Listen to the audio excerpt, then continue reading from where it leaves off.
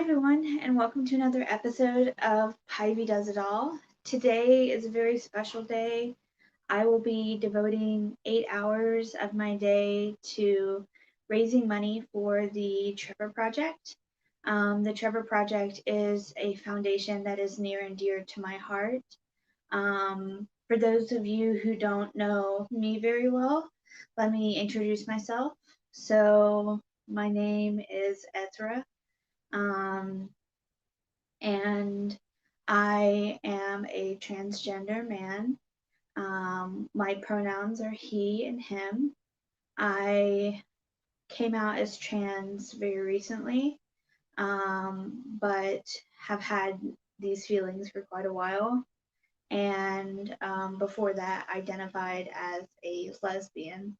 Um, so I've been in the community for most of my life now, and I've been in the community, the LGBTQ plus community for a long time. And let me just move so I can see the chat. Sorry. Restream is a little disorganized. I have professional opinion. There we go.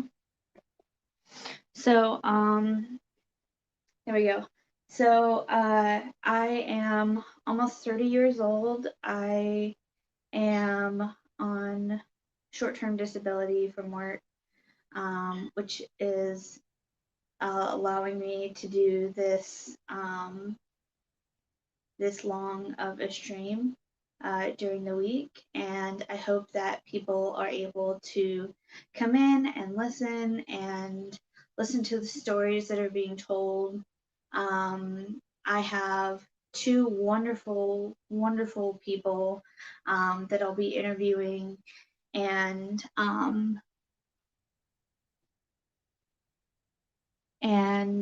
I sorry if I keep on having to get up. My screen will time out. But so at noon, hey Divergent Crafter, hey Crystal, I'm doing AM exercises until it was 10 my time to come. See my dudes live! Yeah! So thank you for coming in. I'm introducing myself for the people that don't know me. I remember coming out as a teenager and feeling very unsure of myself, I didn't have as many role models to look up to and people to model myself after. And I thought that being in the community meant that was my whole life. My whole life had suddenly become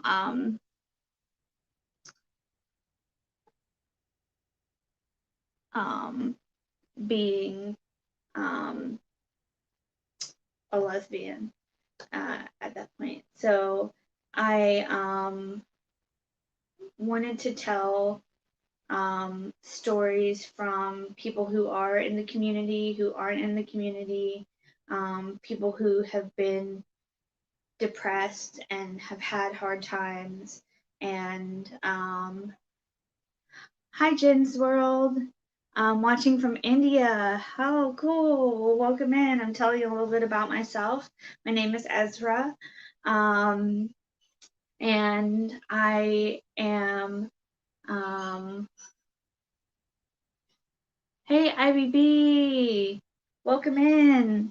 I don't know why my screen's timing out so quickly. It doesn't usually do this, but so sorry if I keep on leading up. So let me tell you guys the schedule for today, and you can pop in and out as you please. And please remember that there is a fundraising component to this giveaway and this marathon. You do not have to give money to enter the giveaway, but you will only get one entry if you comment on my giveaway yarn video. So you get one additional entry for commenting on my giveaway yarn video. And if you donate $5 or more, um, I'm here, I'm queer, I'm crocheting. Well, I'm happy you're here, David. Thank you so much for showing up. Um, sorry, my screen keeps timing out. Um, and it's bothering me more than it's bothering you guys. But so from 11 to 12, we're going to be doing opening ceremonies, which is kind of what this is right now. And Vita, welcome. I saw your comment earlier, so you're definitely entered into the drawing for the giveaway. And I'm also going to be talking a little bit about the Trevor Project, what the Trevor Project does, and please donate if you can. It's a great organization that does a lot of great work, and um, this is going to annoy me for literally my whole life. Sorry, guys. So at noon, I will be interviewing Dana from Triple C, Creatively Created Crochet. Proud mama here of 2 gay children. Yes, representing the PFLAG community. That is just, you are just as important as any other. In fact, I would say that you're more important than just the community itself, because we need proud parents to keep these kids safe, and that's what the Trevor Project is all about, is keeping kids safe. So at 12, I will be interviewing, and this is all Eastern Standard Time. I will be interviewing Dana of Triple C. At 12:30, we're going to be doing more stories and kind of like delving into what the Trevor Project does.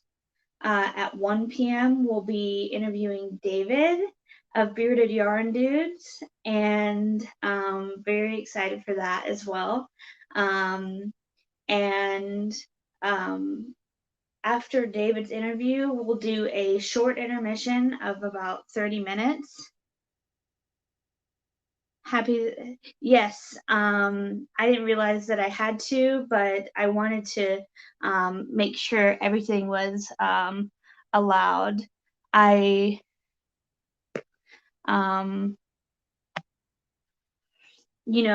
I think it's really important to donate, and I don't want people to stop donating, but I had to. Hey, Triple C, welcome in. So we'll do a short intermission with Froggy Winna Knitting and Shell. And at 2 p.m., I will be painting my wife's nails. And we'll be doing a Pride themed nail. And then at 2:30, we're going to be doing a live podcast. So I'm going to be talking about why the yarn community has been so great for my mental health. And some of my panelists might join me for that. And then from 3:30 to 5, I will be working on my Pride outfit. And so you'll get to see me sew and stone the heck out of some tulle. And then from 5 to 7, it'll be crafting with Pivy. So people will be able to come up and actually craft with me. And that will be a really fun time. So let's get started with some stories about the Trevor Project. Let me check the chat really quickly.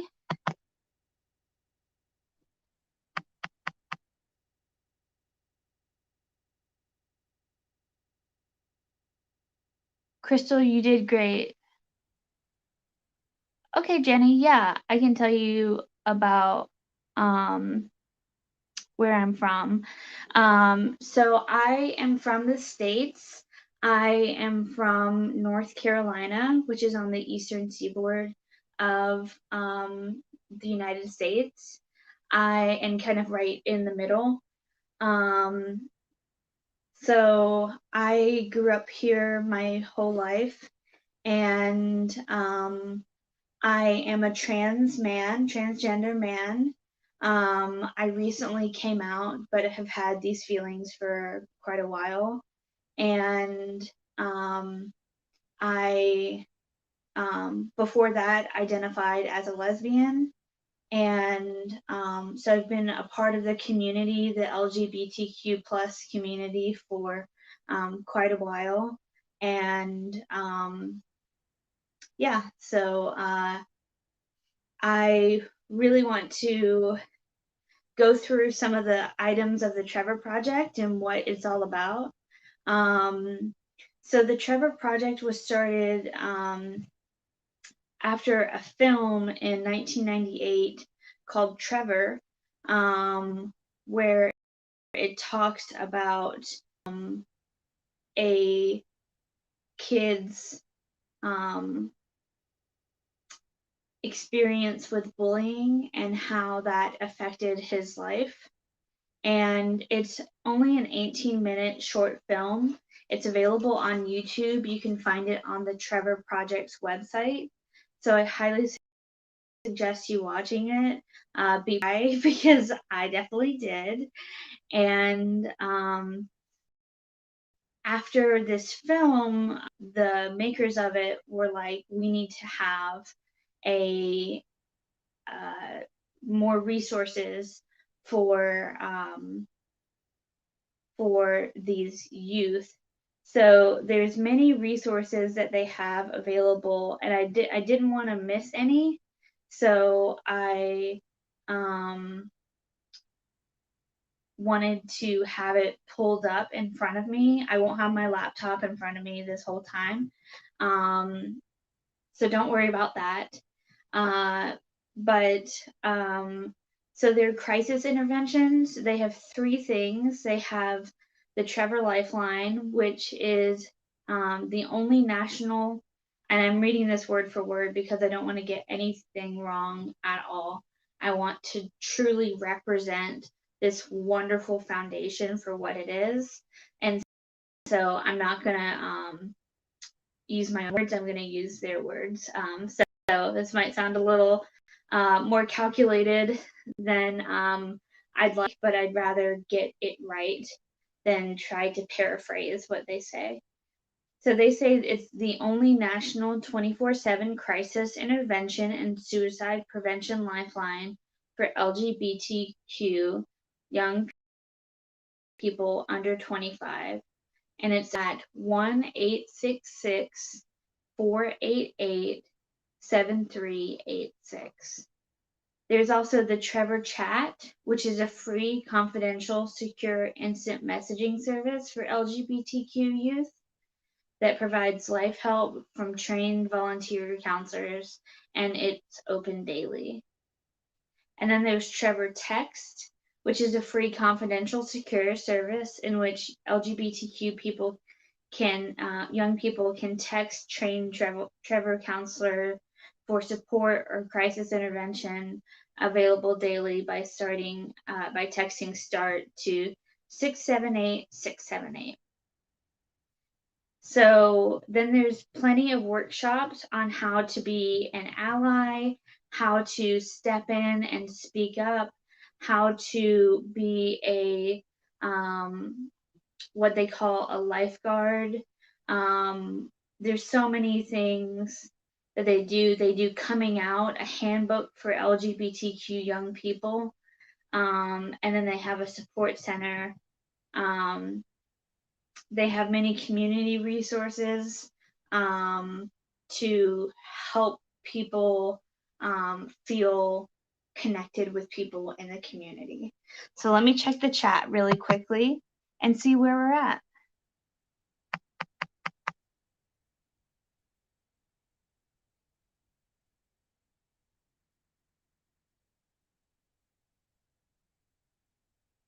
I do like amigurumis. I make them.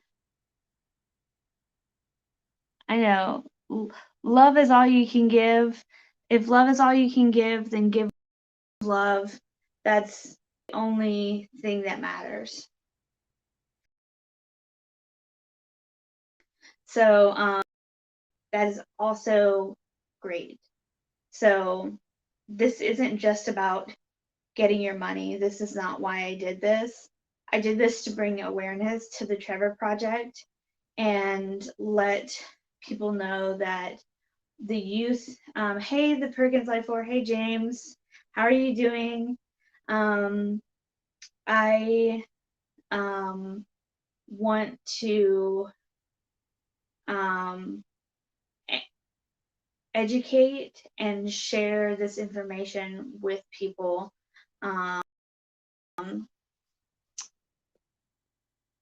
So thank you for those of you who have donated. Please feel free to keep donating. I also have some really, really, really fantastic news. It brought so much joy to my heart. So if I'm not mistaken, we are at $220 right now in our fundraising. And anything that we donate before the end of the day on June 30th will be matched triply. Like they will triple our donation. Triple our donation. So if you give $5, you are giving $15 to the Trevor Project. So this is the perfect time to donate. So if you have anything at all, even if it's just $1, it'll make a difference. And that dollar becomes $3. And if everyone did that, it would make such a huge difference. So I'm going to be talking about this all day. And I really want to make sure that we all know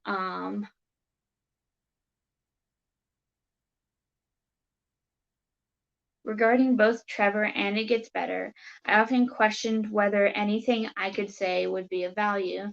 Well, David, I think that if what you said didn't matter, then I wouldn't have invited you.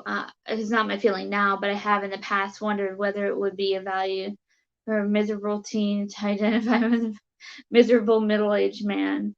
Well, that is the thing. It's the fact that you are a middle-aged man and you survived and you lived through it. You lived through bullying. You lived through these instances that were really hard. Why would that not be inspiring? So I don't want to get too much into it because I can definitely ask you tons of questions in your interview. So I just want to say that everyone has value to give these young people, whether it's monetarily, whether it's advice, whether it's these lifeguards or whatever they're called. Everyone has that value that they can provide for these teens. Let me drink a little bit of water here. If you notice I'm shaking, I'm sorry. It's a medicine thing. I'm sure it's very annoying, but I'm sorry. It just is what it is. So,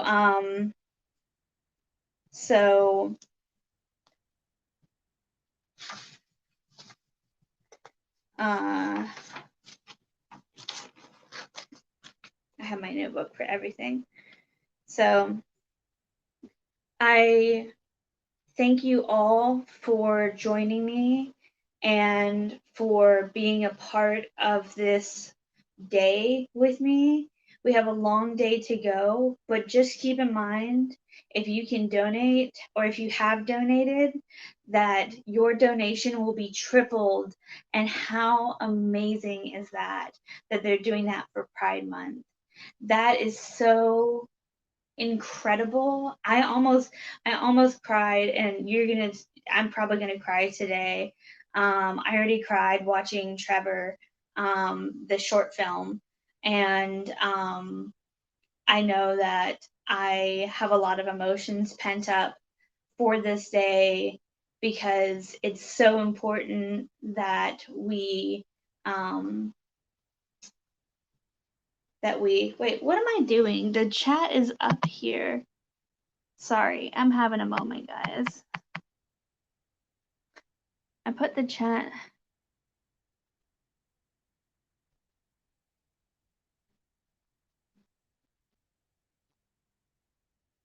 Made a point to put the chat by the video, and I forgot. Sorry.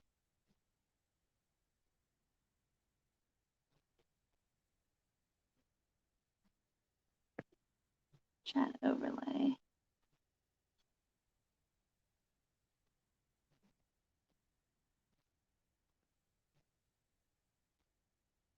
Okay, there we go. So, thank you so much for joining me. I really appreciate it. This is going to be a long day, but a very rewarding day for all of us. Um, Even if you're just here for the giveaway, I believe that we are doing the right thing by bringing awareness to this very important cause. And I know that there are similar functions, similar foundations around the world, um, for those of you in India and all around the world that are doing similar pro- projects and doing similar work, helping these kids um, be safe. And if there's not, know that there's opportunity um, to spread that love and that support elsewhere. So, thank you guys for joining me. Thank you guys for being part of the solution. And I can't wait to see what today holds. If you have donated today, please let me know, so I can congratulate you in person. Because I would like to thank you in person, so that you are recognized for your donations. Uh, if you are not, even if you have donated or you have not donated, you can still enter the giveaway by leaving a comment on the giveaway yarns video that I have. The longer one, not the shorter one, that I filmed this morning by accident. And thank you guys for coming in. Welcome in. Please feel free to leave some messages in the chat. I can't wait to talk to you guys. I put chat overlay and there's no chat.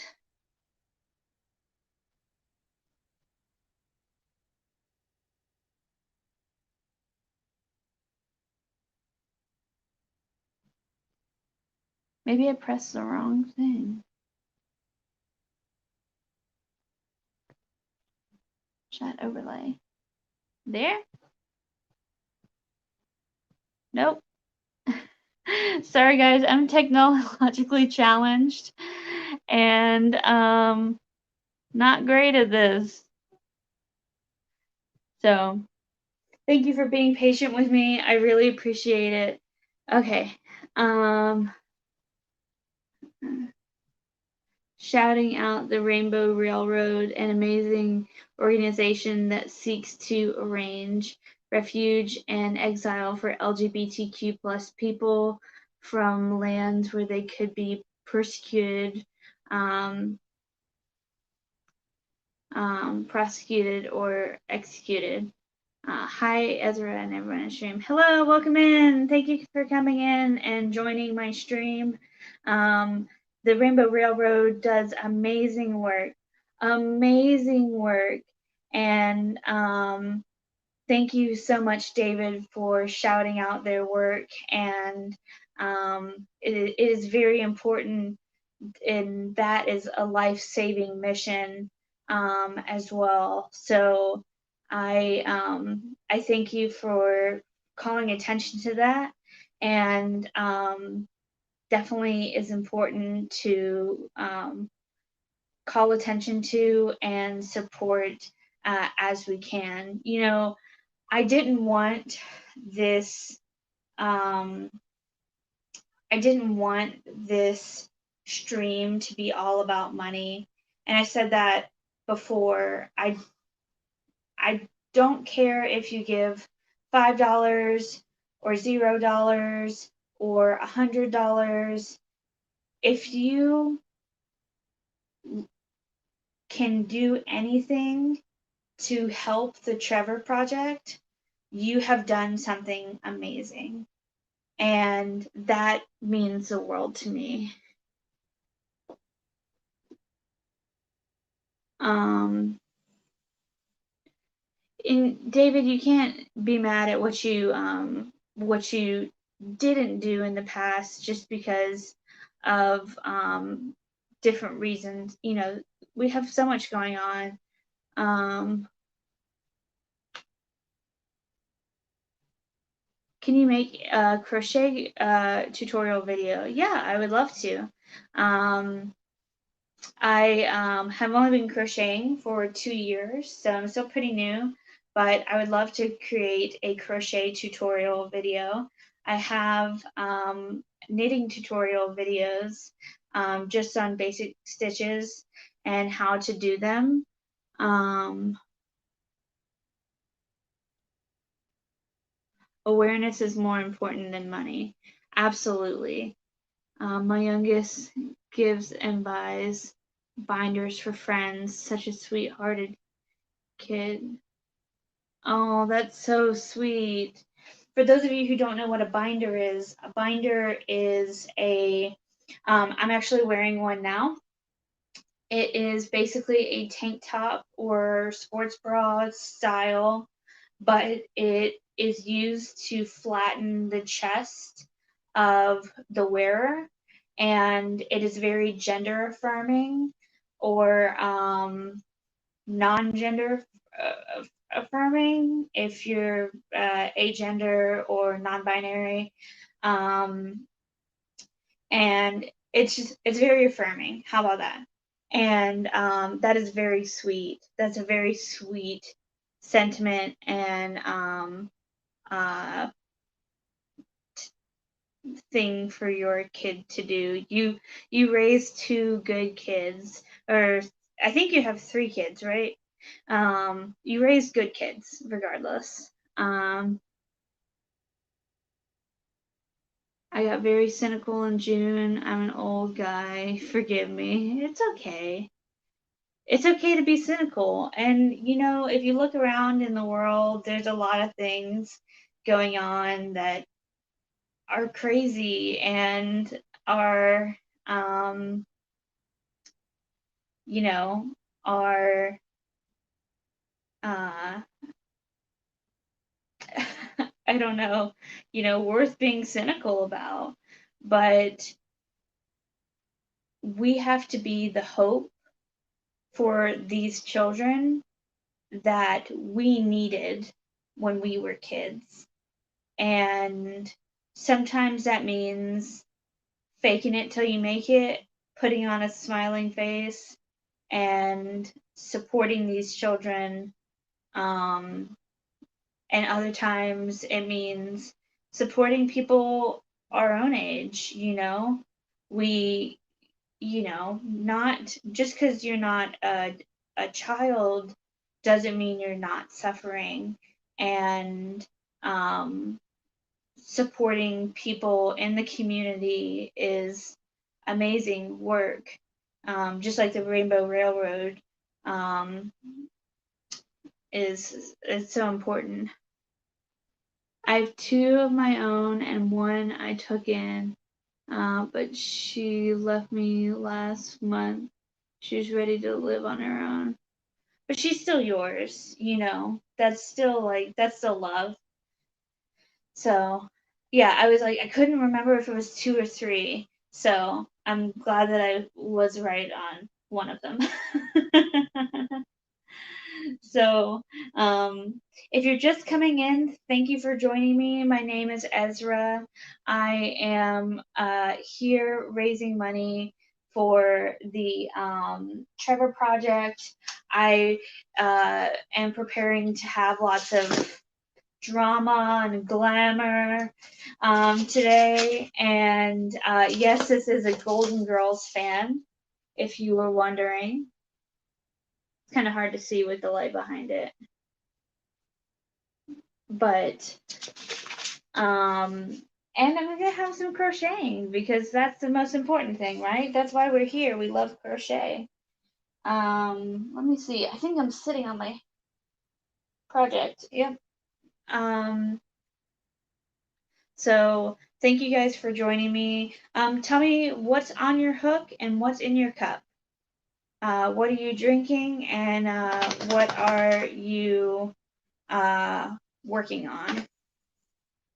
I'm gonna move this desk over here so I can get in close to you guys.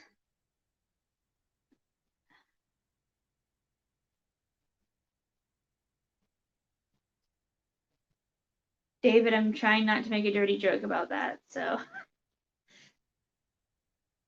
forgive me. My mind is constantly in the gutter.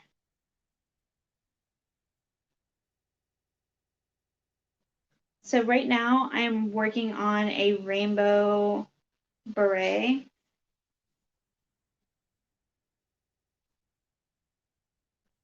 Looks kind of floppy right now. It'll probably be pretty floppy when it's done. Froggy went a knitting. Welcome in, Jennifer. Thank you for sharing my video and thank you for being here. I'm still working on this dreaded beret. One day I'll be done. Um,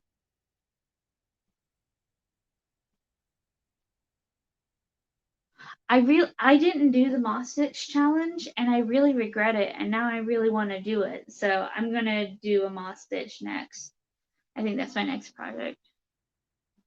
We're we're all in the gutter, but some of our eyes are on the stars. Oh, that's beautiful. I'm just in the gutter.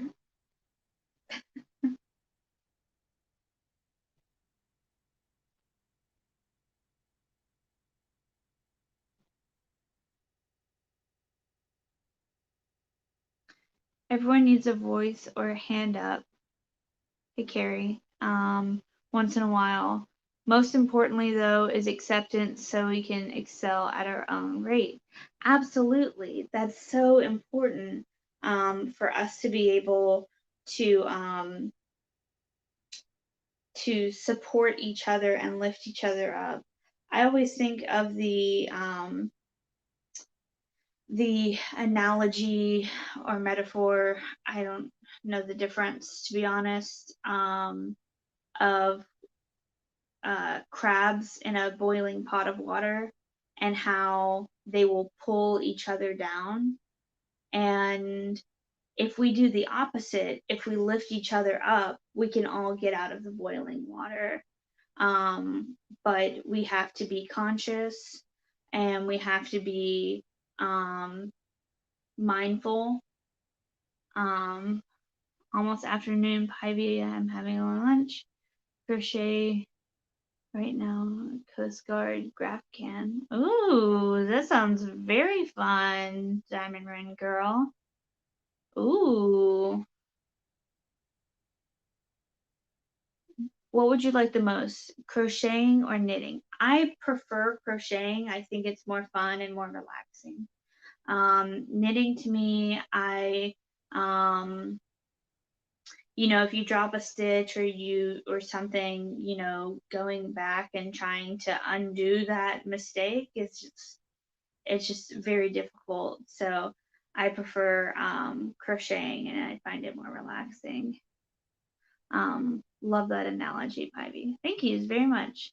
I came up with it on the fly. Speaking of flies, Froggy Winna Knitting is here, and thank you guys for all being here. Just a reminder, we are here for the Trevor Project.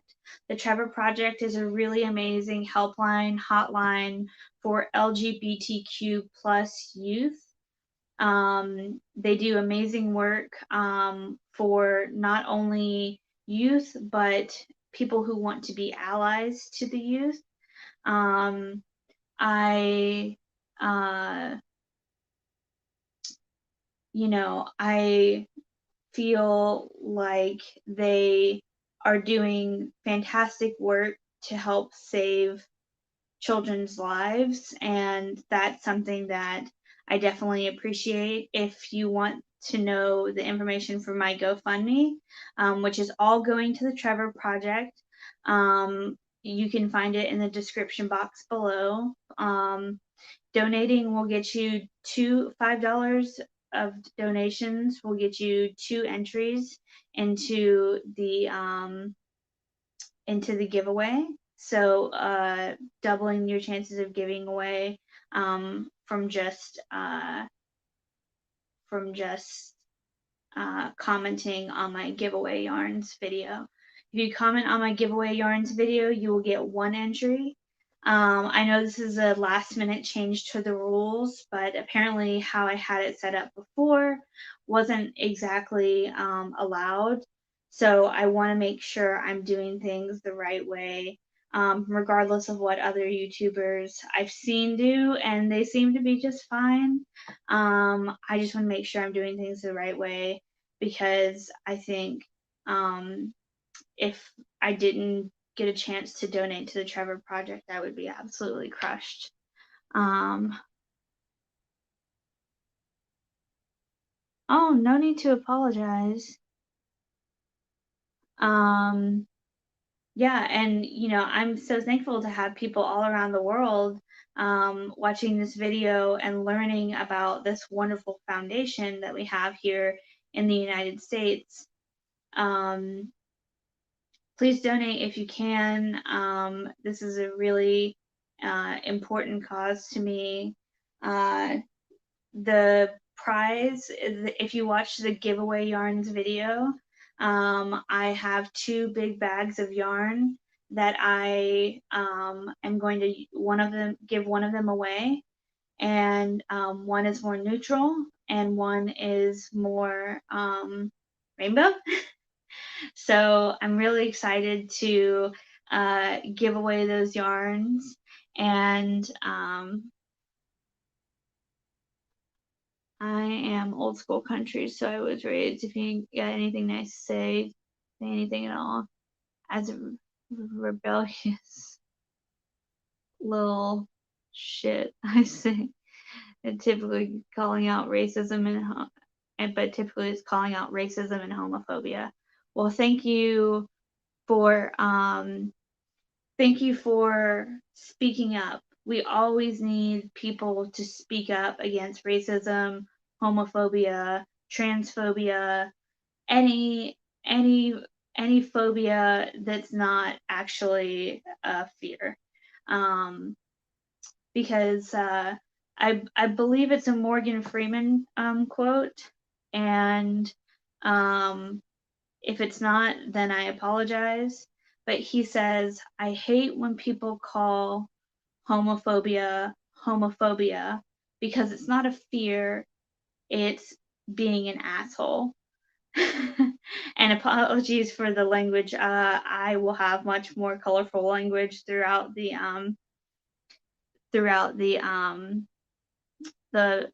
video. So sorry, I just have colorful language. And thank you guys all for being here, and I'm going to thank you guys so many times. You're going to be like, okay, I get it. I'm here. I'm here. I don't need to be thanked anymore. Important to recognize great risks that Trevor seeks to address outside of the U.S. Trevor is amazing in the U.S., but we need to focus on work internationally, not in the U.S. So I think, that is a great point, that there are definitely organizations that focus on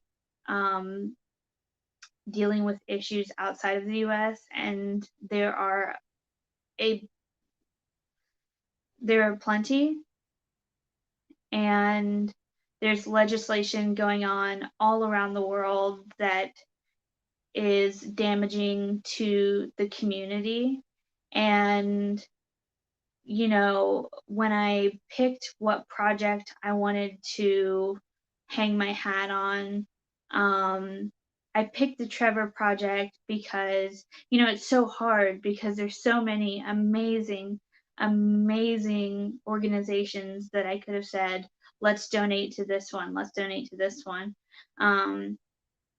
But the Trevor Project, I think that I picked it because I was familiar with it. I picked it because I knew the work that they had done, and um, oh no, David, you're fine. You're totally fine. I think you're totally right though, that we need to acknowledge that the world needs some healing as well, and we have the power, as Americans, as Indians, as wherever we are, to make a difference, no matter how small, no matter how big. We have power to create change. And you know, I picked the Trevor Project because I get very defensive over kids and bullying, and I know how confusing of a time that was for me. And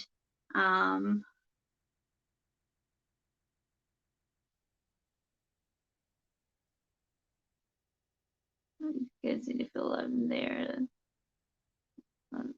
Make bigger change.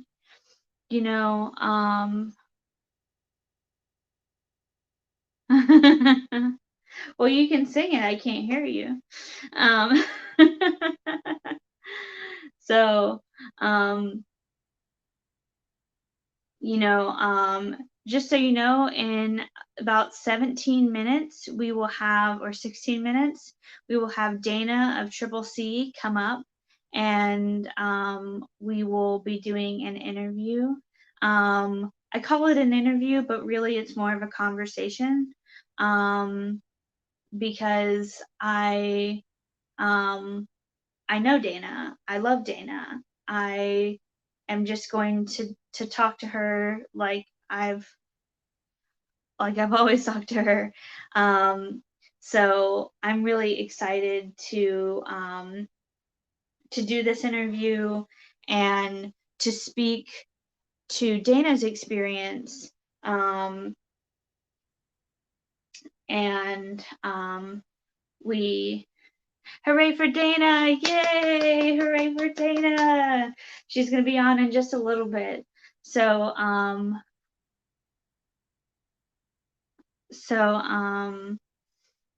yeah, so I'm very excited for that.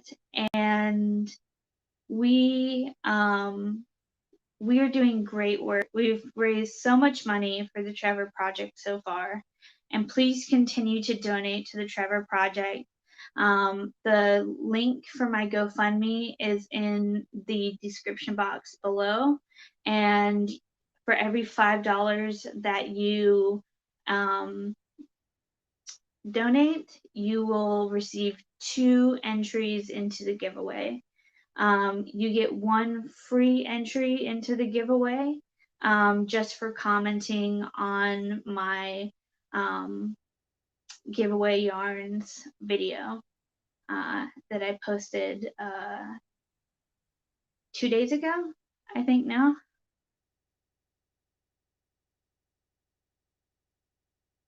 I truly believe Dana and Joe showed true Christian love every day, even though even they don't understand the even if they don't understand the recipient of that love. That is so true. I believe um, that Dana and Joe give nothing but love um, out into the universe, into the world, and that's why people love them. That's why people have so much fun with them, and why people keep coming back. It's because they're genuine people, and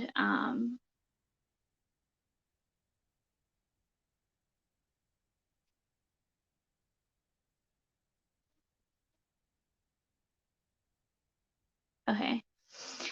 I hear negative things said about the newest generation coming up, but I love that some have really stood up and said this racism and denial of human rights is not okay. Um, is not okay. Makes me smile. Yeah, there's a generation of young activists coming up and speaking up, and I think that is so fantastic. I think I think of the Times Up movement and how we're done with it. Like we're done with this. Like we don't need that negativity in our lives. Um and we definitely don't need that hate in our lives. So I agree, Crystal, totally. I think that I'm gonna drink some coffee and then I'll finish my thought.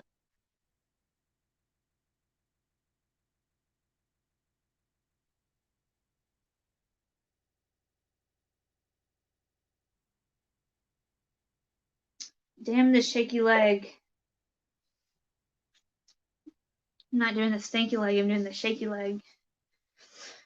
That was a bad joke. That was a really bad joke. Oh, it was such a dad joke. Sorry guys. Uh, I think that, you know, I have had um some really amazing conversations with people who are in a younger generation than me, and they um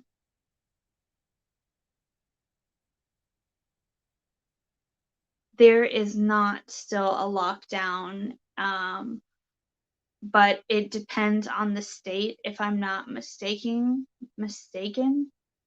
Um,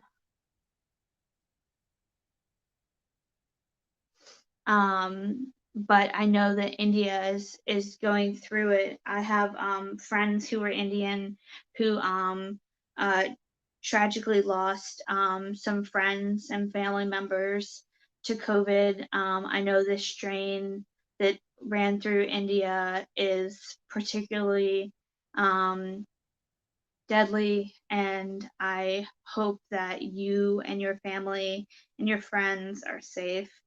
Um, the vaccines that we have here are doing a good job against the strain, as far as I've heard. So I hope that more vaccines can be spread worldwide, and we can get this global pandemic to be nothing but a blip in our history. Um, but I know that unfortunately it's so bad in India. Um, so um, I'm glad that made you laugh, Crystal. Um, Thank you for coming in. Welcome. My name is Ezra. I'm doing a 8-hour marathon for the Trevor Project, which is a wonderful foundation that helps out LGBTQ plus youth.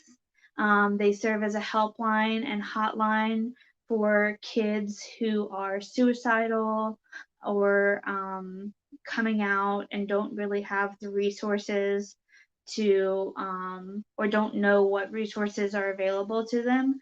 They do really amazing work, and I'm here to support them. If you want to financially support them, you can do so through my GoFundMe, which is in my description box below. Um, so please feel free to donate as you can.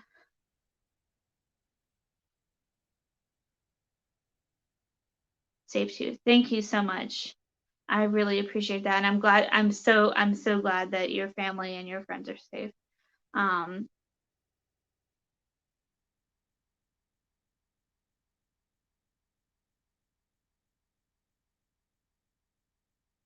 Yeah, it's well, so the flu usually has a couple strains, and that's what is happening with COVID. COVID has a couple strains.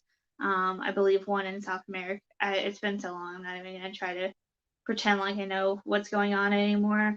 I used to know. I used to be up to date when I was working because I worked in healthcare, and so I but I know that this strain and that went through India, that's going through India, is um, uh, really bad, and uh, the Moderna, and the Pfizer um, seem to be doing really well against that. I believe the Johnson one isn't doing as well, but that's the last I heard. So don't quote me on that. Um, but getting vaccines to people is a global problem.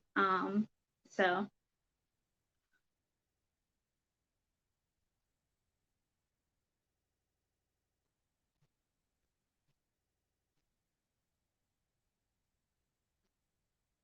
so hopefully we can do that. We can change the world.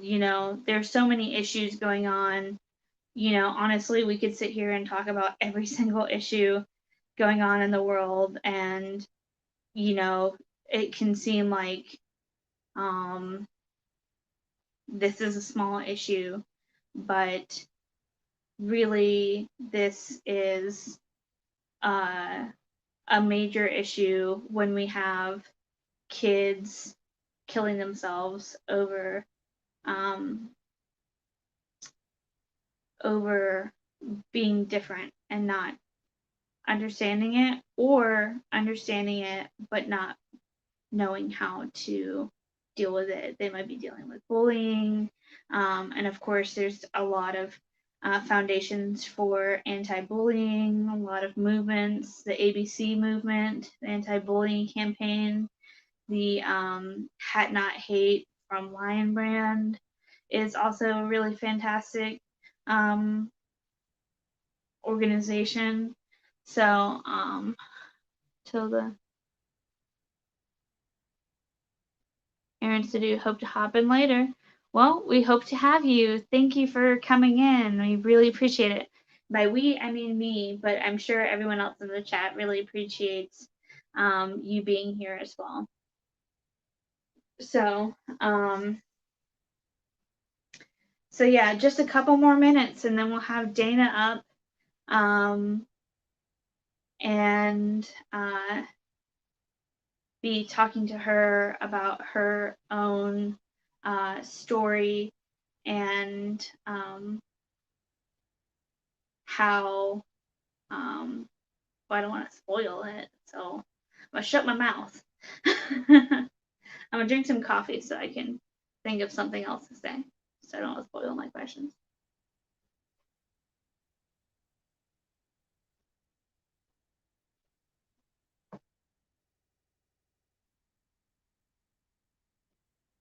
We need to stop being an asshole movement. Sorry, but it's true. Hey, don't apologize. Don't apologize to me. I agree. Absolutely.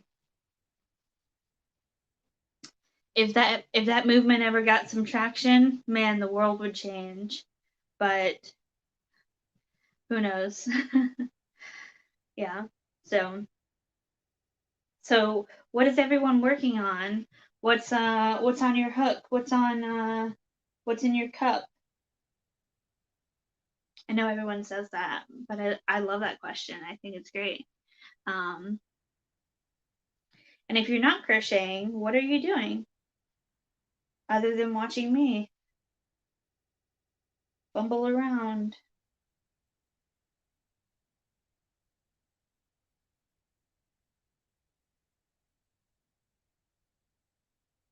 I was gonna get dressed up for you guys, but I was talking to Mel and she was like, "Just be yourself," and I was like, "Okay, that means I'm not changing." So this is me. I hope you guys like it. 'Cause that's what you get.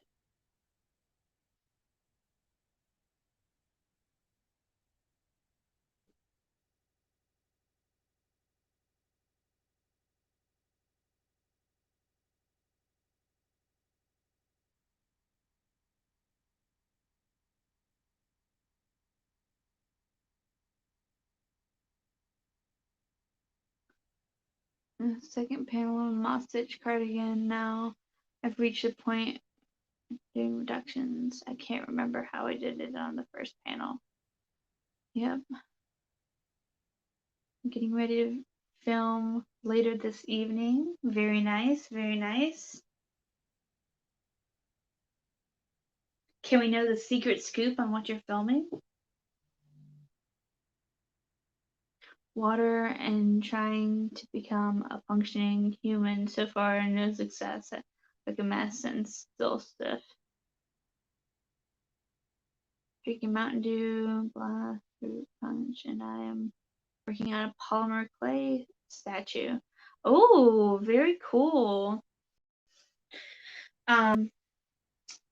Perkins Life 4, I sent you a present. If you want to return it, it comes with a gift receipt, and you can get something that you want if you do not want what I got you.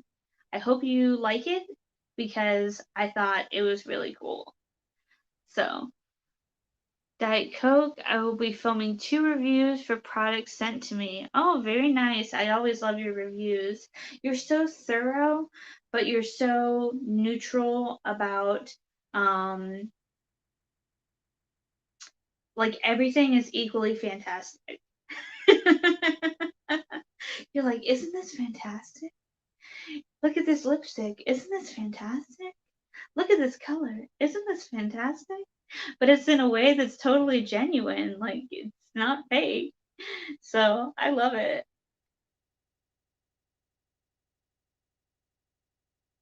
I don't know if I like noticed how much you said fantastic until I sent you that fan. And I have my fan here today too, my Golden Girls fan, because I'm a big fan. Um, so we can snap our fans together. That's called the gay clap. No. Ooh, nope. We don't like that. I'm gonna reverse that. Pretend like that didn't happen. Okay, it is 11:59, so let me see if Dana's down in the basement. Dana, feel free to click the link I sent you whenever you are ready.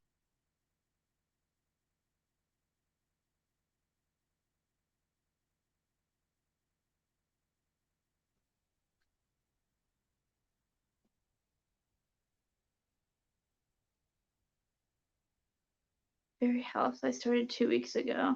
Oh, that sounds beautiful. That sounds so cool. You guys are so creative.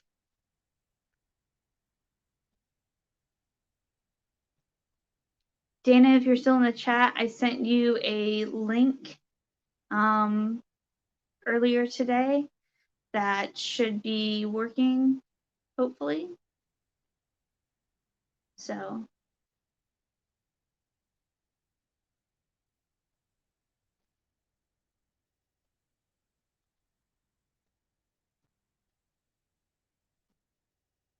not bake. Get back my, okay. Bake made sense too. So I was just like going with it.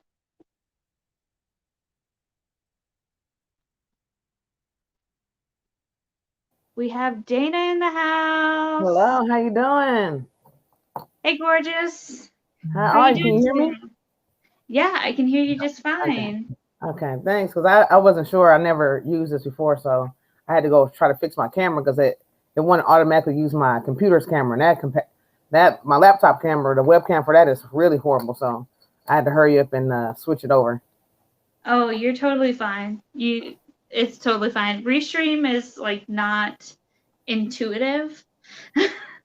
I feel like StreamYard is, but I couldn't do the 8-hour marathon with the subscription I have. So I was like, okay, well, let's do this. So start the interview. All right. So do you want to tell the people a little bit about yourself and what you do?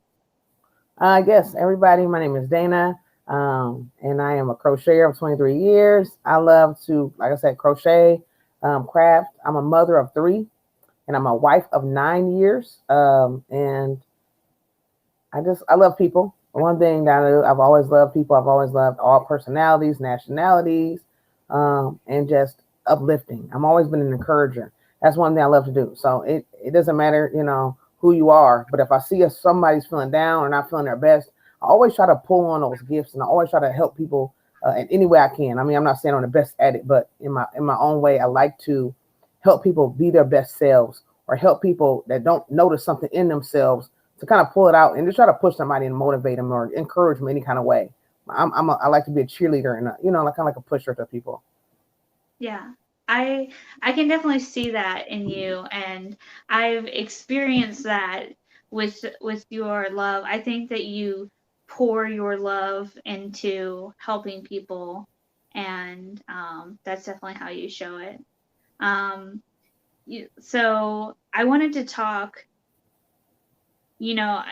This is a very serious topic that we're talking about today, right? We're talking about suicide. We're talking about kids. We're talking about feeling alone. Do you have anything that you would say to someone who's feeling that way? I would definitely say I dealt with those feelings. I dealt with feeling alone. I dealt with depression. I dealt with anxiety, and I dealt with the feelings of suicide. I've even attempted it several times. It didn't work. But I definitely want to say to anybody who's ever feeling that way that you're not alone, and that your life is valuable. A lot of times we get so low and we feel like we're not worth anything, and that's when that feeling kicks in. And so many feelings come associated with it. So when we deal with depression, depression never comes by itself. It's like a whole package deal. I don't know if anybody else has ever felt like that. All the anxiety, depression, stress, all those things that come in a package ordeal. And then you get the suicidal feelings. And then, you know what I'm saying? And then it hurts because sometimes we don't know who we're reaching out to, who we can talk to. Some people will call us crazy. Some people will call us insane, or something's wrong with you. Why are you feeling like this? Some people don't understand. So we're so afraid to tell others. Who do I tell? Who do I turn to? I don't know who I'm going to tell. Who can I trust with my feelings? Some people go and tell people, oh, they're feeling like this over here. Oh, something wrong with them. So it's so hard for us to let it out and have someone to tell. So we kind of internalize things. We hold things in, we bottle things in, and the next thing you know, we feel like I shouldn't even be here. There's nobody here to support me, so nobody here to push me, and nobody even understand me. But if for anybody who's feeling down or feeling depressed or feeling suicidal, I say don't do it. Don't do it. You're worth it. Your life is worth it. I don't care how it may feel today, and that feeling will go away. That feeling will. Again, I dealt with so many feelings. I was like, how can I get out of this? How can I get out of this? How can I get out of feeling like I'm lost? I feel lost. I feel like I have nobody to go to. And one thing is my belief in God. Now I know everybody's not going to understand their belief in God, but I had to understand who God was when I hit my low. I was homeless. I had been beaten. I had been cheated on. I had been I've been hurt so bad. I had been literally abused in front of my daughter, my firstborn child. I was 15 years old after my first child, and I was beaten on. I was hurt. I was dealt with everything. I had dealt with everything. I had hit my lowest. And only thing I do is go to God, and I was like, man, I never really knew, I never really talked to him. I never knew. But like when you hit that very low and you don't went to everybody and everybody turned their backs on you, no friends, no parents, like where else do you go? Like I had nowhere else to go. So I was like, let me just try God out. And then I just was like, you know what? I mean, I wasn't perfect, but I just needed somebody to talk to. And I know he wasn't going to tell anybody. I know he created me. So I was like, okay, cool. I can just go to him. God, I don't know. I'm lost today. I don't feel like living today. I don't know what to do. And I would just cry out. And I would have days where I would just cry. And I had to learn that it was okay to cry. And, no matter if some people don't understand that, some people are like, oh, what are you crying for? I had to understand that it's okay to cry. It's okay to let those tears out. I'd rather release tears instead of my own blood after slicing my wrist or my throat or whatever else. I would easily let those tears flow. And then I began to write. And I found so many outlets. I started writing poetry. I started writing different, stories. I even have a story or book that I'm actually writing for a suicidal prevention book. Oh And I kind wow. of took a break from it. And I need to get back on it, but it's really, really good. I actually had my daughter do some proofreading of it, and she's like, "Did you write this?" And I was in a low spot in my life, and I started writing. I was like, "Man, I need to get this out. This has to be out. Somebody needs to hear this because that feeling of being so low and being feeling so alone, even though you can have tons of people around you, you still can feel alone. Like some people are like, oh, you're around so many people. Like, how do you feel like this? The thing is, I just want to say, like, don't. The feeling will go away, but the thing is, what helped me, like I said, is to find things in different avenues. So far as either craft, writing, whatever it may be, find it, tap into it, and use it because a lot of us have things that we have never even known we had in us and we've never even tried. And so there's nothing wrong with trying it. It might be cooking, it may be anything, taking pictures, they could be traveling, whatever it may be. A lot of us have things in us that is going to save us, you know, and a lot of the time we need that. Yeah. I it- am like borderline speechless because first of all, that when that book gets released, I'm first in line because I I think that's so amazing that you're using your own experience and using that to help people. I think that, as someone who has experienced suicidal thoughts, has had attempts, um, I know exactly what you're saying when you feel so low, so alone. Um, and I felt, you were 15, you were a kid, Mhm. you know, and that's, when I think about what the Trevor Project does, it's, I know that they are specific to the LGBTQ community, but, you know, kids we're so vulnerable at that stage, and the world it feels like out to get us, Wow.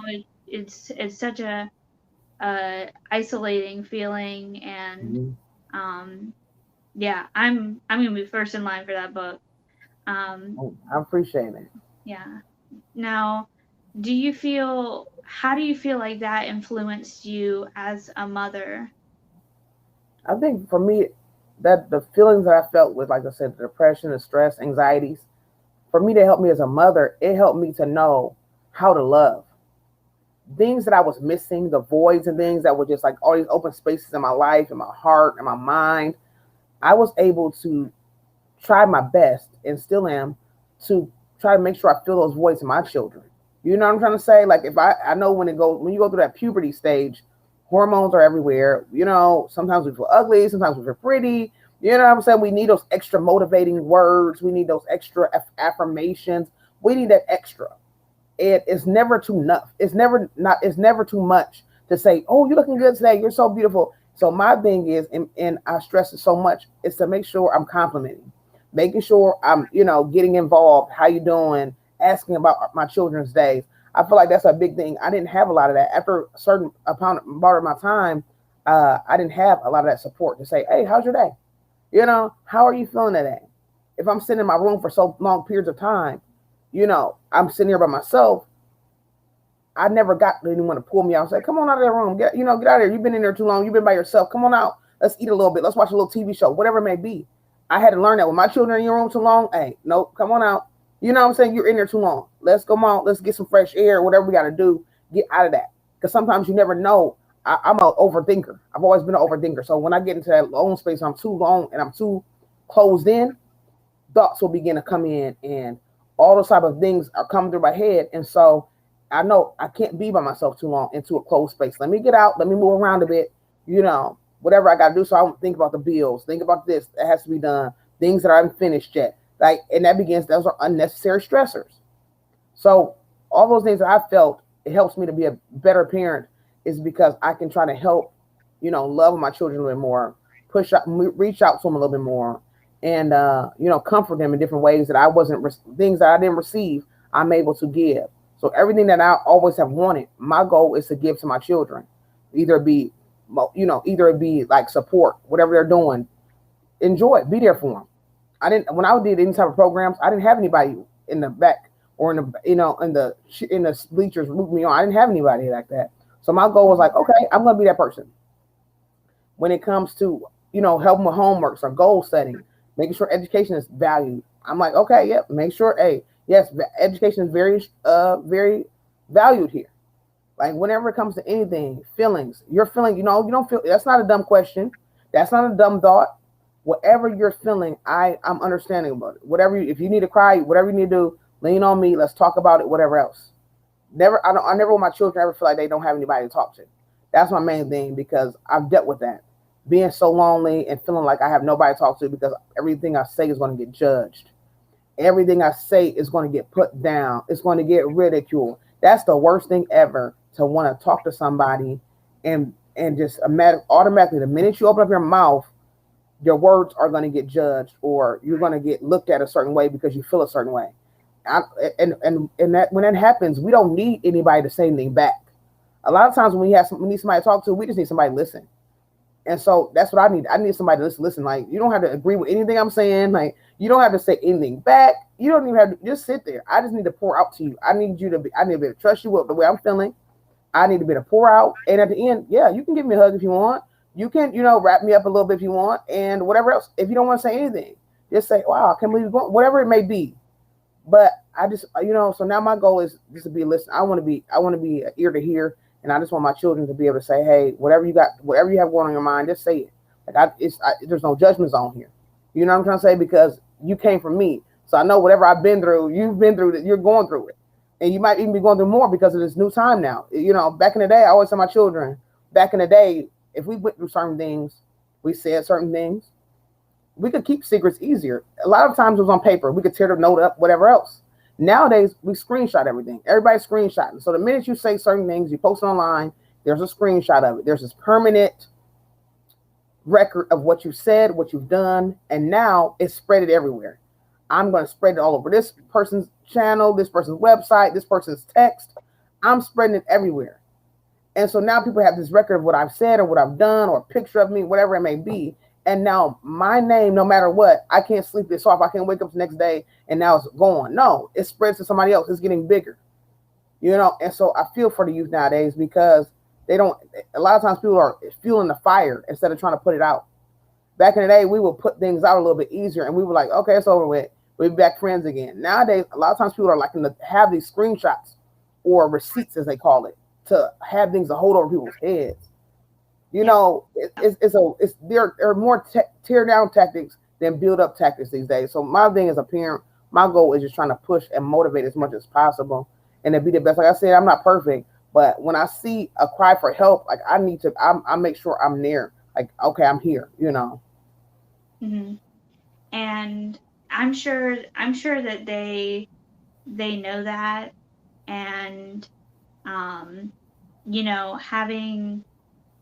having them understand your past is important, Hmm. because they Yes. need to know that where you came from, Hmm. what you came from, you know, the abuse that you dealt with. Hmm. I mean, all of those things. That's how you end the cycle of abuse. And bullying is definitely a form of abuse. And if we think that we deserve bullying and abuse, then that's what we get. Right. Um, and it's so hard to break that. So I'm so I think you're an all-star mom, and I think you're um I think that you're doing all the right things, and um like I said, we have so much in common, and um you know I wish we had less in common, frankly. But well, let me read some of these comments that we have in here. I haven't Okay. um been keeping up. So David said it's so valuable to hear that you're not alone. VJ joined us, and then David also said it's extremely valuable that Dana and Joe, as representatives of what I understand to be fundamentalist Christians, mentally love their LGBTQ Hmm. friends, Yes. and it's not a contradiction. Exactly. Exactly. We're not here to judge anybody. We love our family. That's it's family. Yeah, When you put on that title of family, it's not about a judgment zone. You know what I'm trying to say? And even yeah, for family, even if I didn't know you, it's not a judgment zone. It's not for me to say, oh, I don't like what you're doing. I cannot not like if you're happy. It makes no sense. If my family's happy, if you are happy, no matter if you're a friend or you're not, if you're happy, I'm happy for you. I would never wish anyone to be miserable or not to be themselves or to be trying to please me. I'm not the person to be pleased. You can never please a man because a man will never be satisfied. So if you are to live your life trying to please a man, to be a certain way, to act a certain way, to talk a certain way, to crochet with a certain yarn, whatever it may be, just to please somebody, then you're never living. And I'm just gonna be honest. God did not have us sitting here and to live life. He did not sacrifice His only Son for us to be miserable. I'm just gonna be honest. He didn't. We're not supposed to be walking around head down, sad, mistreating, don't know what to do with ourselves. That's just not what life is. Life is meant to be lived. Life is meant to be lived, and that's just what it is. And life is meant to be lived. We're supposed to be happy. We're supposed to be positive, and we can't spread positivity or happiness if we're hurting. And many of us are hurting because we are feeling so judged. We're feeling so judged. We're feeling so mistreated, and we're not living, and we're miserable in the inside because we have nowhere to go. You know. And when I was coming up, I was in all these different, I call them miscellaneous groups of people because I didn't fit in with the mainstream groups. I didn't. I never did, and I was okay with that. I'm mixed in with every type of person. Like all we would just be in this group. Hey, we was rejected from all the other groups, so hey, we're here together. So we look different, we dress different, we talk different, we listen to all different music that everybody else didn't listen to. Whatever else, we sat together at lunch, we walked together to the classrooms and the hallways. That was us. You know, it was all races, all genders. It was all of us just together. That's what it was, and that's how I always have been. That's why I've always just been this great people person because I love everybody. It's not about that. I just want to see people happy, and I value happiness because for a long time I lived to please other people, and I was miserable doing it. I was depressed for over 10 years, trying to make sure I fit in everybody else's box. I tried it. I went through my happy stage where I was just me, la la la, and then I went through a stage where okay, nobody really liked it. I didn't fit in. Nobody agrees with this. What do I do? So I started trying to live in a box, and I lived in a box for so long that I just was depressed and stressed out. And it was over a 10-year period. And now I will never go back there again.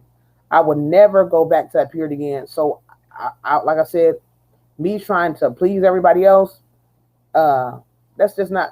I'm out of that bubble now. I'm out of that shell, and I never will go back there again because I don't believe in being miserable to please somebody else. And if somebody so called loves me, they would never want me to be miserable. You know what I'm saying? Somebody says, "Oh, I love you," but you see I'm miserable. You see I'm hurting. You Yeah. can't. You cannot let me hurt if you love me. You can't let me hurt and not reach out and say, "Is everything okay? What can I do for you?" And if you love me, you know what I'm trying to say? If you love me, then you see me crying out, you see me hurting, you see me in pain, and you just let it go. You just walk away. You Yeah. walk away like you've never seen it. You know, that's another thing. That's like if you see someone drowning and you don't put your hand out. That's it. That's Yeah. it. You're right. I yeah, I when I came out, so first of all, I don't know how I ended up and in the crochet group that I did. Um and uh it might have been Kelly. It might Hmm. have been I Kelly. remember with Kelly. The first time I ever met you was over at Kelly's. And and I was nervous when I said that I had a wife. You know, Hmm. I was nervous how I would be perceived and how Hmm. um what I had presumed the attitude towards the LGBTQ community would be, um, and was met with nothing but love, nothing but love. And everyone Hmm. likes Mel more than me, anyways. Oh She's my like, "Oh, god. your most popular videos are the ones that I'm in," and I'm like, "Cause everybody loves you." Oh my goodness. um, but then when I came out as trans, Hmm. I was like, "Oh man, this is gonna flip things on its head." I was like, "I'm just don't know who's gonna stay, go. I don't know. I just Hmm. have to roll with the punches." Yep. And everyone was supportive. Hmm. I am fortunate that I can't tell stories about being bullied as a trans person Hmm. because Yeah. I have yet to experience any of that. Yeah. And I credit that so much to the group that I'm in and the community that you've fostered and that Kelly's fostered. Um, you know, you even are so involved that you asked me. I remember so distinctly when I was making cocktails, and this is my making cocktails movement, and you were like, when are you gonna document your tea journey? Hmm. And I was like, oh yeah, I'm drinking tea, like, or spilling the tea. Oh my god. It was just so unexpected. Um, and then Mel was like, "No, like testosterone." You were like, "No, testosterone." And I was like, "Oh yeah." Oh my gosh, I remember that. Yeah. um, David says, honestly, I heard someone say, I've heard this God is love stuff, and I don't believe it. What could be what could that be about? Well, I know a I lot of times people, for me, I know even it doesn't matter really about your preference or anything like that. When it comes to God, a lot of people don't know how to handle God, and sometimes people really they put God on people like he's a pit bull. Or I'm not saying pit bull. We know there's good pit bulls, but I'm just saying a dog that's been treated viciously or a vicious whatever. Okay, pit bull. Yeah, It's not. We're not gonna kill pit bulls. I love pit bulls, but any type of vicious thing. Okay, pit bulls are not vicious, but some owners create them to be vicious. Okay, yeah, but absolutely. sometimes people put God out to be vicious. Okay, and so some people are scared to say, "Oh, is really God love?" Yeah, and that's what the word is. God is love, and That's why he created us here. That's why we all loving. That's why he created all different colors. He created all different races, different sized noses, whatever else. Yes. But a lot of times people are so scared because so many people will throw down, they'll like put it down on you, they'll put God on you or religion on you so strongly to where you're scared, and that's not what it's meant to be. And so many times that's why we deal with so much hurt and so much pain because the person we're supposed to be going to is God, but so many people have told us God is this and He's mad at us, He hates us, He's this, and so we hold on all this stuff like this, and we're never supposed to hold on to all these feelings. We was never supposed to hold on all this stress and depression and trying to kill ourselves. No, we were never supposed to do this. But so many angry people, bitter people, try to put God on us to get us to be scared to the point where we're scared to go to Him, and He's going to be the one that's going to take all this pain away. But people are going, oh, well, God, He doesn't like this, and He's going to, like, and it makes you like, oh, where'd I go? He created me. He know how it's going to be. He knew this. He knows everything. There's nothing He does not know. So I can't go to the person who knows everything, every mistake I'm going to make, every decision I'm going to. He knows every single thing. He planned it. This is it. This didn't happen because I chose it. This happened because He planned this. And so I can't go to the person who made it, who made me, who made my destiny, who made my everything. I can't go to Him because of what you said. And so that's why we have to get away from the type of people. When people try to put God on us and make them feel like God is somebody scary, that's where we need to say, you know what, have a blessed day. I'm gonna pray for you because you need a prayer.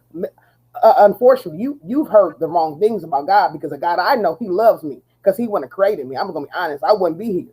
I wouldn't be a person walking around to make friends and be friendly and all those type of things with people if it wasn't a reason. I'm here for a reason. Because if I wasn't here, I would be gone already. All the times I try to slice my wrist, all the time I try to overdose on a pill, every time I try to do this and that, I would have been gone already. He kept me here for a reason. I'm here for a reason. So I'm so sorry that you have a misunderstanding about God or religion or whatever else, because the thing is, religion is tradition and we got to get out of it. Sometimes people say, oh, well, religion, women, you're supposed to have your head covered. You're supposed to wear long dresses. That's religion. That's tradition. Let's get out of it. We can be believers and let's do that. Whatever you believe in it. But my thing is, it hurts when so many people try to put religion down our throat and make us scared to where we have nobody to go to. And that's why we're taking it in on ourselves and we're holding all these things in that don't belong to us. They don't Yeah. belong to us. You know what I'm trying to say? And that's what Yeah. hurts me because people get scared. Oh, I'm scared of God. I don't want to talk that God stuff. No, no, no. Because so many people come to us with God stuff and they make it seem like God is so scary. Like, oh, where do I go? Like, He made us. It don't make sense. It doesn't make. And that's why we got to really think our head like, wow, He really made me. He knows what I'm going to say. He knows what I'm going to do. If I'm doing wrong things, yes, he is watching to make sure that I make the right decision because I've been taught that, and if I haven't been taught, it's time for me to learn. So if I'm making the wrong decisions, if I'm out here doing robbing and stealing, if I'm committing crimes, He's gonna be watching to make sure. Let me see if I learned my lesson enough to see if I need to get myself together, whatever else. He's watching that type of thing, but so far as being who I'm gonna be, He knows who I'm gonna be. He knows who I'm gonna be. So it gets mixed up and messed up because so many people try to put what they have on their beliefs on us, and it makes it bad because it scares us. And we should never be scared. That's one thing, we should never be scared. We should have a respect. You know what I'm saying? To know like, oh, I shouldn't be out here acting a fool because I'm a reflection of Him. Yes, but it shouldn't be to the point where I can't go to Him. You know what I'm trying to say? That's a different thing. It's a Yeah. difference on a reverence so far as a respect level. When we say, oh, okay, I know I should be acting right and I should be, I shouldn't be out here hating and being rude and being nasty. Yes. But when it comes to uh being scared to go to Him, that's a whole nother story. Yeah. And I Mm-hmm. think that when you look at the community as a whole, there's a big division between people who have faith and don't have faith, and it's Mm-hmm. because of of exactly what you're talking about. Yep. And if people could just know that they are inherently loved, they are Mm-hmm. inherently worth something. They were That's it. created for a reason. Mm-hmm. If if you knew that, then that's that's really all that that would fix so many problems. Mm-hmm. You're right. So It's 12:30. If anyone has any questions for Dana, I don't want to keep you too long, but That's if fine. you have That's, I any appreciate questions for Dana, put some question marks in front of your question, and we'll ask them real quick. Um, Dana, I appreciate you coming up here, well, thank you and too for your time. Thank you so much. I really appreciate that. yeah, and we're um, doing good work, and we're helping those kids that could have easily just been us, Mm-hmm. you know, Easily. find their resources, find their home, find, how to talk to their parents or the people around them about being good allies, and, you Yeah. know, how to how to how to listen, because not everyone knows how to listen. You're right. You're right. So, A lot of people don't know. yeah. So, I'm not seeing any questions in the chat, but I'll forward Okay. them along to you, and I know you'll be here and there in the I'll be chat. here. Yeah, I'm here in the chat. Yeah, as we go through. So thank you for coming up. I appreciate it. Thank you for having me again, and see y'all later. I'll be in the chat. Love y'all. Love you.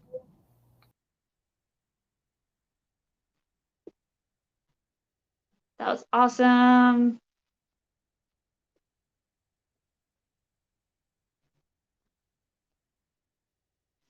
So I hope you guys enjoyed that. We're gonna do 30 more minutes of talking about the Trevor Project, and I wanted to share some of the resources they had.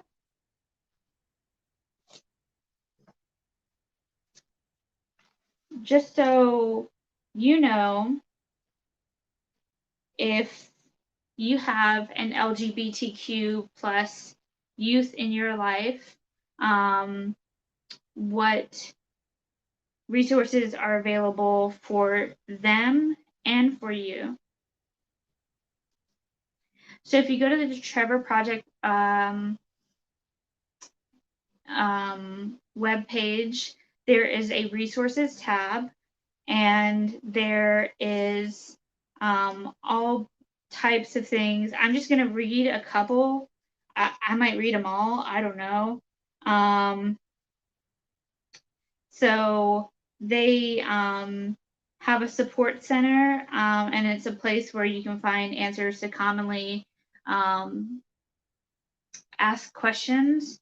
And this includes mental health, sexual health, crushes, bisexuality, healthy relationships, preventing suicide.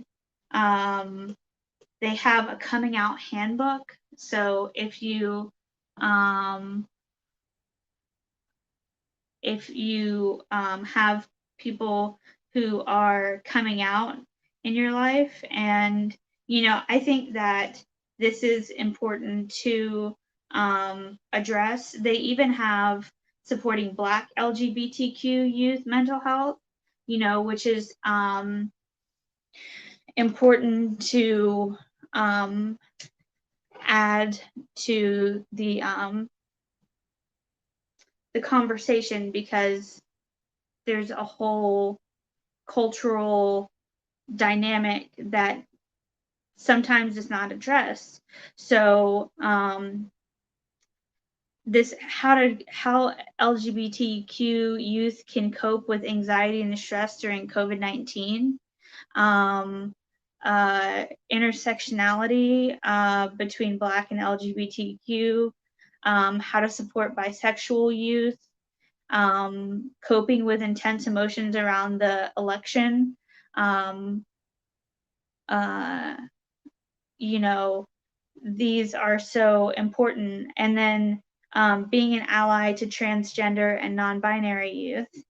And I wanted to read a little bit about this, because it's not just youth that deal with needing allies, And good morning, Fiber Floozy. Um, so, um, So I wanted to go through this with you guys.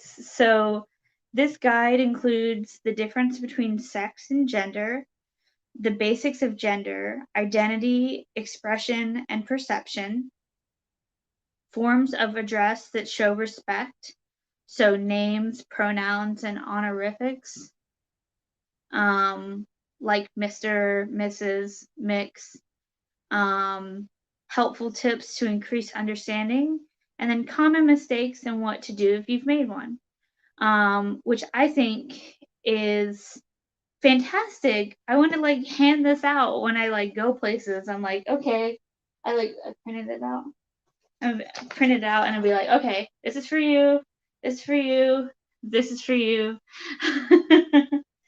And so um, so basically, I wanted to read a little bit about this and answer some commonly asked questions. But if you want, you can ask some questions in the chat about transgender and non-binary folks, and I would be happy to answer to the best of my ability. So, sex is a classification as a person as male, female, or intersex. When we are born, doctors usually decide whether female or male will be listed on our birth certificate. This sex assignment at birth is typically based solely on one's genitals. However, sex characteristics can include chromosomes, gonads, or sex hormones. Our sex assigned at birth may or may not correspond to our gender.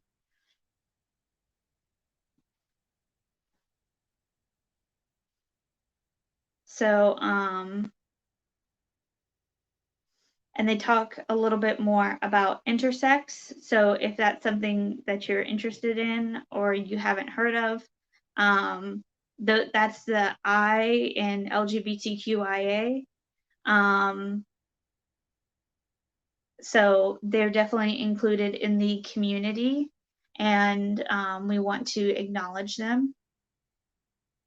So someone's sex characteristics are their personal information, and you do not need to know someone's sex assigned at birth to be respectful of their gender identity. When someone shares their gender identity with you, it's inappropriate to assume or to try to deduce that person's sex assigned at birth. Rather, believe others when they share their gender identity with you and support them.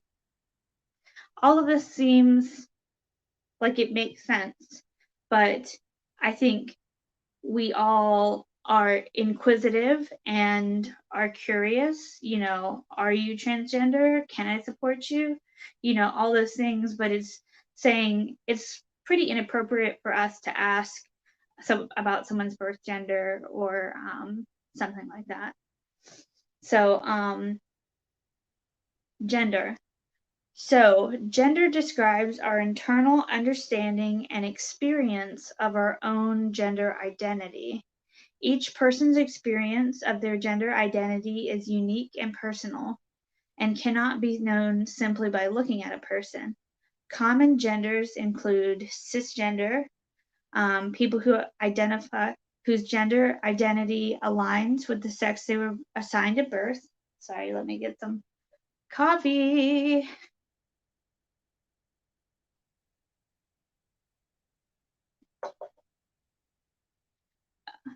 Transgender, people whose gender identity differs from the sex they were assigned at birth.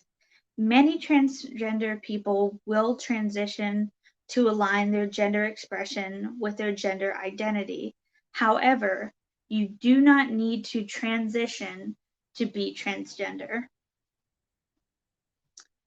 Non-binary, people who experience their gender identity and or gender expression as outside the male-female gender binary.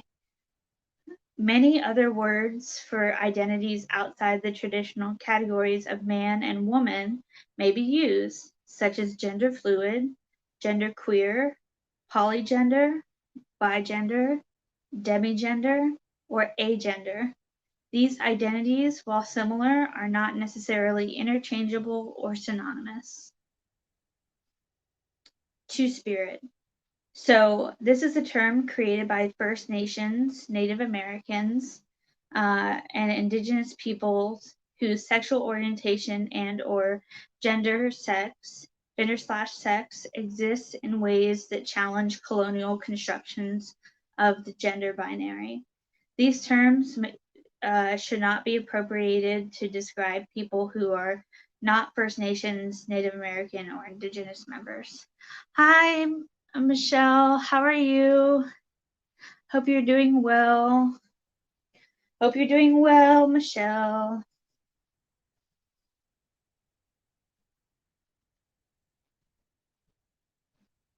So basically, the next part is you can't tell someone's gender by their by how they present.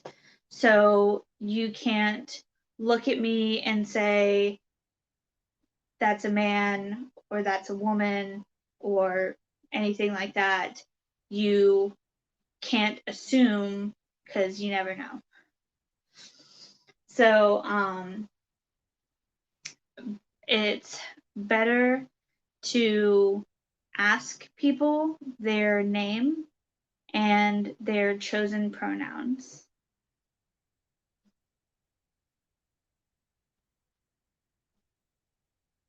Okay, so forms of address that show respect. So some names can seem gendered. So some transgender and non-binary people choose a new name or a variation of their old name that aligns with their gender. Thank you guys for listening. Again, if you have any questions, don't hesitate to ask. I'm more than happy to answer any questions you have about transgender or non binary issues. And this ally um, um, monthly blood level check will be back and join you in the panel when I get back.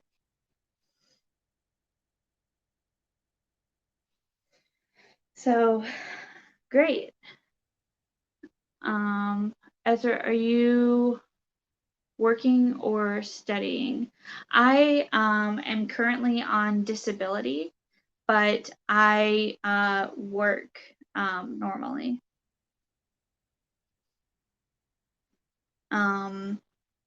The process of a legal name change can be expensive and complicated and may not be possible right away for all transgender and non-binary people. Whether or not a person's name has been legally changed, you can be supportive of transgender and non-binary people in your life by honoring the name they choose, by honoring the name they ask to be referred to. And it says in an aside, usage of a chosen name resulted in a 29% decrease in suicidal ideation and a 56% decrease in suicidal behavior. And this is a research brief from the Gender Affirming Care for Youth. Oh, thank you. I appreciate that. Pronouns. Okay. So names and pronouns are a common way to communicate one's gender. Honoring a person's name and pronouns show respect and acknowledgement of their gender and identity.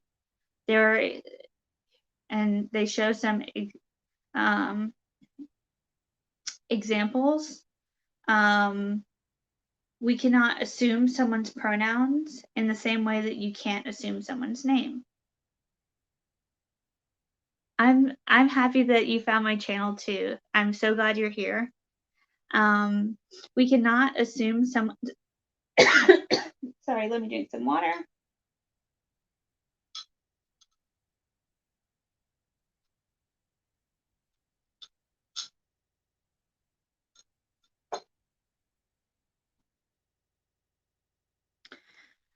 We cannot assume someone's pronouns in the same way you can't assume someone's name. It's It's always best to confirm with a person what their name and pronouns are. You can do that by asking or by introducing your own pronouns when you meet a person, which gives them the opportunity to share theirs.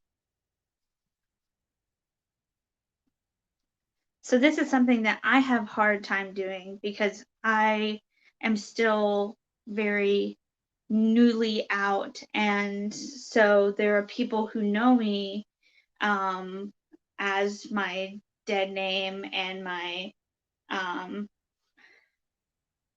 old, what I thought was my gender identity, which is not. So um, people still address me as she, which is wrong. I go by he and him, and my name is Ezra, even though my YouTube account says otherwise. So,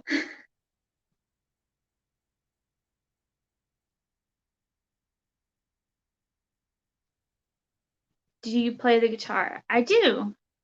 I'm not very good. I haven't practiced in a couple months now, so I need to play, but I just play for myself. I don't play for anyone else.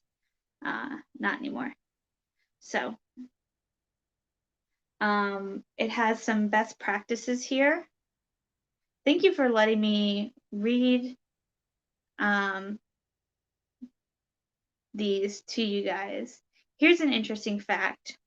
25% of LGBTQ youth identify outside of the gender binary. This is Research Brief, Diversity of Youth Gender Identity. And sexuality and gender identity are unrelated. So don't assume someone's sexuality because you know that they are transgender or non-binary, because you just don't know. Call it lunch break.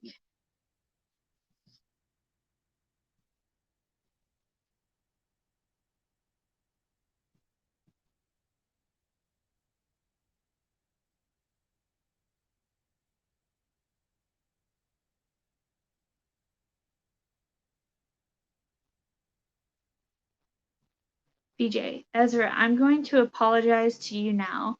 My cousin is in the same exact situation as you, and she goes by she, and I may call you she, not as disrespect, but as I forget. I will correct myself. Okay, that's the thing. So, thank you for saying that. So, I'm not expecting anyone to be perfect. If you try to call me he, and you mistakenly call me she, it's fine. If you try, it's okay. I'm not looking for perfection. You're a human. I I mess up sometimes. So how could I expect you to be perfect?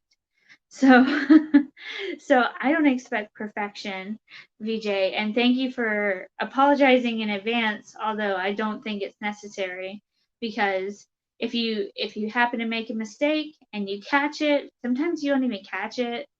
Um um then if you catch it, just say, "Oops, I meant he."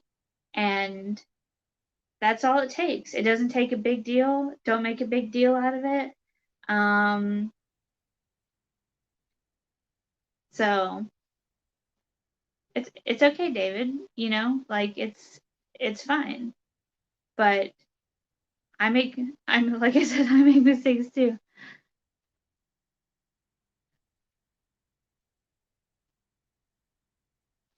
So um, they there is they in the singular form in the English language. If someone was over there, I used this example the other day. If someone was over there and I didn't know what gender they were, I would say, "What are they doing?" like if I was confused, um, the value of they for singular. Yeah, so it seems strange, but it is valid in the live stream. It's 10:20, so I had to go. Goodbye. Have a good day. God bless you all. Bye. Bye, Jenny. It was nice to meet you, and I'm glad that you are part of the family now. Um, that is very exciting. Let's see. Ooh, we have David's interview coming up.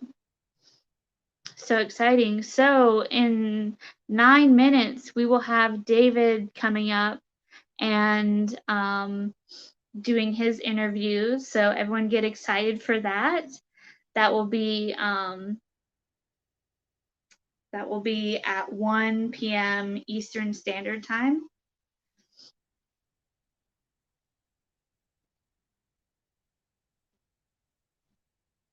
So this next part says mistakes and saying sorry. What to do if you've offended someone. And this can be just if you said the wrong pronoun. So we rarely intend to hurt others. Common mistakes, such as forgetting a person's pronouns, using their birth name instead of their chosen name, or misgendering a person, can hurt feelings or even put a person's safety at risk. In these moments, it's good to have a roadmap to how to make things right. We recommend 3 simple steps of listening, being accountable, and committing to doing better next time. Honey barbecue wings, yum!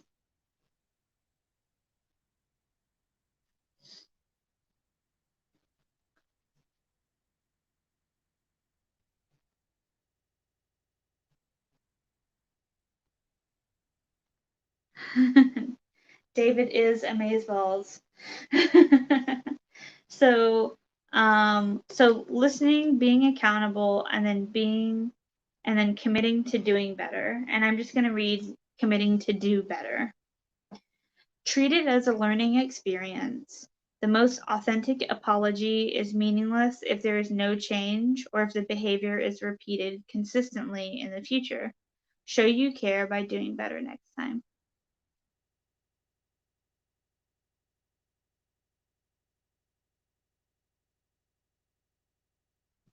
So I hope you guys enjoyed learning about how to be a transgender and non-binary ally. Are there any questions that anyone has while we prepare for David to come up and regale us with his presence?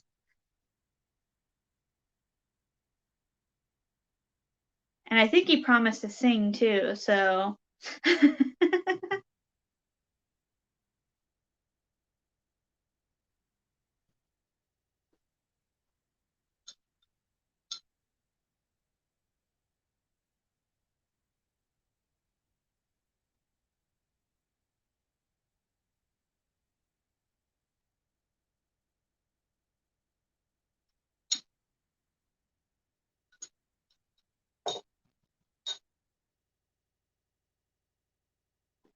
I appreciate you all being here. The link to donate to the Trevor Project, which I've been reading off of their website. For Gail, that costs extra. Well, joke's on you. I'm broke.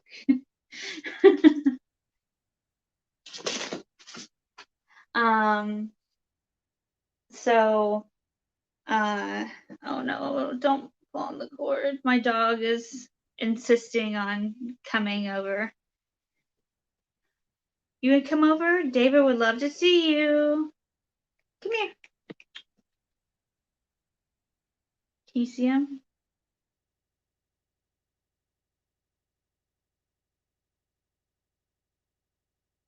Hey, baby. Hey, baby.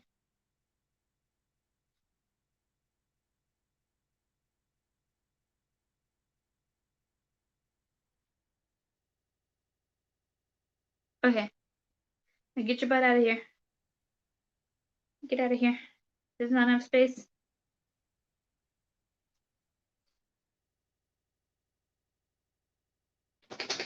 What made me take up the Trevor Foundation?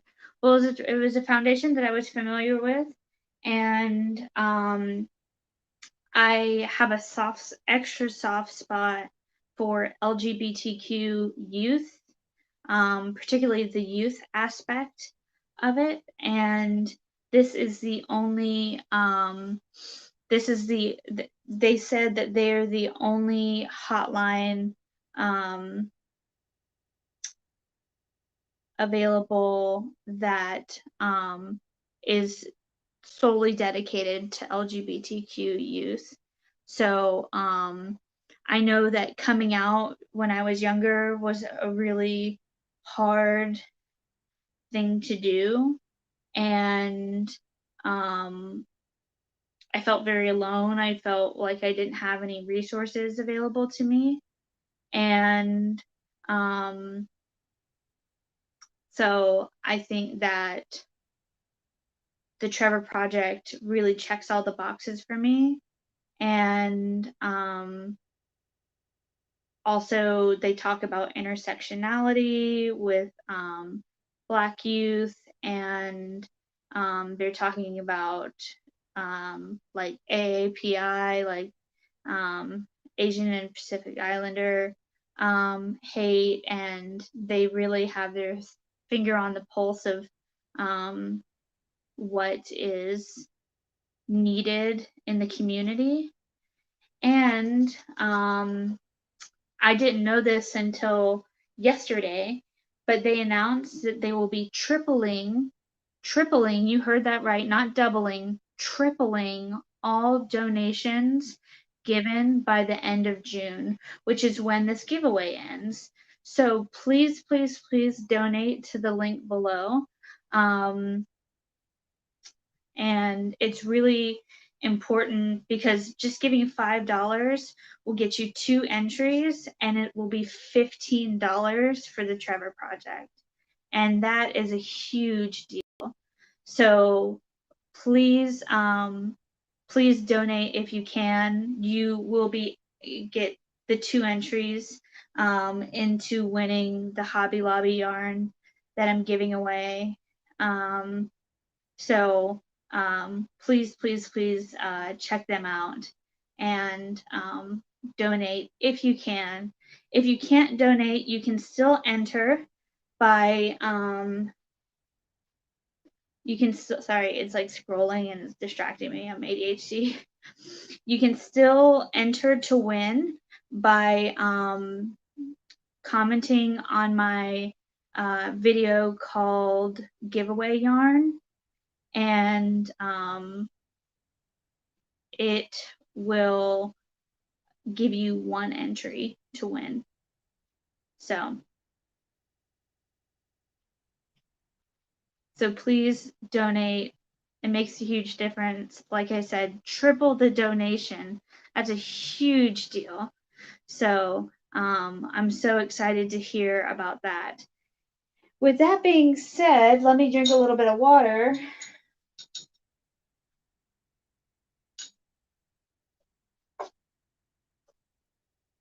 And see if David is ready to come up. Okay, David, I'm bringing you up. Nope. There I am. Hey, David. Hello. Here we are. Here we are. Thank you so much for joining me today. Of course, I could not say no. I might bring out the Golden Girls fan again, so who knows? I lived in Miami at the time when Golden Girls was first broadcast. It sort of Wow. lasted for like, what, 35 years or something?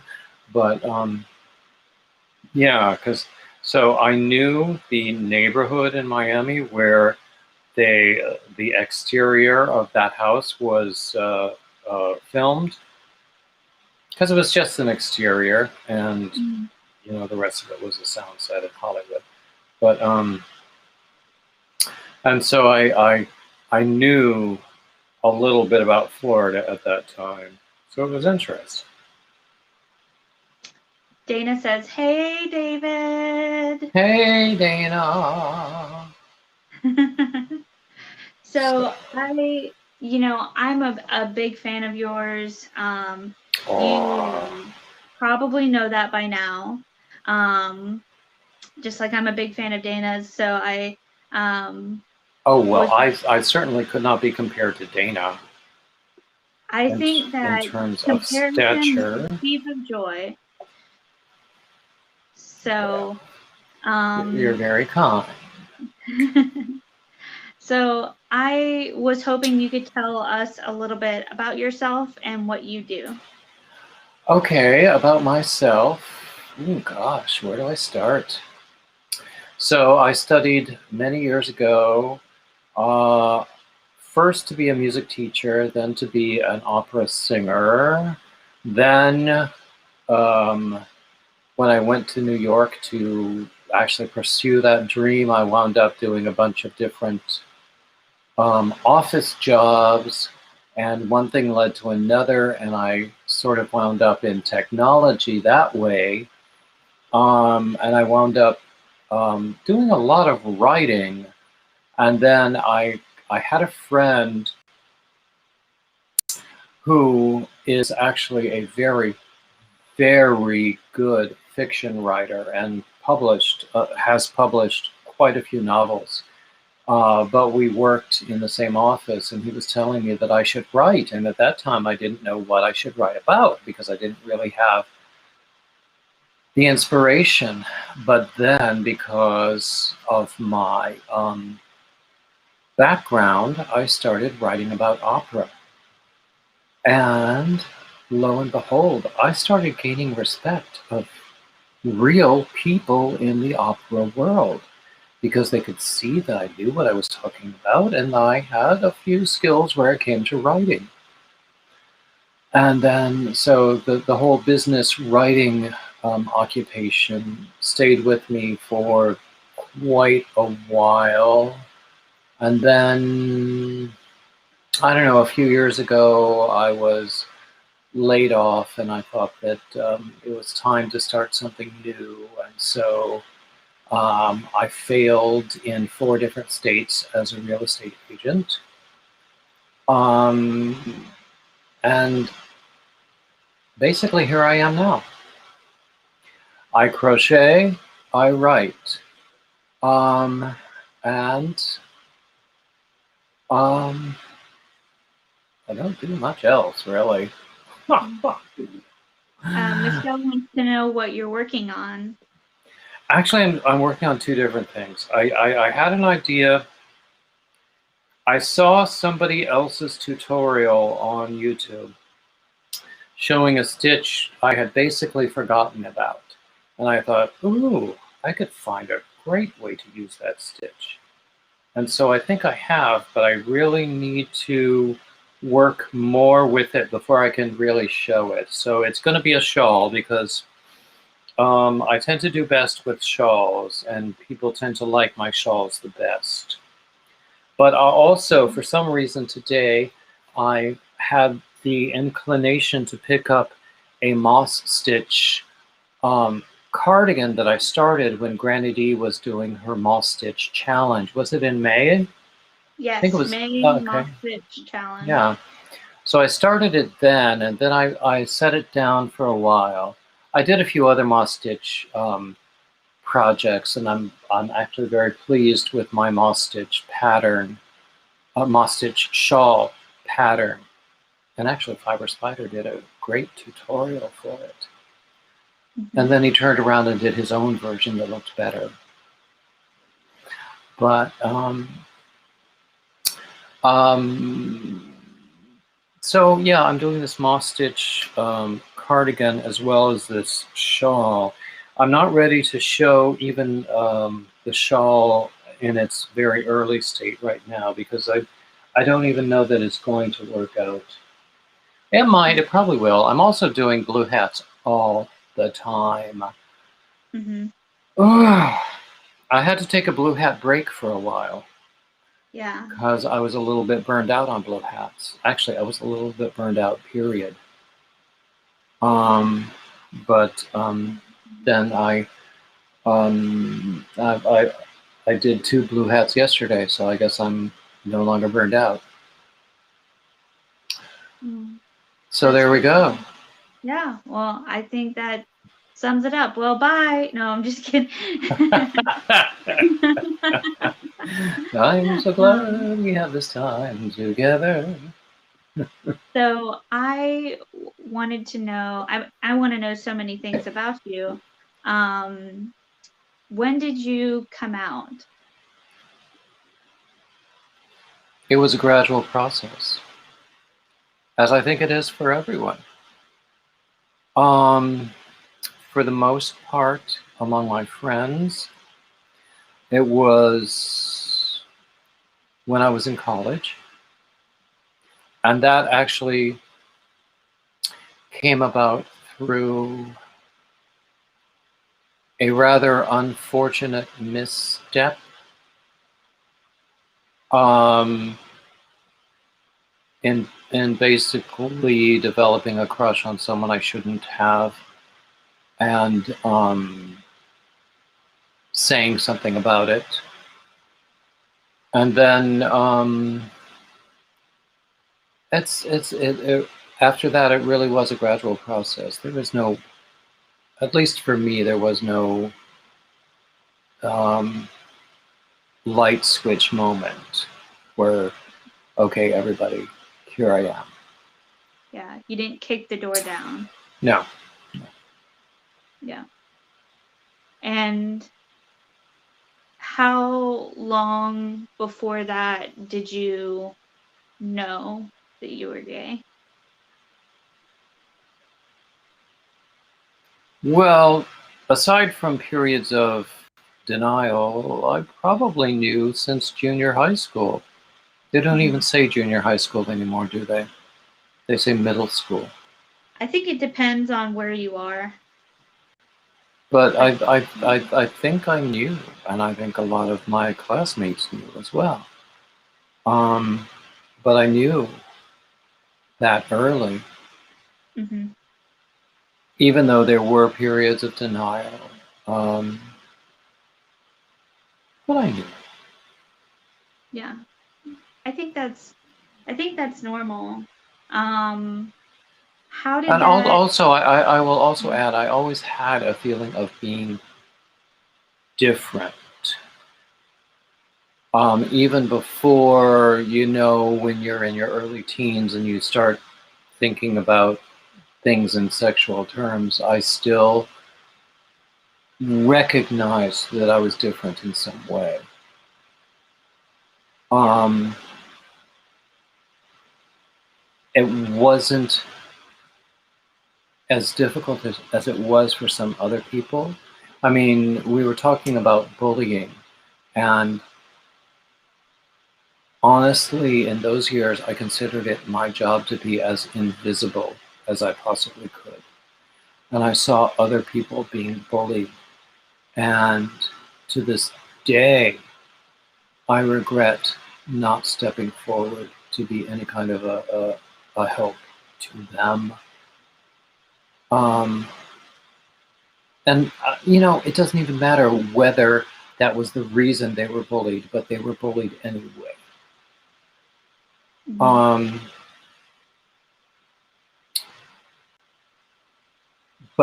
and people were bullied for being different. But aside from the fact that I had some musical talent, and at every possible free moment, I would like go to the chorus room and sit at the piano and play.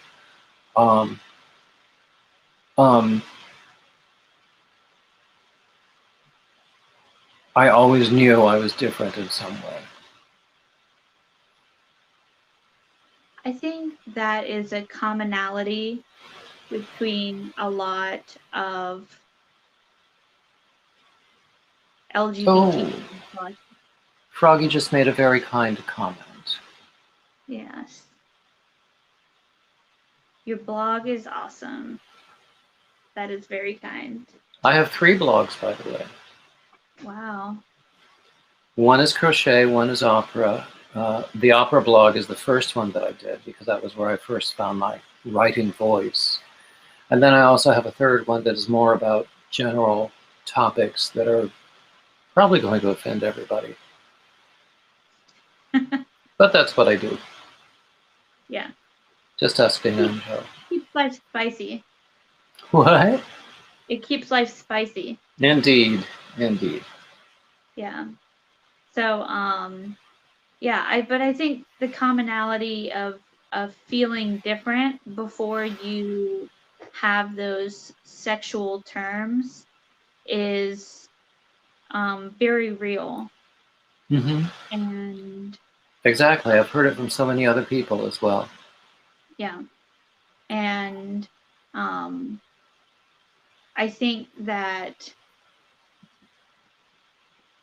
your way of hiding from bullies, I think so many people can relate to that. You know, you feel different, you see other people getting bullied for being different, you hide.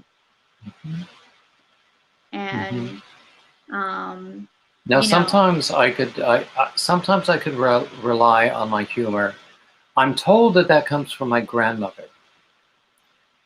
I regret that I missed her last few years.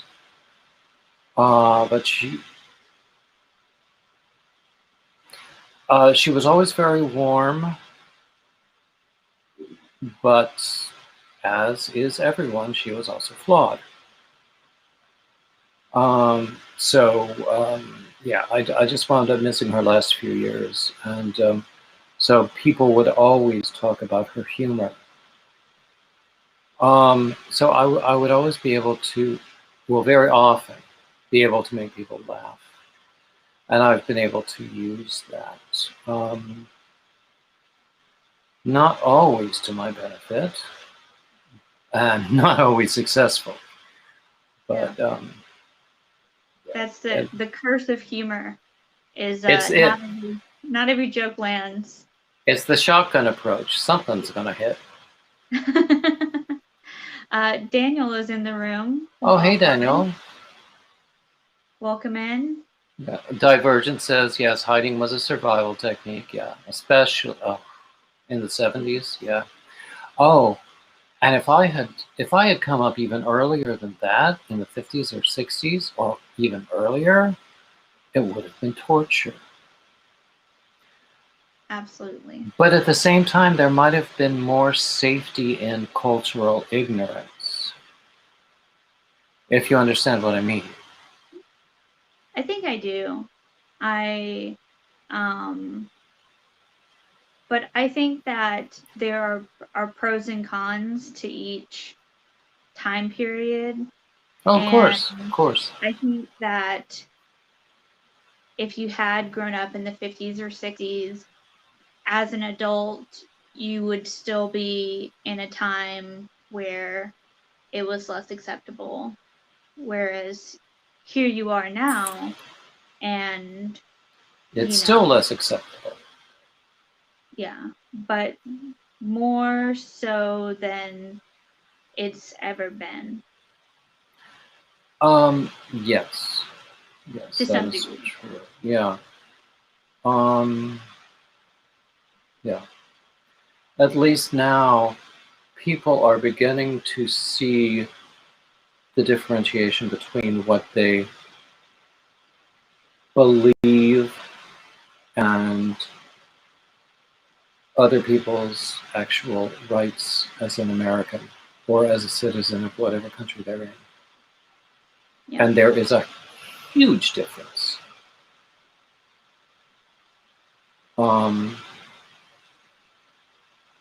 And honestly, I can recall even, I don't know, probably not more than 10 years, well, probably 10 or 15 years ago, chatting with other gay men who were saying, oh, I don't think that marriage equality is that important. And I was going, do you even recognize that if a straight man lists a wife as a on his employment, say health insurance coverage, that is considered a benefit, and he is not taxed for it. But if someone who is not married legally lists a domestic partner as a recipient of health insurance benefits, that is considered a benefit that is taxed. Yes. I mean, and there are hundreds of small differences like that just add up to huge things. Yes. That's a great point. And that's why, you know, when we think about separate is never equal, it holds true to this day. And let's see, Divergent Crafter says, I was born in the 80s and my best friend was gay, and man, kids could be brutal assholes. He really had to come, he never really had to come out either, but by high school, he asked to change out at a different time for safety. I think you mean change high schools. Yeah, I can imagine that. Yeah. Yeah. I mean, that was not an option where I went to high school. Yeah. Fortunately, I did not get the kind of abuse that I saw other people getting. Yeah. And as I say, I still regret not standing up for people who got more abuse than I did. But then that I would have been on you, and change out for Jim, she said. So her friend had to petition to change at a different time when they went to Jim. Okay. I remember feeling the locker room. Oh my gosh, that was such a terrible place. I recall it being so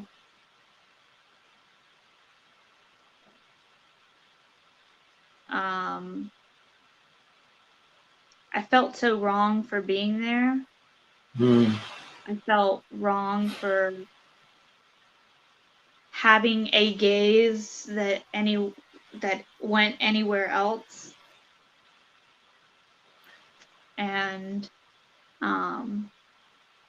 I was probably fortunate that I was always fat as a kid. And so I got more shame for that. So I got that kind of shame in the locker room. And also fortunate that I never had to go into a locker room after the 9th grade. yeah. And you know, I've said this many times that I know so many people who grow up feeling intense shame for being for being gay or for being different. And I grew up feeling intense shame for being me. Because that was what I was taught. So it you know, being gay was only a small part of it. No. No. How now? So you managed to avoid bullying when you were younger, but you've talked to me about being bullied as an adult.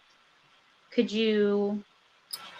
It's mostly subtle workplace bullying by managers, and it was mostly over skills or probably perceived social skills rather than anything else.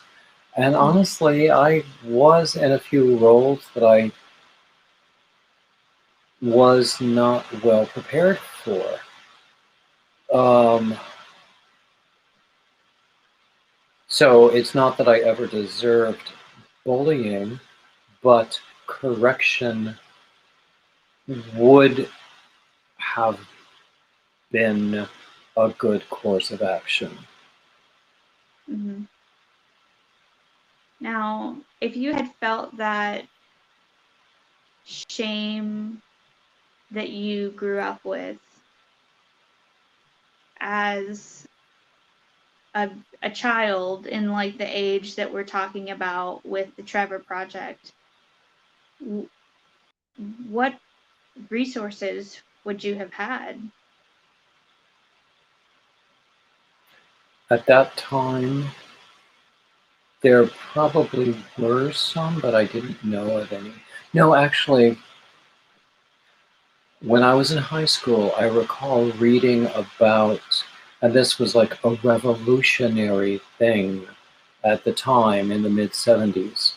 Um, it's an organization called Dignity, which is a gay and lesbian organization within the Roman Catholic Church, and they were organizing actually in Charlotte. I was in Monroe at the time. And so I started up a correspondence with someone from that organization. And that was a bit of a lifeline, but it was really all that I had. Mm-hmm. I didn't feel terribly desperate at that time, because I sort of recognized that it was something that I had to deal with, my teenage years. And then life could start.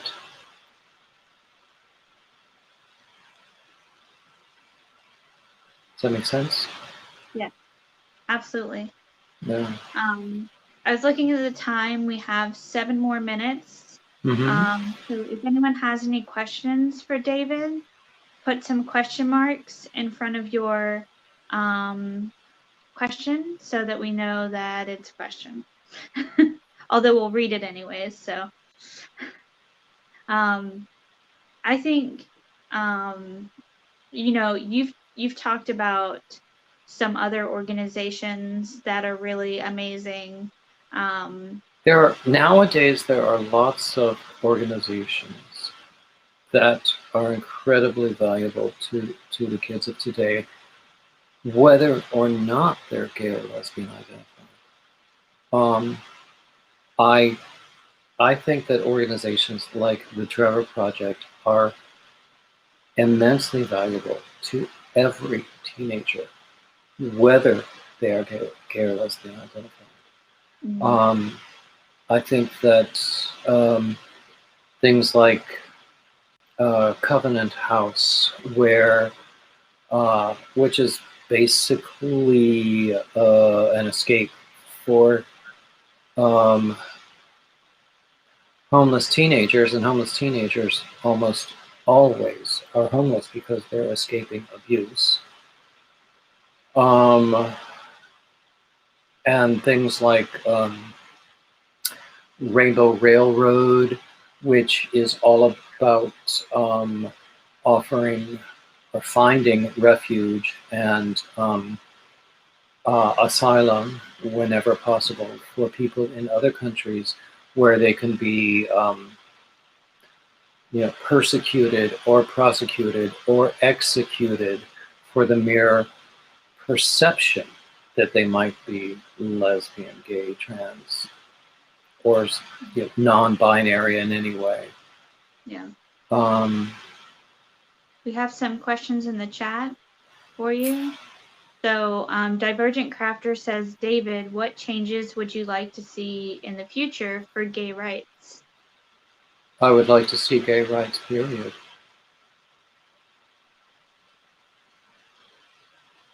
I would like to see gay rights as a non-issue. How would that be? Where it's Yeah. not even a question, where we don't even ask.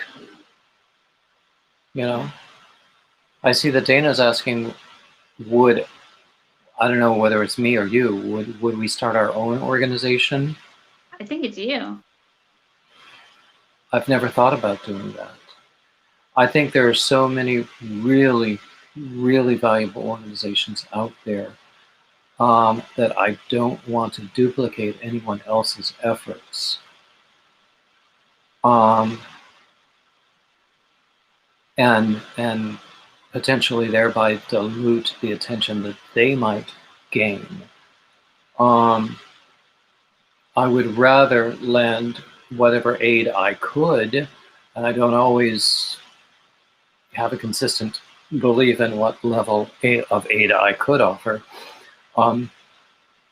to existing organizations than start one of my own. Yeah, I think that's a great response. And I was thinking about what my response would be at the same time, and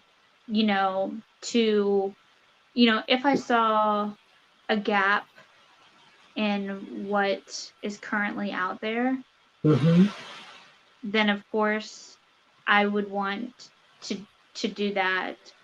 But there are so many great organizations that we can put our stamp behind and fund and help that.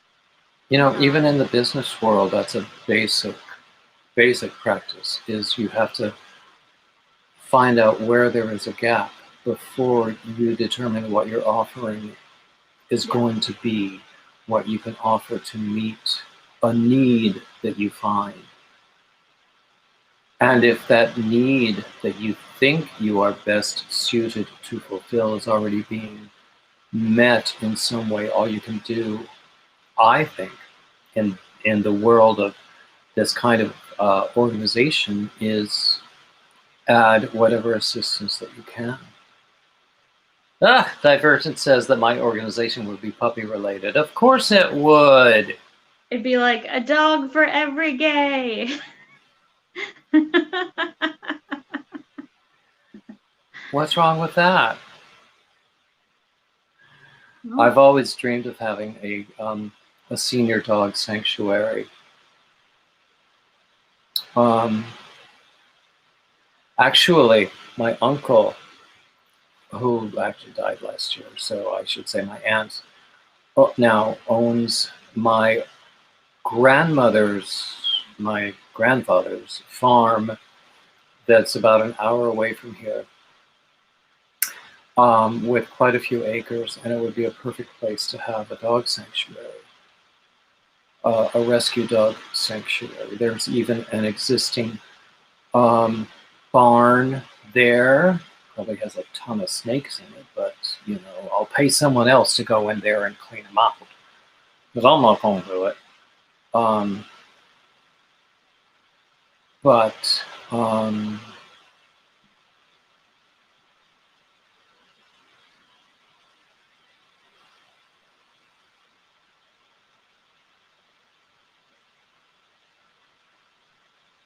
oh, Dana, that's a lovely thing to say. Actually, I think that's a great idea. One of the things Dana suggests interviews with people in other fields, and I've actually started branching out on my Fridays, because I'm branching out on my Fridays. I had intended to do tutorials every Fridays, but I was like pushing myself too hard with that and getting burnt out. So I'm doing, I don't even call it a rotating format on Fridays, because even that implies too much structure, but I'm doing a varying format on Fridays. So, and I do plan, I have one interview that I'm planning coming up with somebody outside of yarn completely, but totally someone I'm fascinated with, and I think he would be a very fascinating guy. So if I also reached out to people with some of these assistance organizations, I think that would be a great idea.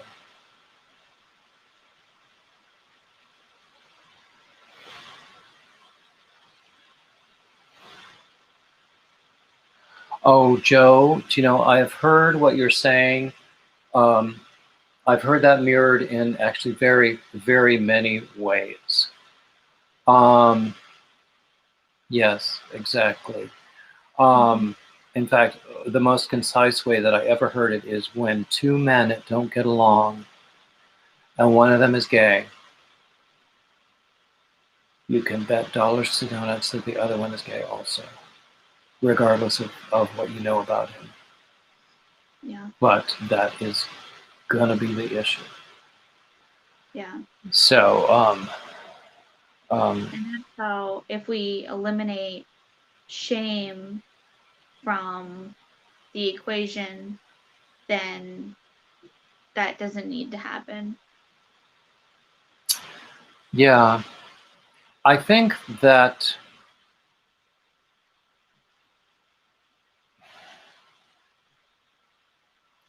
it's a very, very broad question on a sociological and psychological um, spectrum.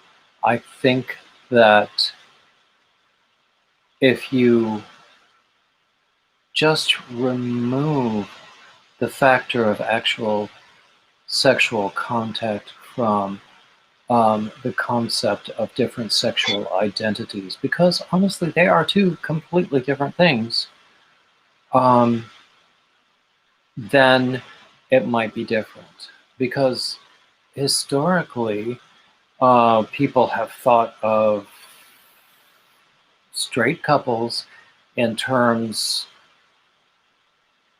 well, not always, in terms that were not always sexual, for centuries.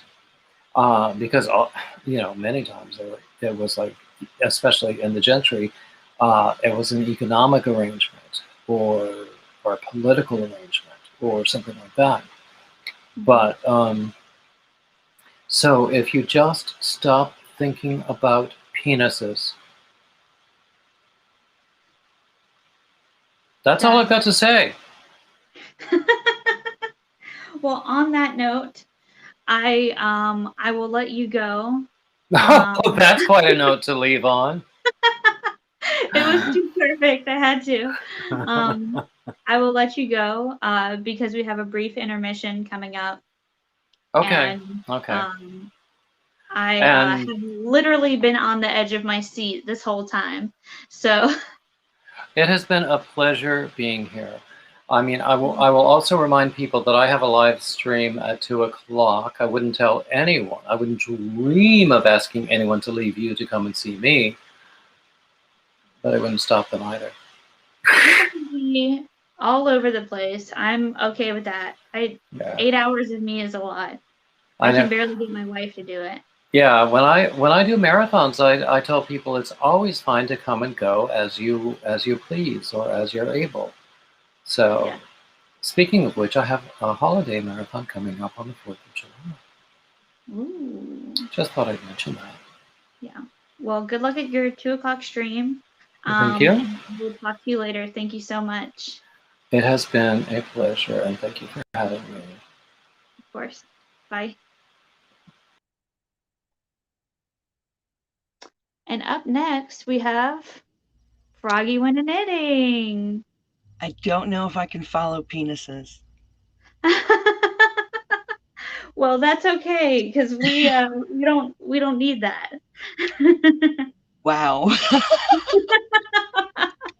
This for How are David, that was you? amazing. Oh yeah, that was fun. That was a fun interview. So was Dana's. Wow. That was awesome, David. I don't think I can follow that. Oh my gosh. Oh my gosh. That was pretty awesome. Yeah. Oh my gosh. You really had me rolling. Wow. I mean, it was so wonderful and so serious, and all of a sudden, bam, right in the face. Yeah. Penis right in the face. I was like, oh, I didn't see that coming. You Yeah. got me good. Yeah. I did a rainbow just for you with some glitter. It is beautiful. It's a rainbow. It's So I had gorgeous. fun doing that today. You look like a There, tropical bird in the well, best way possible. There's better pictures on my Instagram and on my Facebook page. But yes, I had a lot of fun doing that. Well, let's go this way. There we go. Yeah. So It's I'm Michelle will be joining us shortly. Sorry. okay. So can you see if you scroll down, can you see how to toggle people on and off? Or is that just my screen? That's just your screen. Okay, so we'll wait for Michelle to come on, and then I'm gonna run to the little boys' room. But you can ask me whatever and I can talk about whatever. It doesn't matter. Yeah. Oh my So, God. well, I'm just excited to have you here and have you narrate. Those were my first interviews, and hopefully I did okay. But You did fantastic. thank you. It helps when you have really awesome people to interview. Yes. Yes, And so I am really excited to have the rest of the day to do what I normally do, which is just chit chat and um, uh, do nails and that's craft. fantastic. You can do mine. Oh, yours are perfect. You don't need them done. I actually pay someone to do my nails. So, Yeah. Oh, yeah. I you know. used to do my own acrylics, and that was fun. But it is a labor of love and Oh, practice. yes. This is gel. It's gel Mm. paint. So, Are those I your love, natural nails? yes, these are mine. Wow, they're But gorgeous. I get a manicure every 3 to 4 weeks. So, that's how I'm able to maintain them. Mhm. Yes. Yeah. I had acrylics before and I stopped getting in the acrylics and I was going in every 2 to 3 weeks, getting them done with the gels just to make sure that my natural nails were okay. And yes, these are mine. That's why they're not super long. But I did have acrylics at one time and my nails were way long. But this Mhm. is mine. Hmm.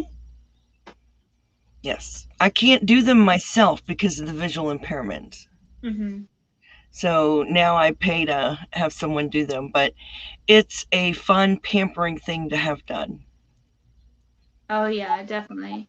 Yeah, let's get a. Can we get a close up of that makeup? Oh, well, I don't know how much closer I can get. Let me stand up. Here we go. Oh wow, that is beautiful. Even did glitter. I You did did. a It was a great lot of job. fun. Um, took the purple here and went underneath with the purple, but I love Mhm. the rainbow. It was so much fun to do. Yeah, the I've done rainbow the was rainbow before when I was younger. When I was in high school, I did rainbows all the time because I liked them. It was a lot of fun. Hi, Mhm. Lorna. It was Hey, just Lana. new. Divergent Crafter says my nails are awful. After having to strip my cast iron skillet, they look like they belong to a mechanic. You know, I wash dishes by hand every day, and the gel polish really holds up. Yeah, the gel's so Yeah. hard. It's If it wasn't for that, it wouldn't be holding up. yeah, Thank you, Lorna. I yeah. had a People lot are of fun doing it. saying I love the bright colors, and I had a lot of fun doing it. It was really a whole lot of fun. Oh, she's got the Lisa Frank palette. Oh, I'm jelly. I'm so jealous. I wanted that palette so bad. I'm really jealous. Oh, I love that. And this is not Lisa Frank. I'll actually out well, the glitter came out of Okalon and it's the press glitter. Oh, I That's where love the that glitter came glitter. from. But no, this was just it was Beauty Creations Festival of Love. and it is a true rainbow palette.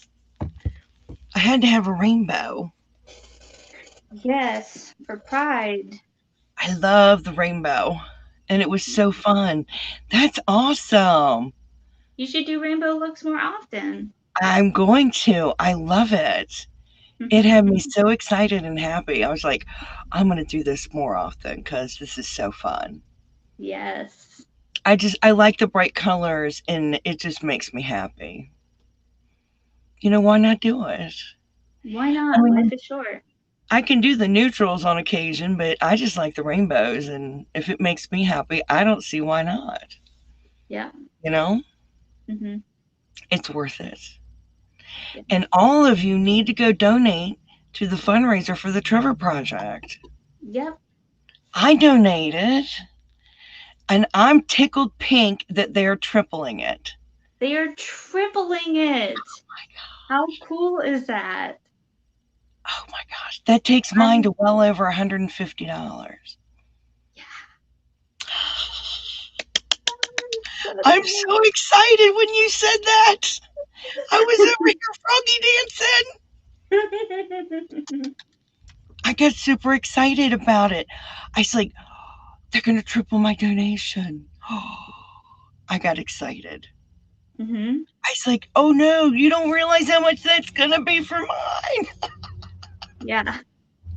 I was like, oh well, we have $300 hopefully coming your way. I'm like super, super excited. I'm like, wow. Oh, I'm just so excited. Oh my gosh. I can't begin to tell you guys how excited I am. Yeah. So, what do you think is the best way to make it to $300 today? I think everybody should share it out. Okay. Share I out think the that's a good video, idea. share out the GoFundMe. Hey, Daniel, share out the video, share out the GoFundMe. Tell your friends, share it to your Facebook. Just share it everywhere. Share it to your Facebook, your Twitter, your Instagram. If you got TikTok, do it there.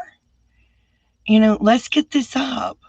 Let's get Ezra up to the $300 and let's go over because this is going to be tripled, Yes. and that would be amazing. Yeah. I mean, if we go over, if we get to $333, that's $1,000.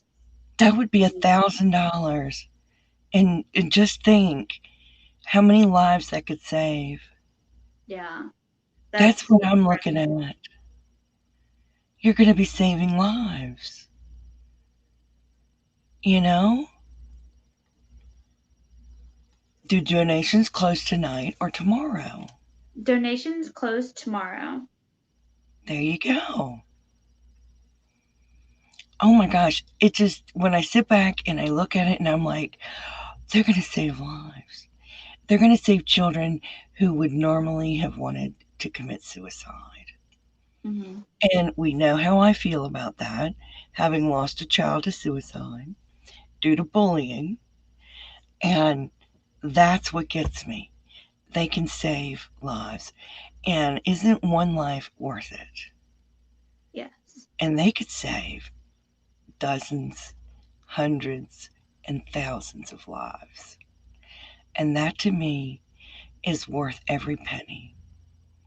And it means the world to me. So let's get those donations up. Tell your friends. Tell anybody. Oh, thank you, Crystal. That's We just got a awesome. donation. Thank you so much. It just means the world to me. It does because just that little bit just saved a life. It It's all did. that matters. You're saving these kids' lives. Yeah. You're able to help the Trevor Project maintain their phone lines so these kids can call in when they're on the verge. You know, they don't know where to turn. They don't know what to do. Oh, I understand, Lorna. I really do. But share it everywhere you can. But think about that. These kids have so many questions and they're being picked on, they're being bullied, and they don't know what to do. And they're scared. And maybe their family are the ones that are picking on them and bullying them. But they can call the Trevor Project. And there's someone there who will listen. Oh, thank you, Jill. Thank you so Thank much. you, Jill. That's what the Trevor Project's for. There's somebody there on the phone that will listen to them and that will understand them and that will help them, will give them resources and will listen and let them know they're not alone and give them the resources so that they won't take their own lives. And that's what's so important because every life has value Mhm. and we don't want them to take their own lives, because they're confused or because they're being made fun of. This is a very important organization. And you just don't realize how important your oh, thank you, Jill, but how important your $1 donation, your $5 donation could be. You could you could be that $1. You could be that $2 that saves a life. Mhm. You just don't know. Yeah. And it's important. It really is. If you can give more, that's fantastic. But if you can't, it's okay. And just make sure that you share out the video, share out the fundraiser, let people know what the Trevor Project's doing.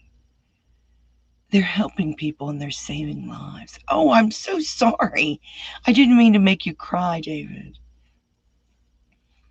But, David, on your live, will you share out about the fundraiser for the Trevor Project? Because that would be wonderful. That Oh, would be. gosh. The Southeast hurt us financially. Oh, my goodness. I am so sorry. That's a lot of driving. But if you guys could share it out, it would help greatly. Because Mhm. maybe there's someone out there that has a few extra dollars that's willing to donate. And it's always fantastic. And they do get receipts so that they can claim them on their taxes if they want. There's definitely receipts. But now you understand why it's so near and dear to my heart. I lost my son to suicide, and I don't want anyone else to take their own life because it's a horrible thing. I don't want another parent to lose their child. I don't want, thank you, David, thank you so much. I don't want another child to be bullied and to be bullied over something that's trivial.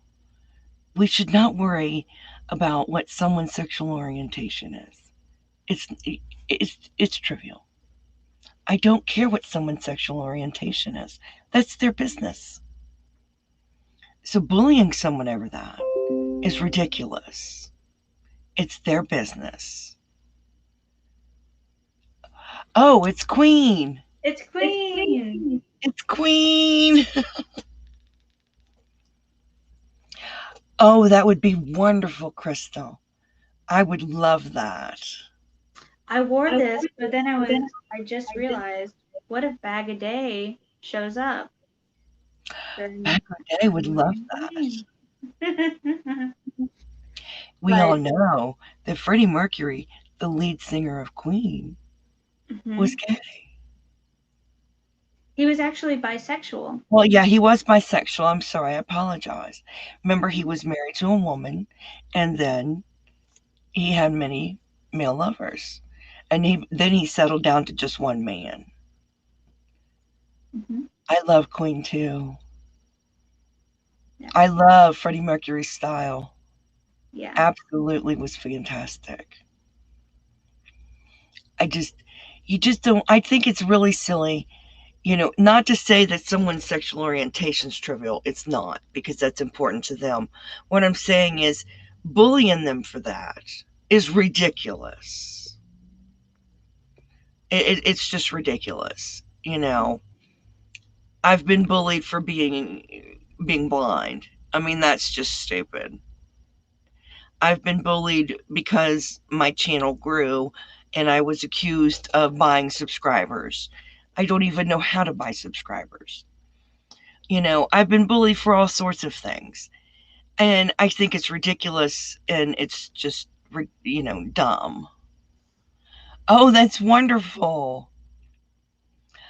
I really wish Crystal would share it out because we talk about making money on it. But it's just ridiculous to bully people over something so silly. It's just ridiculous. You know, you should know you should always treat people with respect and with kindness. You should never make fun of someone's appearance, someone's religion, someone's sexual orientation, someone's eye color, someone's disability. But the fact that there are people out there that are mean and cruel is just sad. And of course, that sadness is on them. It's their problem. It's never your problem that you're bullied. We have to help people who've been bullied with confidence, with love. And see, Lorna, it's not your fault that you're being bullied. It's not. It's the bully's problem. We love you, Lorna. You are We do. beautiful, you are kind, and you are intelligent. Your kid can in his school. I think it's very sad that there's so much bullying in the schools. Hmm. That's what Froggy, happened to my son. I'm gonna leave you to it for a second. Sure, I think it's very sad. I don't think that people should be bullied. I think that the schools need to do something about it. I do. I think that you are a wonderful, valued person, Lorna. I know that words hurt. Words do hurt, and they are very painful. But you never deserve that. Welcome in, Tammy. Welcome in. But Lorna, you're very loved. You are very loved, and I adore you.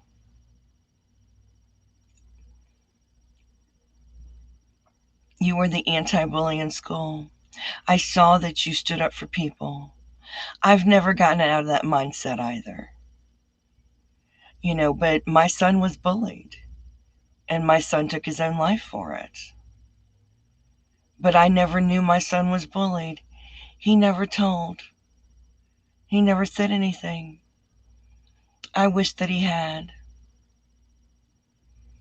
And I stand up for those people who are the victims.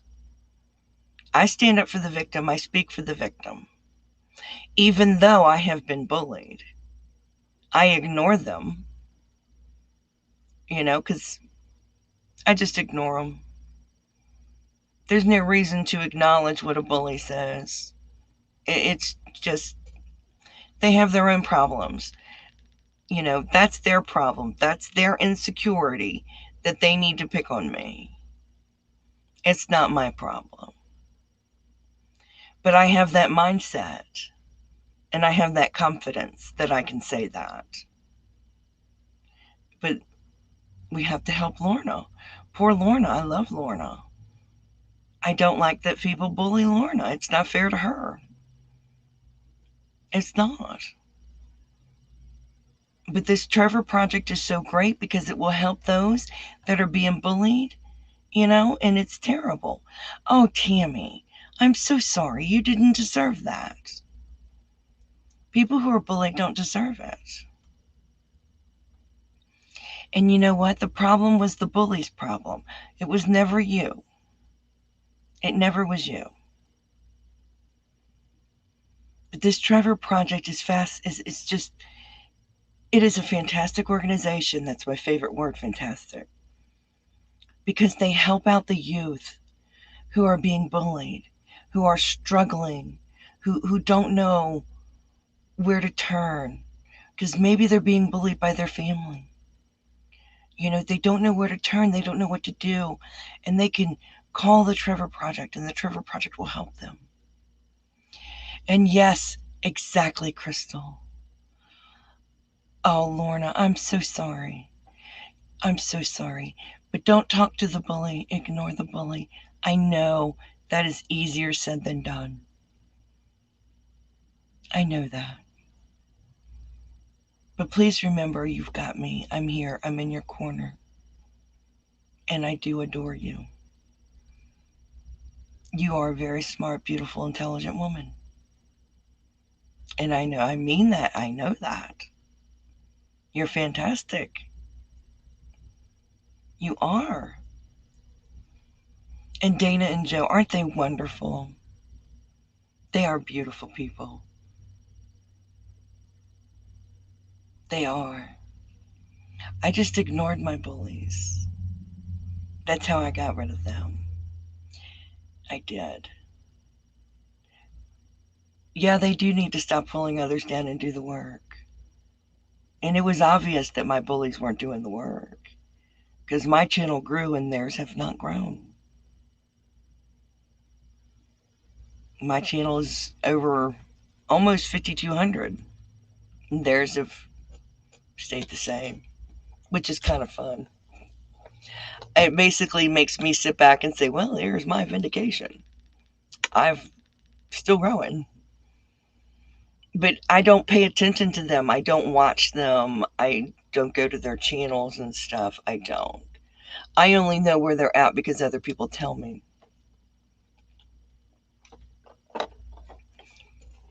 Yes, opinions are like buttholes. Everybody's got one, and they do stink. They do.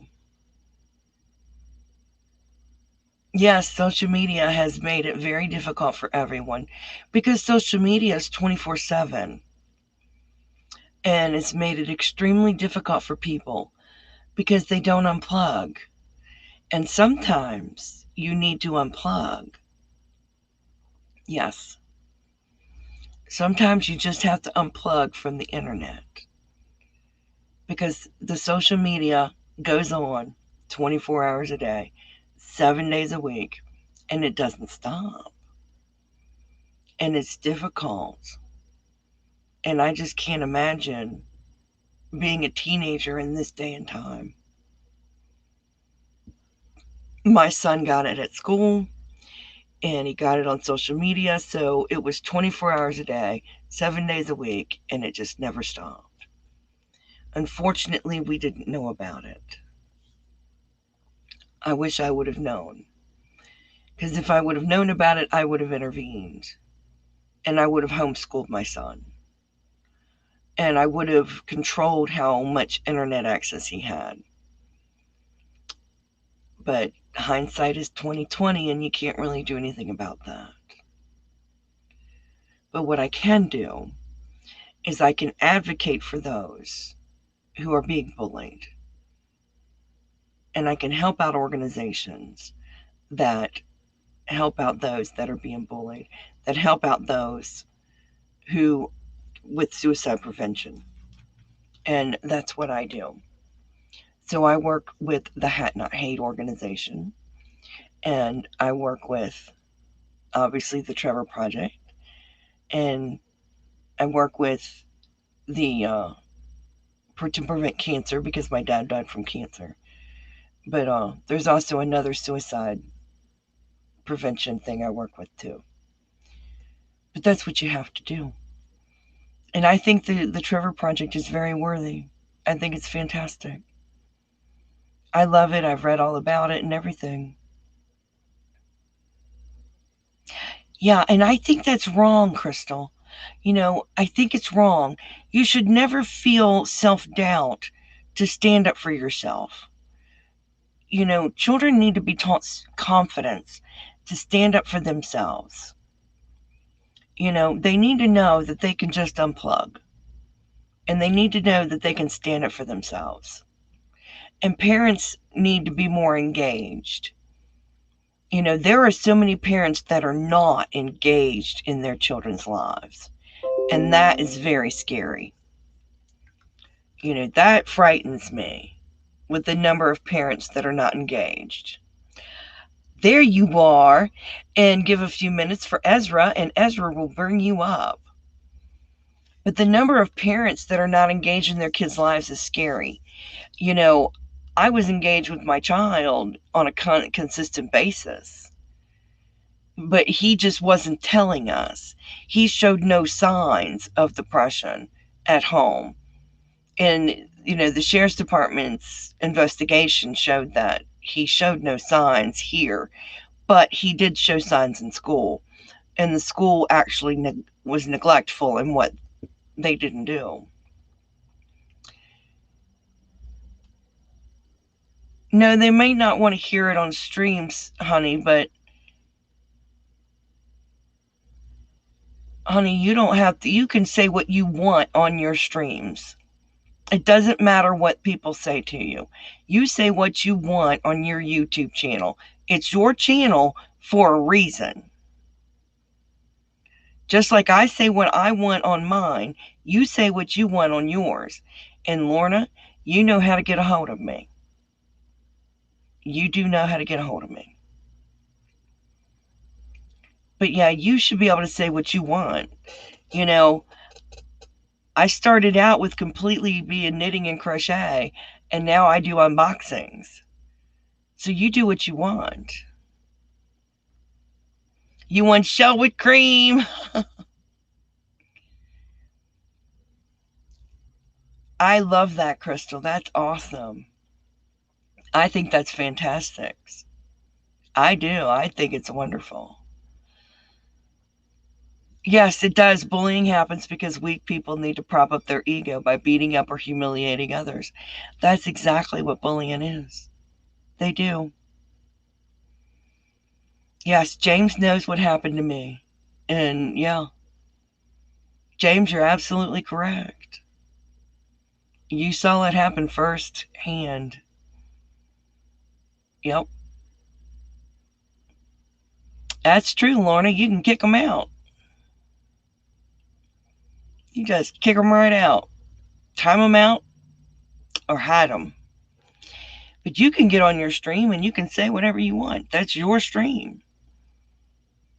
It's my stream. It's my YouTube channel. I could get on there and do unboxings and stuff, and oh well. Now my lives are a different story. On my lives, I coordinate with Michelle, so that's a different story. Those are all coordinated with Shell, because that's live with Froggy and Shell, so that's a little different. But yeah, you can do whatever you want on your YouTube channel. Don't pay no mind to anybody else.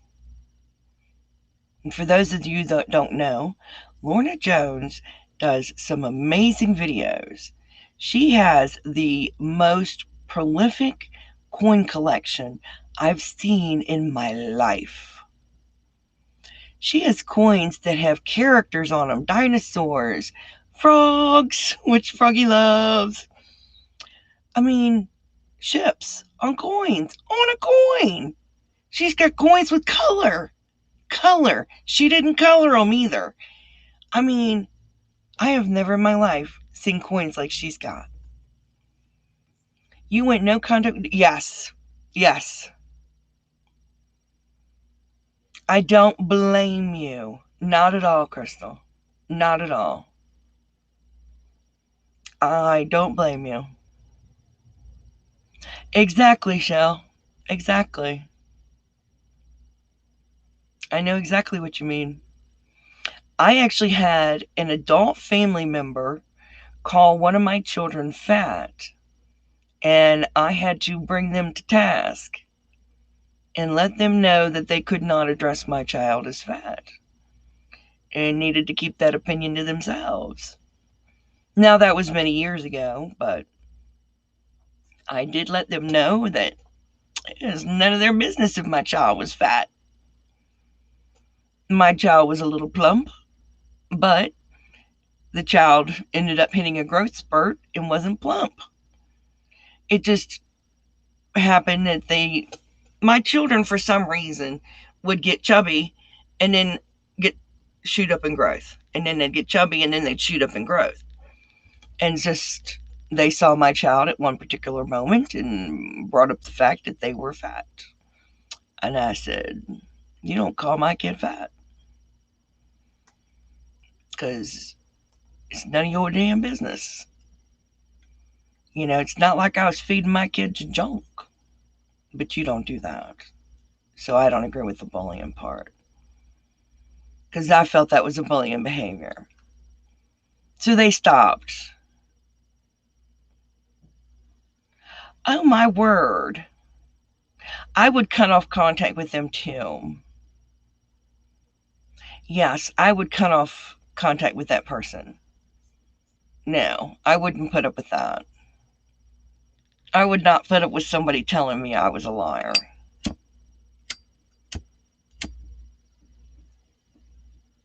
Unless I knew I was lying. But I don't lie, so. I haven't lied since I told my kids that Santa Claus and the Easter Bunny were real. Of course, we also had the Great Pumpkin. I was just a good mom. I always like to put together treat bags and stuff for my kids. Yeah, I was that kind of mom. I was still doing it when my kids were grown. My husband made me stop finally. I still get big, giant chocolate things for my kids on holidays. Yeah, I agree. Nobody lies about being abused. I think that's ridiculous. And people who do, there's something wrong with them mentally. Yeah, and I agree with you. Nobody lies about being abused. I think that's just ridiculous. Hello. There you are. Can you let Shell up? Yeah, all she has to do is click the link that I sent. Yeah, Shell, click the link in your email. Ooh, we're going to do nails.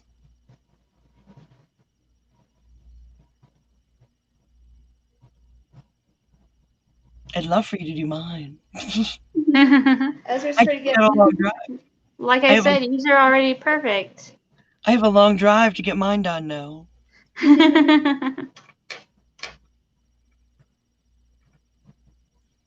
It would be fun though.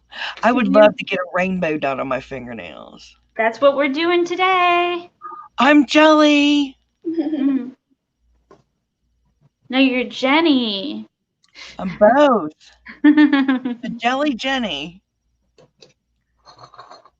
That would be amazing. I can't wait to see. Oh, hi Mel. Hi, Froggy. How are you? I'm doing fantastic. How are you? I'm good, thank you. Oh, I'm so excited. Shell, I sure do hope that you went and found that link and clicked it. Oh, you might want to forward it to her because I might have forgotten to update the email address. Oh, you did update it? Hang on. Yeah, I forgot. Ezra. I had a lot of stuff going on. Here it comes, Michelle.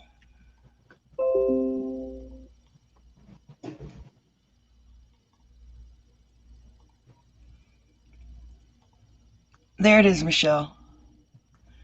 Oh, you do now. I just messaged it to you.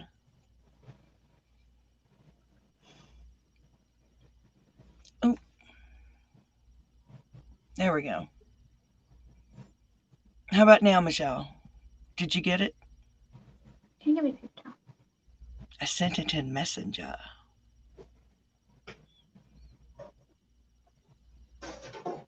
This one? Sure. Yes, ADHD activate. Do you need any Q-tips? Oh, this is awesome. Or, what the other thing? Sticky little... I don't think so. What's the word I'm looking for?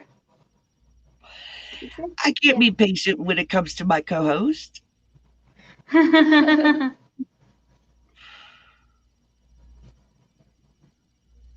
So we're gonna start with the pan flag, the pansexual flag Yay. on Mel's ring finger. Is it pink or it's pink on the bottom, right? I'll look it up. I should have looked this up beforehand.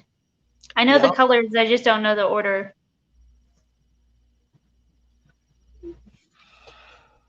Pink. Pink on top, yellow. Pink blue. on top. Yeah.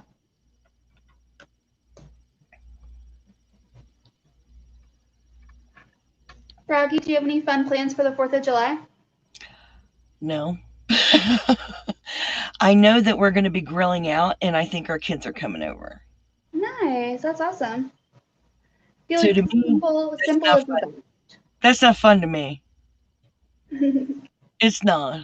Because, kids are loud. Well, the grandkids are loud. How many grandkids do you have? I have 2, Oh. but one of them is loud. He's 3 and he runs around like his hair's on fire. I love him dearly, don't get me wrong. I love and adore him extremely. He's just always running around like his hair's on fire. We have a cat in the building. Which is awesome. Maybe. Tell everyone your cat's name. Oh, My cat- there's Sal. Mine is Pusheen. Oh. And my Pusheen is laying in the doorway of my room. There's my Michelle. Sorry, I didn't know how long you were down there. Hopefully it wasn't long. No, I had to refill a prescription. So that's what took me so long. So how are you? I'm okay.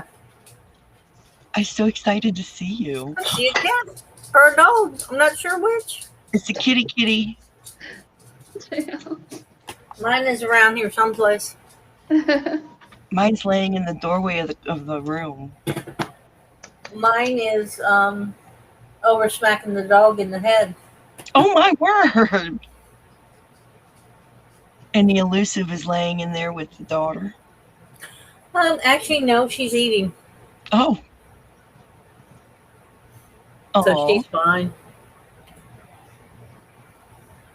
I think it's cool.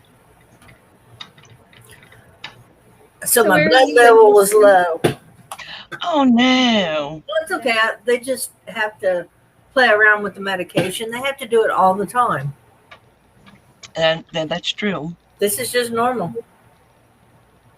That is So. true. Okay, James, are you here? Are you still watching?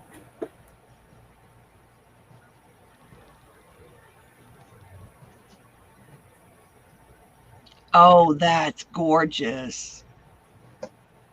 These are James's colors, the greens. I love it. It's gonna be a hat That's beautiful. to keep his bald head warm. That's gorgeous. So His what's your chin's take, warm. James? Yeah, it's made of wool, so wool and nylon. I love it. Oh,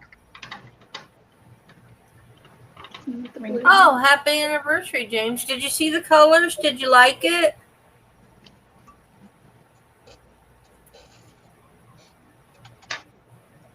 he loves it. I love the greens. That is just Well, I do too. It's got a little bit of blue in it, but most of it is green. Here's the ball. I had it caked up and then knocked it over, so I love it. I think it's gorgeous. well, it's nice. Son, I'm sorry you guys have to see me eat, but I'm starving. It's not a problem. It's a mukbang. Yeah, it's mukbang. I did my mukbang earlier while David was on. Well, I'm sorry I missed David. I heard the part about went to New York to be an opera singer. I love that. I heard that. He and writes, then I had to go. well, he writes beautifully about opera. Mm-hmm. Very knowledgeable, and I enjoy that. So, and he's not too far from me. No. I could be at his front door in under 2 hours. I don't know if that's scary or not, David. That's too funny. Oh, I love that. But you're not far from Granny D, and you're not far from Ezra and Mel either. No, I'm about 3 hours from Ezra, 2.5 hours from Granny D. That's Michelle, cool. where are you from? What? Where are you from, Michelle? I live in Greenville, North Carolina, Oh, very cool. home of ECU Pirates. No quarter.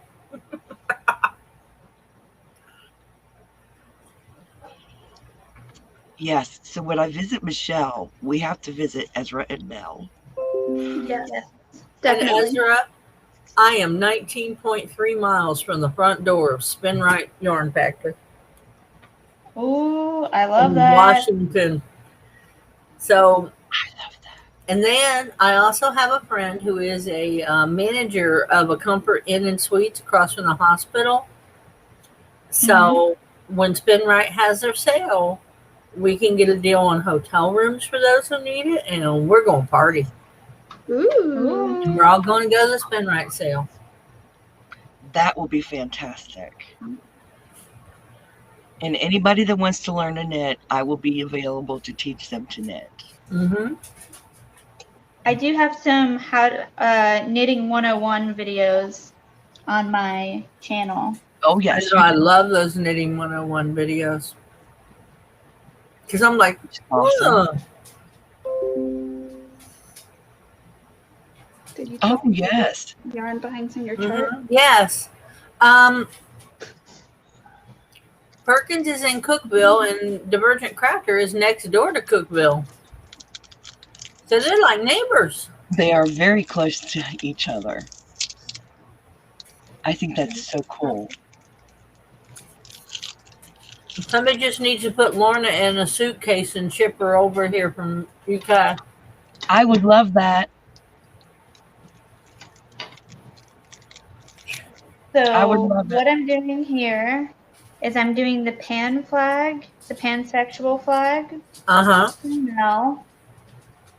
So I'm doing the rainbow flag here for all of us.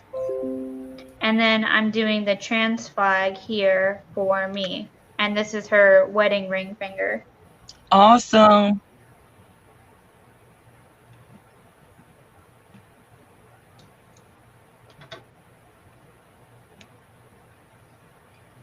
I think that's fantastic. Yeah, I always like having colorful nails. They're beautiful.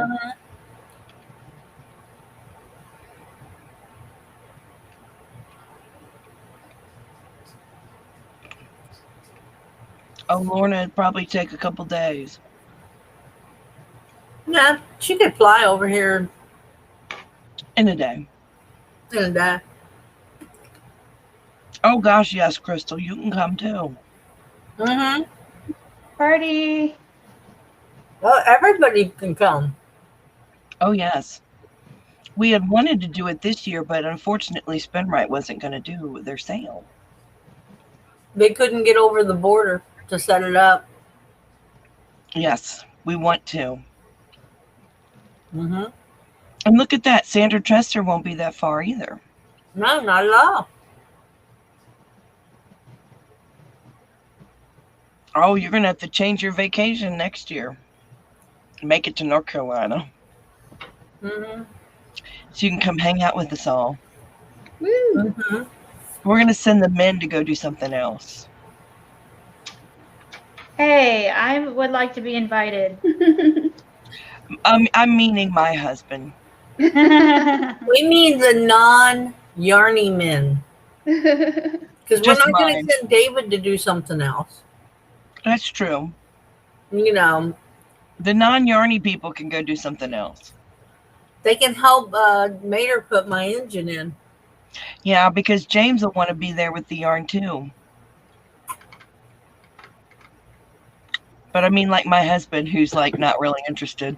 So James will see all the yarn and say, pom-poms. Pom-poms. My What husband will did you be do over with a there going, pom-pom is no. amazing. Mine will be bored senseless. And I would probably bet Cinnamon Stitches will be there Yes. because she's in Frederick, Virginia. Yep. Not, Far by DC, not far away. And I know she's done a couple videos where she came down here to yarn sales. Yes, Lorna, put Ladybird in a suitcase. That would be great. I would be thrilled. How often do these sales happen? It's once a year. Oh, nice. They have once a year in Listowel, Canada, which is their main site. And then they have once a year in Washington, North Carolina, which is the site of their American Yarn Factory. That's awesome. And so one's 1 month, one's another. Usually the American one is in July. But the problem this year is that they couldn't get across the border because really? they bring the excess yarn from Canada also. And the teams that handle the yarn sales are in Canada, and they couldn't cross the border this year. Oh, wow. So they couldn't have it. And but they are planning on next year. That's You can awesome. get giant bags of yarn for next to nothing. Yes, and they all can come and fix my car, put a new engine in it. Hear that, And all Mom? the guys. All the guys who don't want to go to yarning, I'll put it that way. And any girls that want to stay and fix the car are welcome to also. They make Hobby Lobby sale look expensive. Oh, wow. Wow. Yeah. Which we know how well that worked out for me. Well, I saw a lady who had a Subaru Outback, which, it's a cross between a hatchback and an SUV. It has a lot of storage room. She spent $300 and she had that car absolutely stuffed with yarn. She had 7 contractor trash bags full of yarn. Oh, my gosh. Wow. See, Ezra's not even going to invite me just so there's more space in the car. Well, I just figured we'd get a U-Haul. Like, we could do that. Yeah, they're not that expensive to do like by the day. Mm-hmm. I mean, it's unbelievable. I've seen one get $150 worth of yarn and overloaded her, what was her Lincoln Continental? Oh, wow. So Between the back seat and the trunk. Yeah, which national park do you hate going through? Is that to Divergent Crafter? Is that to North Carolina from South Carolina, or from Tennessee to South Carolina or to North Carolina? And Divergent, you know that North Carolina has a mountain named after me, don't you?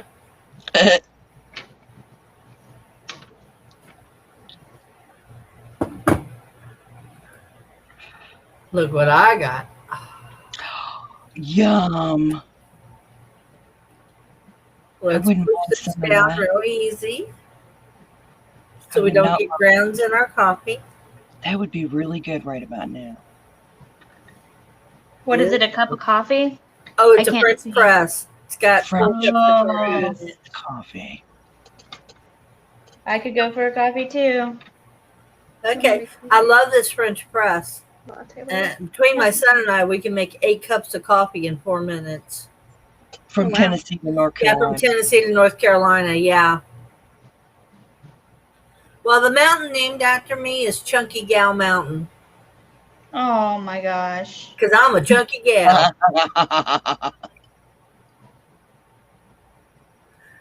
You're too much. But well, I like to joke and I like to have fun. That's I fun. thought you were gonna say Mount Mitchell, but Michelle. Yeah. Now Mitchell's my brother. Oh my goodness. Oh my goodness, Lorna. Take care of your sugars. Yes.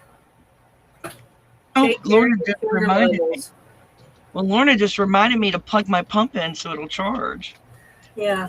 Thank you, Lorna. Well, this coffee or this French press was only $20, Oh, nice. Which is and great. you get that beautiful rose gold. I love that. I love anything rose gold. Yes. Can you see it? I'm looking now. Let's see. Ooh, that's Gorgeous. pretty. That's really pretty. Hi, Katrina. Welcome in. I think that is fantastic. Hello. Now I got my son a rose gold martini set for his 21st birthday. Ooh. Now the boy doesn't drink, but he wanted that because it was cool and it was rose gold. It's pretty. Yeah, I think it's always more fun to have accessories that are colorful. Oh yeah, Yeah. definitely. And Oh, yeah. dishes that are colorful. I think know, so. My mother-in-law's dish set is in a rainbow of colors. Hey Katrina, I'm sorry. I was talking about coffee and was like distracted with my coffee. Well, How are well, you today? I hope Hey, you're having a good Katrina, day. did they have the Spin Right sale in Listowel this year? Or are they planning on it?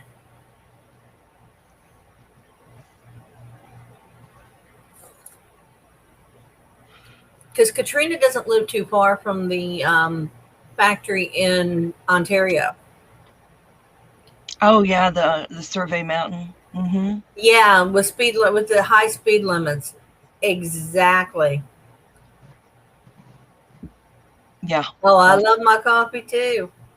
But Divergent Jennifer lives on a mountain, and to go to her house I have to go up through Fancy Gap. Yeah, they're planning on doing it. Well, I thought they were planning on it too, but I wasn't 100% sure. They did tell me they can't have it here in North Carolina this year because they can't get over the border. Right. Now, they might be able to now, but it's too late to hold it. It's too late to hold it. So everyone, don't forget to donate to the GoFundMe below in the description box. Yes, please donate to the GoFundMe. It is for a good cause. It's for the Trevor Project. And if you get the donations in quickly, they will be tripled, and that would be fantastic. Ooh, that's awesome. Yeah. Oh, I All have a. donations before sorry. the end of June Uh-huh. will be tripled by the Trevor Project. Oh, that's fantastic. That is cool.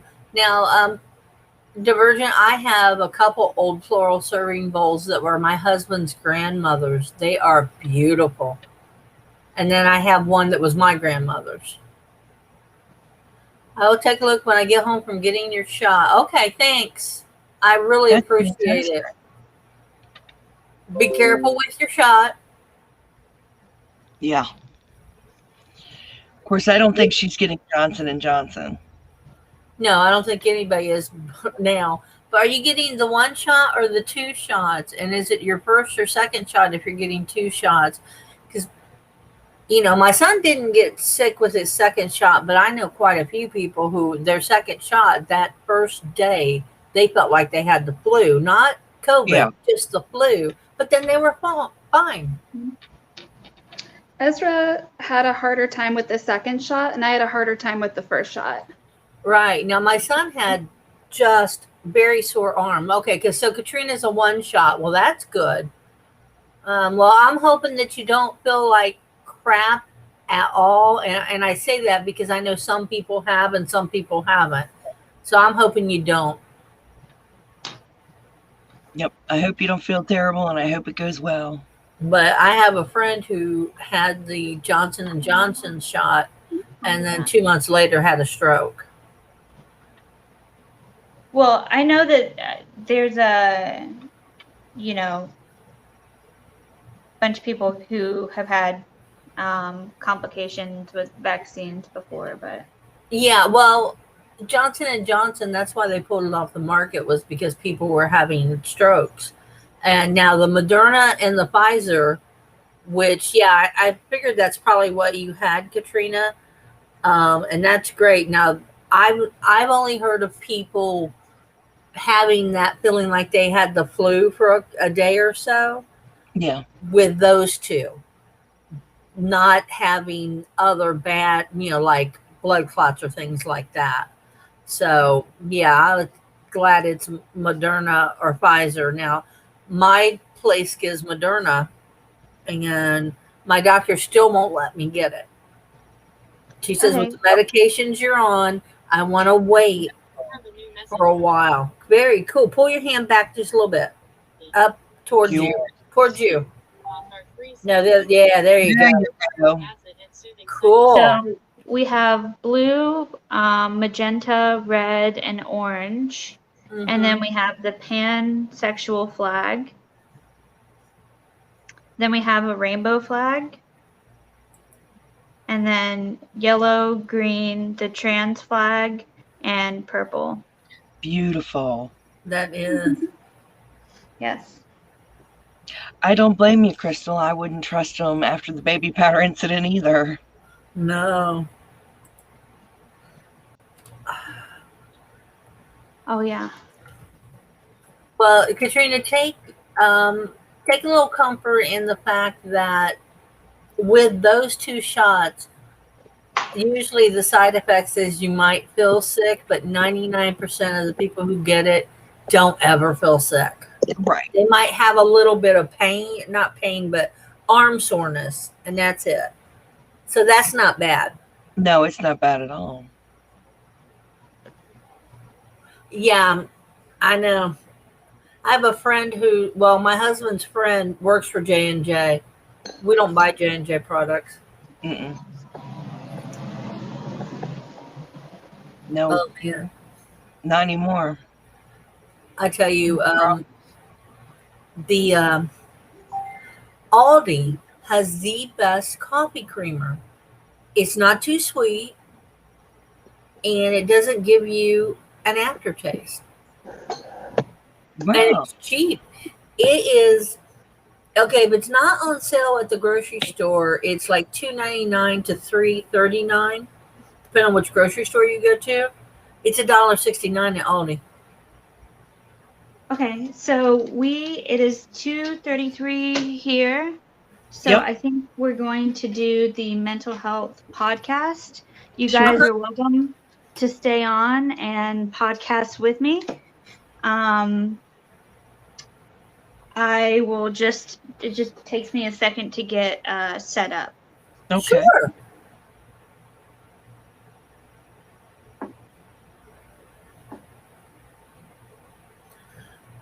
Hey, Katrina, I would just, after you have the shot, just go home and go to bed.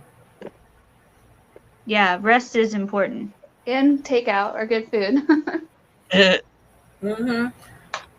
That might be the best thing. When I feel kind of icky, sleep is the best thing because then you sleep through all the bad feelings. Yeah. Okay, so we're pulling up Anchor. So I'm going to introduce, and then I will introduce each of you.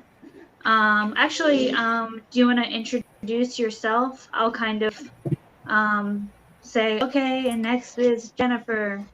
And does that sound good? Sure. Yeah.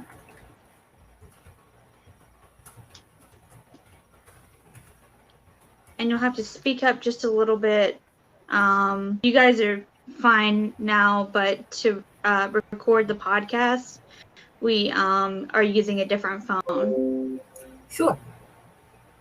So let me drink some water.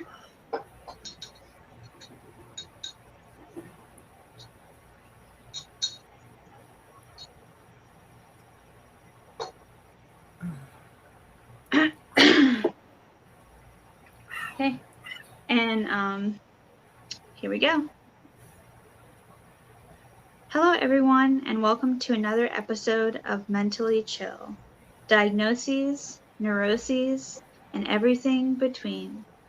Today we're going to be talking about the communities that help our mental health. For me in particular, how the yarn community has helped my mental health. I have two wonderful co-hosts with me today. I have Jennifer. Hi, I'm Jennifer with Froggy Winter Knitting. And I have Michelle.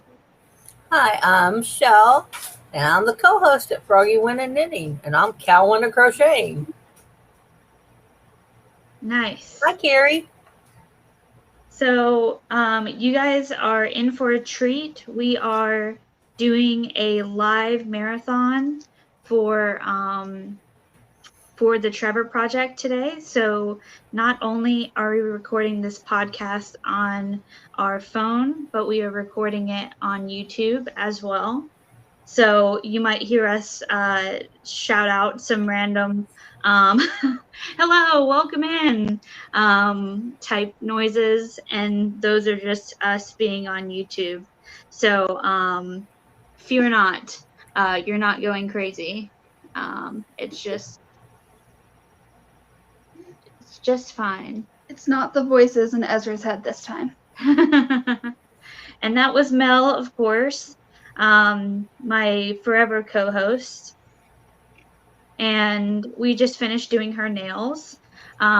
We are doing this marathon for the Trevor Project, which is a wonderful foundation that literally saves kids' lives, particularly LGBTQ plus kids.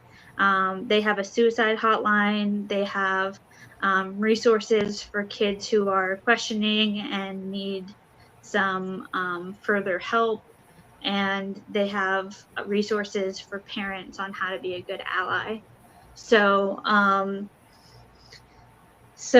wanted to talk today about, I'm doing a lot of this with yarn and knitting and crocheting, and I have found a community of people who I get along with so well, and we're all tied together with yarn. Have you guys found that community in the yarn community? Well, yeah, we're a big part of the yarn community. I love the yarny community, as I like to call it. You definitely find a lot of camaraderie and a lot of support, a lot of encouragement. And I really enjoy that about our yarny community. There's everything from crocheters to knitters to loom knitters. And I think it's just wonderful that we all join together and support one another. And just really, it's a big caring group. Absolutely. I definitely feel like for Ezra especially, the yarny community has been really wonderful during the pandemic, where having face-to-face contact with people has been a lot harder to achieve, and seeing people in person. Yeah, I totally agree. And I find that the yarny community is more accepting of people who are different than we are, than yourself. The yarny community is made up of so many different people. A lot of people have the idea that the yarny community, people on the outside, is just a bunch of old ladies who knit or crochet. It's not at all. You have men, you have women, you have transgendered, you have gay, you have straight, you have every thing, young, old, and you learn so much. You learn the old style, you learn some new styles, you learn to make different things. You know, when I was a kid, anybody who crocheted only made blankets. And Yeah. that's all anybody ever made. Well, that's not what we make. We make so many things, and we're so different, and but we're accepting because we're in that community. If you accept that I'm going to take your sock yarn and I'm going to make a hat with it, those are the kind of people who are going to accept that. Are also the kind of people that are going to accept you were born a female, but you identify as male, and we're going to call you him or they, whichever pronoun you prefer. Now, we might slip up. We're human, but we're more accepting. And I actually find that because I've been in a lot of different communities, and the yarn community on YouTube is one of the most accepting groups I've ever been in. The only group that I've ever been in that's more accepting is my robotics group. But my robotics group was set up on purpose that way because we deal with neurodiversity. So it just makes sense. If we're going to accept a kid with autism, we're also going to accept a transgender kid, because our mindset is already, we're going to accept what society views as different. Yeah. And we're going to make it the norm. Does that make sense? Yeah. I think you find a lot of, I think because of the diversity within the yarn community, you find a lot that acceptance is kind of more than you would expect. Like you said, like everyone on the outside thinks that we're just a bunch of old ladies and making blankets. And for all of the old ladies making blankets, that's fantastic. We need blankets. But we're not all making that, and we're not all ladies. Right. And it when I first came out in the yarn community, I was met with nothing but love and nothing but acceptance, and just ease is the best word I can put it. I didn't have to struggle to explain myself, and everyone was just okay, which is the best thing that I could have asked for. So that has really Oh no, there's a complete acceptance. They accept me. I'm blind, but I'm completely accepted. Yeah. Being, it wouldn't matter that I crochet or knit. They still accept me, Right. for who I am. There's another crafter in here who does not crochet and does not knit, makes pom-poms and does polymer clay work, and they are in paracord work. They are completely accepted in this group. Yeah, and we get people like Carmob who comes in who doesn't know a crochet hook from a knitting needle, but is very accepted. And so when I go over to Carmob's, he makes sure that I'm accepted over there. He's like, hey, she's just a crochet lady who happens to like fast cars. And so, you need to understand she's accepted over here. And then when I tell them what kind of car I want, they're like, oh, maybe she does know something about cars. Isn't it funny that the yarn community extends to people that don't do anything with yarn? Yeah. And that's a big point. They do. They're all accepted. Yeah. They accept everyone. It's nice too to see, and I think it really exemplifies that everyone is really just kind of looking for a sense of community in life, so the fact that this has been that community for so many people, I think is incredible. Absolutely. And especially like you said, during a lockdown, when if we did not have YouTube, we'd all be going nuts.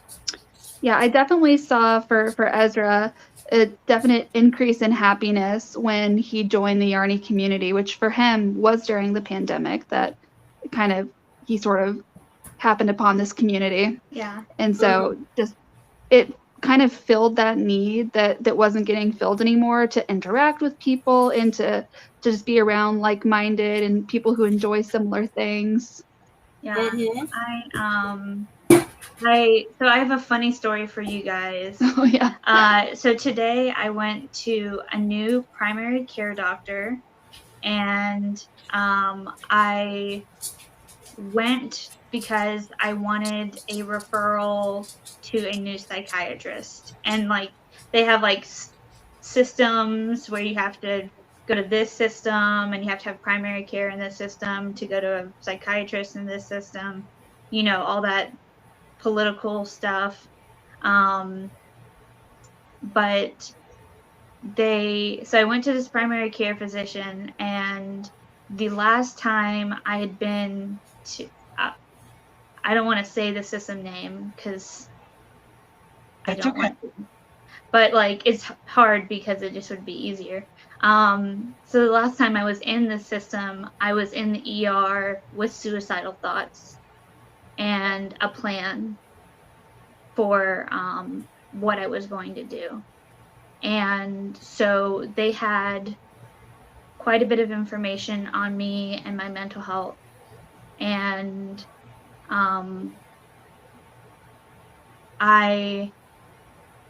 they were asking about how my mental health was today. And they said, oh, how are you feeling? And I was like, I'm a little depressed. And they're like, are you having any feelings of mania or anything like that? And I was like, well, I'm having trouble sleeping. I'll get to the point soon. I'm having trouble sleeping. And they said, well, we have a note in here about buying a lot of yarn. Oh my word! So that's in Ezra's doctor's files. Is that psychologically a yarnaholic? Yeah. Oh, don't tell them my yarn purchases. We won't even discuss my room. We both started just like cackling though. It was like he was like, what? And we were just cracking up. He was like, it says something about buying a lot of yarn. He was like, do you feel like you've been buying a lot of yarn recently? We just burst out laughing. Like that's an always funny. Yeah, that was a good time. Yeah. I won't let my doctor know about my yarn room. Yeah. That's a problem. I can't let them know. Well, when I went to my new care provider after I got out of the hospital, I told him right off, I am the co-host of a yarn and knitting YouTube channel. I'm going to have a lot of yarn. I'm going to talk about yarn a lot. Oh, they know I'm a YouTuber, and they do know, and they know my channel name, and they know that. So maybe that's why they don't ask me about buying yarn. Yeah. Well, That's it's too just like funny. when I am manic, I will spend literally all of my money on yarn. Like people who are manic are known for having spending sprees and stuff like that. And I will just go hard on the yarn. So I didn't tell them about my recent ice yarn hauls or your Hobby Lobby hauls. And as the good spouse that I am, I held my tongue, but just laughed. I knew that wasn't manic behavior. It was just me. It was Ezra behavior. Yeah. That's still too funny. Yeah. That cracked me up. Forever in your chart. Forever in my chart. Again, about the Yarny community and them being so wonderful and caring, when you experience a loss, the Yarny community is there to help pick you up. If you're gone for a few days, they are trying to find out if you're okay. So Absolutely. I really, really love this community. I love that they're very accepting. I love that they're so caring, and they're just fantastic. I had to use the fantastic word somewhere. Fantastic. No, that's so important. Fantastic. Is buying Yes. yarn a sign of mania for you? No, it just I buy yarn and I crochet so I don't kill people. I don't think that is the answer, but I don't know. Well, you know Hi, Pam. my little avatar says crochet because murder is wrong. Hi, Yeah, the Kim. prison sentence is lighter for crochet. But So- that's okay, you know. My Yeah. whole thing is do what you need to do to survive Yeah. And and to yarny have people fun. yarny people are generous. They give away yarn all the time. You know, they share out patterns. They're wonderful people. Yeah, Agreed. it's been And they really are. nice to watch you guys just lift Ezra up and help Ezra out with all of this going on as well. It's been really wonderful to, as a spouse, to see Ezra in a community that cares about him so much. We do. And I really value that time for him with you guys as well. But we care about Mel as well. Yeah, and I do feel that love as well. It's you know, when you guys were talking about yarn love going beyond people who deal with yarn, and you know, I definitely feel that love extended to me, and it is such a warm embrace, you know. Well, there's a YouTuber who she has a yard channel and she has another channel, and a lot of it helps her. And she will talk about mental health issues and how it helps her. Well, she was on about a week ago, and she was talking about her Hobby Lobby haul and how she got only two skeins or two cakes of a particular yarn called Jenny's Galoshes. Okay, well, her name is Jen. And she says, I love this, but I don't have enough to make my top that I want. So I sent her a message and I said, you know what? In my yarn haul, I got 3 of those. Do you want them? She said, yes. I sent them to her. In return, she sent me this. Oh, Now, that's so sweet. the thing about it is that this yarn right here, this is pink, but if it's white, these are the colors of the asexual flag. Mhm. You know, that is cool. But she sent me this back, and she got it from Hobby Lobby, I can tell. She got it in her haul. But it's great because I helped her, she helped me. I go to her channel to listen to her because she grew up the same way I did. And it is so nice to hear somebody be frank about, this is how I grew up, these are the issues it caused, and this is how I'm overcoming it. Yeah. Because you can relate so much. And she's somebody who's fully accepted by the yarn community because, and you know, even though she has issues stemming from her childhood, that's what the yarn community does. We embrace each other, we talk to each other, we're there for each other. Yes. And I like that a lot. You know, I think also it's you know, we talk about things, we talk about mental health, we talk about all of these things. But we also there, you know, when you're crocheting, when you're counting 151 chains and you're just sitting there quietly counting, we're content with being quiet with each other, which Mel told me one time is the sign of a true friend. Yes. When you can just be quiet with each other and experience each other that way, it's a different kind of friendship. And I've experienced that with you guys, with you all, and isn't that special? It's got me laughing and stuff because Michelle and I do that together. We literally do that together. We will sit together on another platform and craft together. We don't have to speak, No. but we can see each other, but we don't have to talk at all. Yeah. But we're crafting together. And we don't. And it's great. And Yeah. Kim, so does exactly, Kim. Exactly. I'm so sorry, Kim. I'm So- sorry. But I put a link in there for you, Ezra.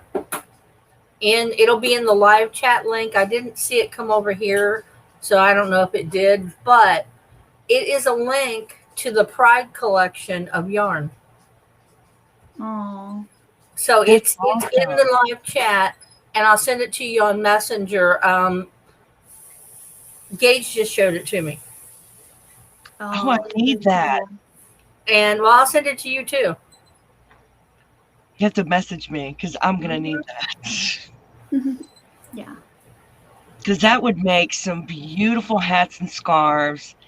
And I'd love to send them off to be donated because I know some people that would love them. I know of quite a few people I'd like to send them to.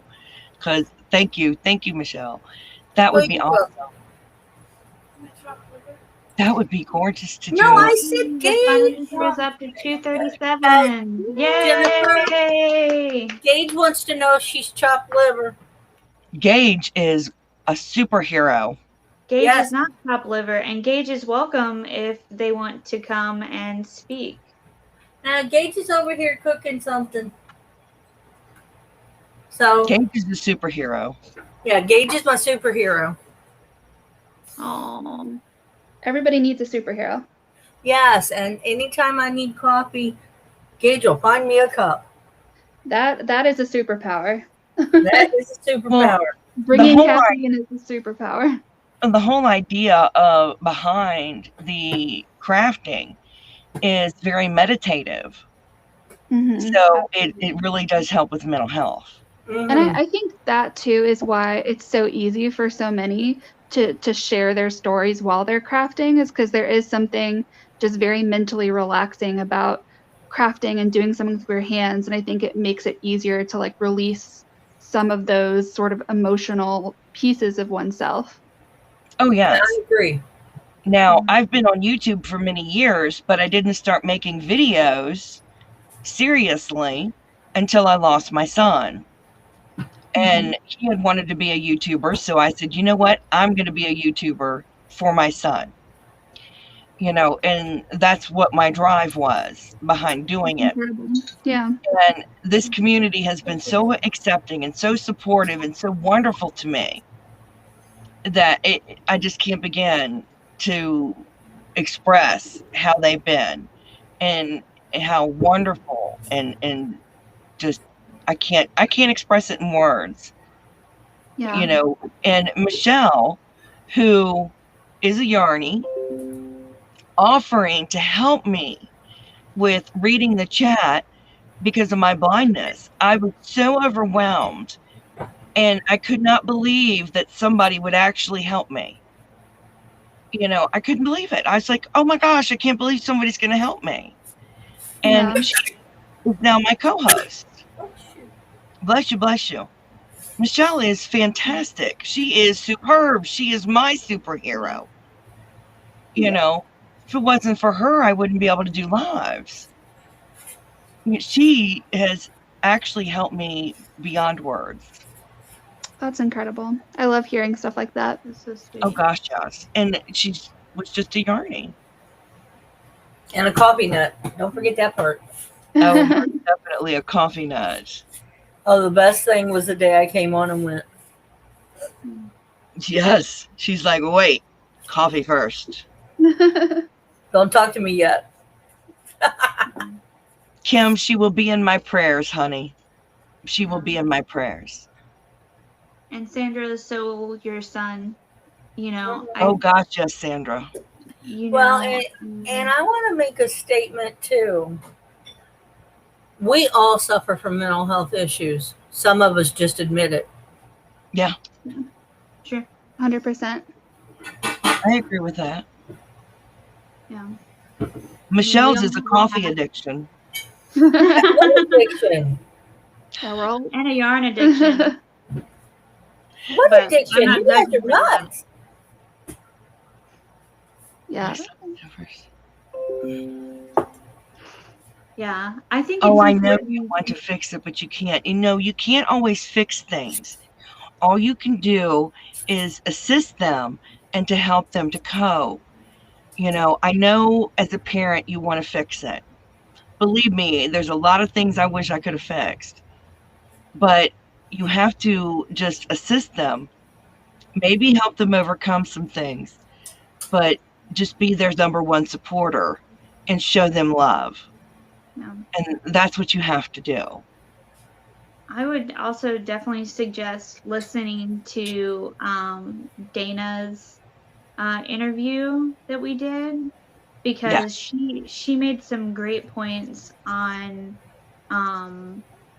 what it means to be a parent when you've gone through your own mental health issues, and how you have to be hyper vigilant about how your child is behaving. And even if it's just, they're in the room a little bit too long, or, things like that, you like get them out. Like Dana made some really great points. So I would really point you in the direction of my interview with Dana at noon, which was an hour into this stream.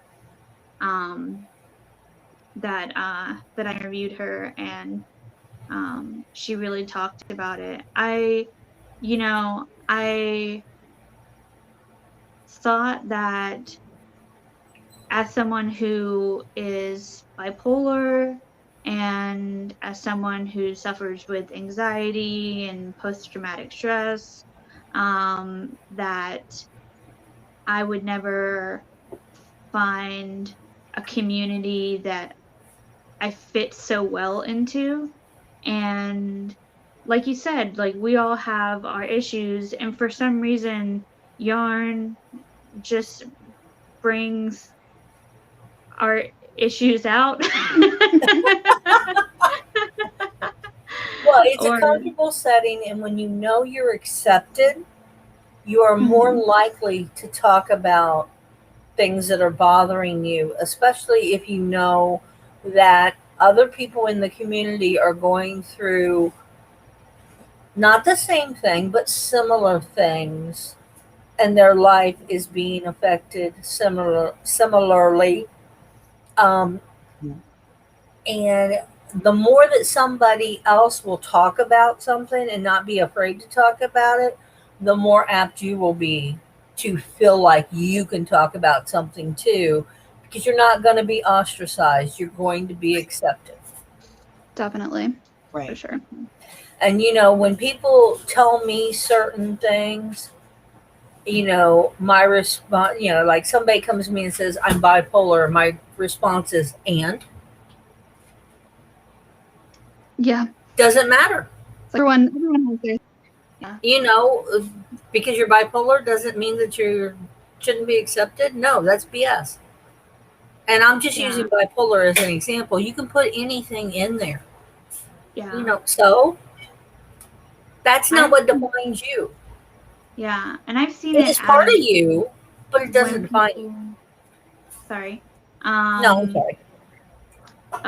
I've seen it, when people know I'm bipolar, they are more aware of when I'm having these moments of ups and downs, and I can more freely talk about having downs and like having these like down moments. And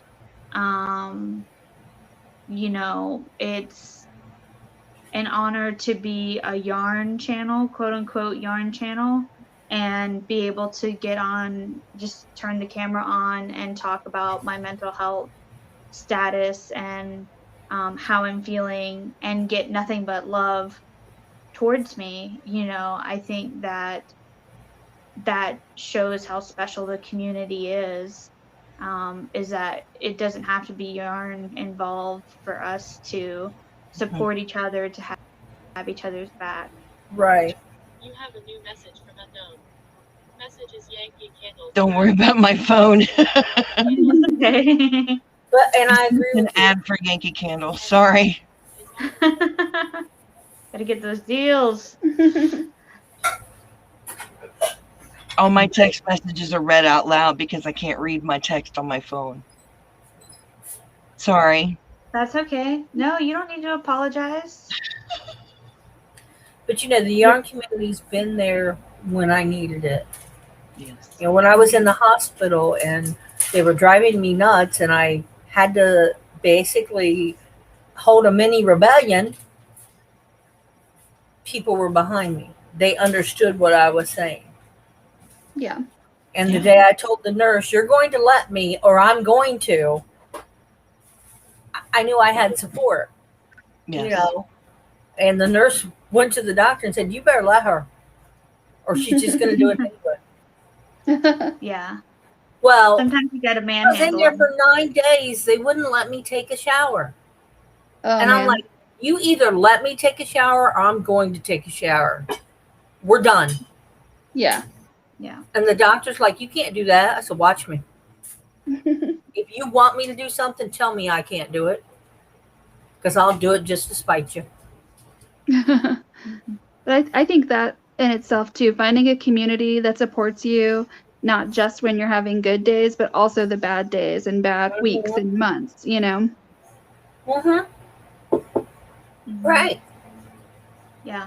because it's easy to find people who like you when things are good, Yes. Yeah. but to find people that you feel acceptance from kind of wherever you're at, be it at your worst, your best, somewhere in the middle, that's really special. I would rather have somebody who, instead of having somebody who's going to love everything I do, I'd rather have somebody who's going to smack me down when I need it and loves me anyway. Yes. Mhm. Yeah. Much more likely to be your friend if you'll Yeah. tell me when I'm being a jerk. Because you know what? We're all jerks at some point. Exactly. Absolutely. When I need, not literally, but figuratively smack down, do it. And then we go on. Because you love me anyway. Well, because that makes more sense. If I make something and it's butt ugly, tell me. I mean, seriously, tell me. And I will Don't tell sit you there- if I think something is butt ugly. I've done Exactly. it before. Yes. Don't tell me, oh, that's gorgeous, even though it's not. I'd rather have the truth than to have somebody keep telling me something looks great when it doesn't look great. Well, So and you need can the lie to honesty. me. You when can I lie hold to this me. up, I want you to look at it and tell me how my work is. Right. Not, do you like the colors or not? Because we all don't like the same colors. We're not going to. Exactly. I'm making this for somebody who I know will love the colors because these are the colors of green that this person likes. Exactly. I don't have to like it. I don't like brown. I hate it. But you know what? I got a friend who absolutely loves this color, and I'm going to make her a shawl out of it. Because it's the browns. But you know what? She looks good in it. I don't like brown because I think the color's ugly. I don't like brown because I look horrible in it. Has nothing to do with is it an ugly color, because I don't think there are any ugly colors. No, there are no ugly colors. This is just not something I'm going to wear. But you know what? She will. And this will look good next to her chocolate colored skin. Isn't that beautiful? It's gorgeous. No, and I she's love already flipping I love over the it. blue. I like it Love the though. blue and the brown together. Yeah. Oh, I showed it to P, and she's like, "That's my shawl, isn't it?" I'm like, I "Yeah, like that's that your though. shawl." I think those colors look good together. And they But do, yeah, but I it is just can't wear it. it's much better to be honest with someone Yeah, than to but sit there and not. if I think your stitches are off, I'm gonna tell you your stitches are off. Right. Because But even the best crocheter can miscount. yes. Even the best crocheter can have a bad tension day. Oh gosh, yes. I don't care who they are. Yes. But that doesn't mean you have to be nasty about it. Right, and you There's a don't. way of being nice about it. Mm-hmm. Welcome back, Lorna. Good. Good. And, I'm going to tell you the truth. And as friends in the Yarny community, the best thing we can do is tell each other the truth about everything. Like I I mean, said, that feel doesn't free to mean you lie have to to go me. tell your life story to somebody and tell them things they don't need to know. But if somebody asks me, do you think, I'm going to tell you the truth. But, that's, if I tell you the truth and expect the truth from you, and if we're honest with each other, we're going to have a better and longer lasting relationship. I'm not going to sit there and tell you, ooh, that's butt ugly. I'm not going to do that. I'm going to say, hey, it looks okay, but your stitch count's off. Your edges are not straight. I'm not going to be nasty about it.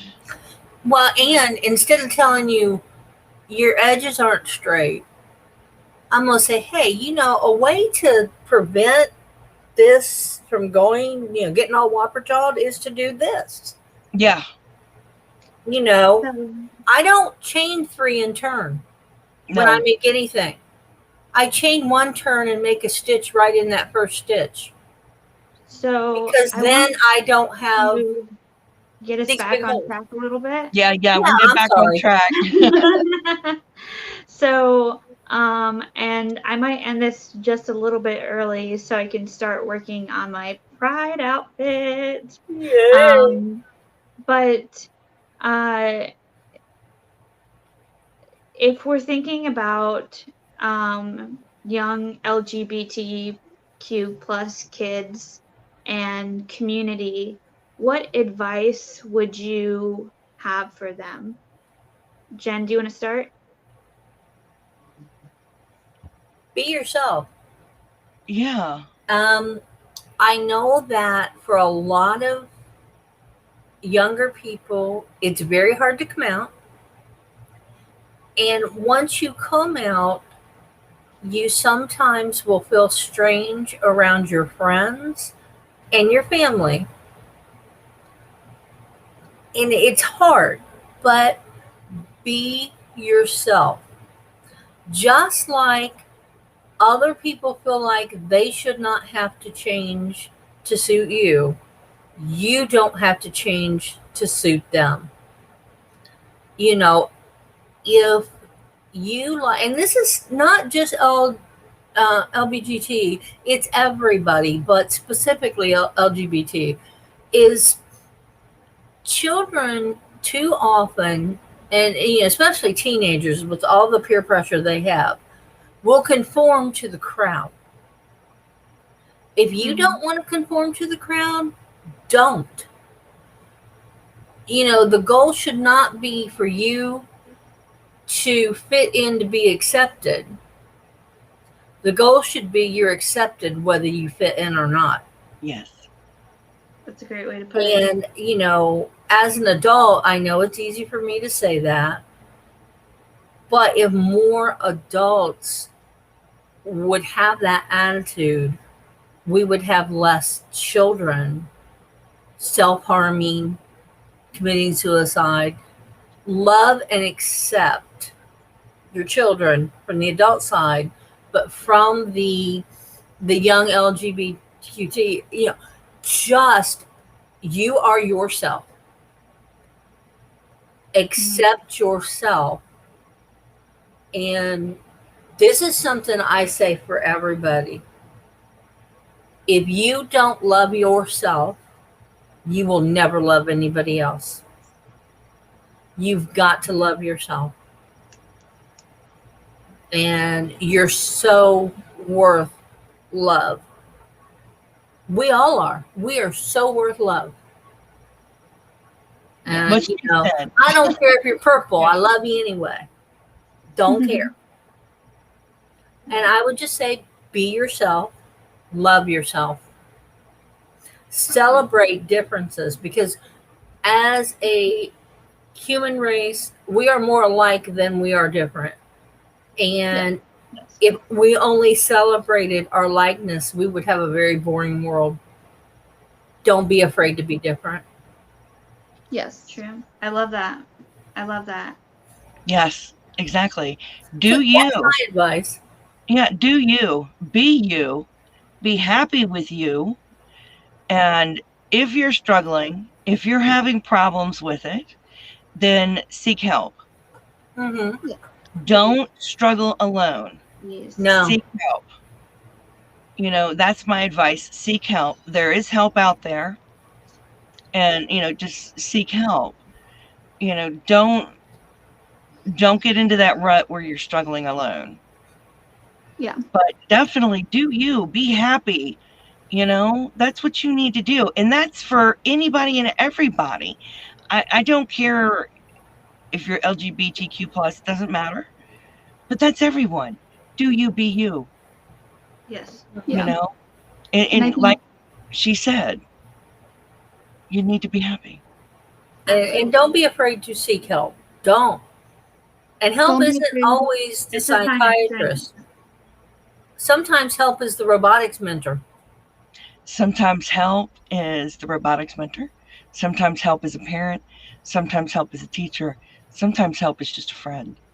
Exactly. Sometimes help is the Trevor Project. outline. Yes, and call the Trevor Project. And you don't have to be suicidal to call the Trevor Project. No, you could Nope. just have questions. Yes. And honestly, you don't have to be LGBT to call the Trevor Project. No. I mean, they specialize in that, but they're going to talk to anybody. Yeah. Yep. Yeah. Because the There are a goal lot is of to save our young wonderful people. hotlines, You know. out there too. So I think to wrap it up, what? I was going to say, for those listening along to the podcast who haven't watched, ladies, where can people see more of you, hear more from you? On YouTube or Instagram or Mhm. Facebook or Twitter, I am Froggy Winter Knitting. And there you will find both me and my co-host, Cal Winter Crocheting. Wonderful. That's awesome. Thank you Yes. guys. And sorry, Yes. Ezra. No, thank you for doing that. Yeah, absolutely. No, you guys are fantastic. And I think, I definitely want people who've been listening to be able to find you guys and see more of you guys, hear more from you guys. Absolutely. If I think about what that time was like for me, I remember it being very confusing. And I think it's confusing for a lot of people, regardless of whether or not you're in the community or you're in the broader, community of just being an adolescent. It was very confusing. I didn't know who to look up to or what I was. I just felt like a freak of nature. And I felt terribly alone. And I think that finding a community will help you feel less like that, less like I felt, and help you realize that you always can find people. Like your tribe is out there. You just have to find them. And you might not find them in high school or middle school, but you'll find them. And once you do, everything clicks. And that's a really great feeling. But if you don't have that tribe right now, just stick with it and don't give up. Because that's the only thing that you can do that would be wrong. everything else, asking for help, you know, reaching out to people, writing in your journal, all of this stuff, all of that is great. So do what you can and take care of yourself. So thank you so much for Okay, well, can I add one more thing? Because I feel like I need to say this. If you are a parent, somebody out here is a parent and is listening, you do not have to agree with your children to accept your children. yes. You don't have to understand your children to accept your children. Love your children. And I just wanted to add that. I love that. Thank you. You're welcome. So with that being said, we're going to wrap up. I hope you have a great night, day, morning, wherever you are. We love you very much. Bye. Thank you guys. That was Welcome. great. Welcome. Welcome. Okay, That was fun. Okay, I'll be right back. Medicine's working. I'm actually about to let you guys go so I can start working on. She'll be back in less than 2 minutes. Yeah. Okay. Well, I'll wait. I can wait. I'm not that urgent to give you guys the boot. But while we're waiting on Michelle, I would love it if all of you who haven't done so, please go down and hit the link in the description box for the GoFundMe and donate to the Trevor Project. We are almost at the goal, and it would be fantastic to hit that goal before the end of the stream. Yes, it would. And the Trevor Project is tripling the donations they receive before the end of June. So if we could hit $333 and some change, we would raise $1,000 for the Trevor Project. How amazing is that? So please, please, please, if you have anything to give that you feel comfortable giving, this is a really great organization. They do help save children's lives and and young adults' lives. And they do such great work. So if you can spare some change, it will create change. It would be a wonderful thing. You could save a life. It would be fantastic. Absolutely would love it if you could do it. You know, we need 6 people to donate $10. Share this video out. Share out the GoFundMe, on all of your social media. Tell some friends. Ask them to donate $10, $5, just a couple of dollars. Every little bit would help. It would really, really help. So please, please do that. Yeah. And we were reading the messages as we were doing the podcast. So thank you guys so much for being an active audience and going along with us, and really appreciate your passion about this, just like our passion about this project. So thank you guys so much for being here and for being active. Absolutely, they were wonderful. My son. You guys were wonderful. Absolutely. There will definitely be prayers going out. I'm adding some of you to my prayer list. Y'all are so wonderful. And I'm sorry I had to go, but yeah, you're wonderful. They are. And Ezra, you're wonderful. Oh, thank you so much. I really appreciate that. But I'm going to hop off here and let Ezra start working on the podcast too. Yes, me too.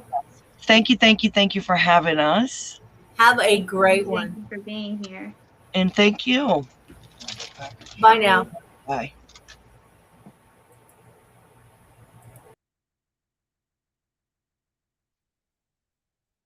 Okay, everyone, it's just us and Melanie. Do you want a latte? That would be awesome because I'm sipping on this coffee. Single or double? Single, please. I don't want to be too jacked up.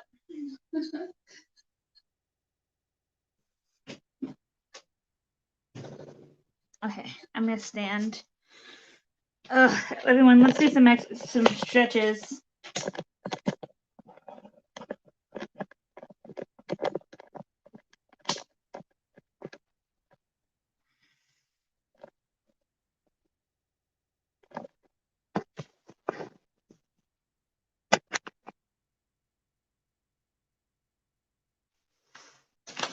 Ooh, so what is everyone's favorite part of the day so far?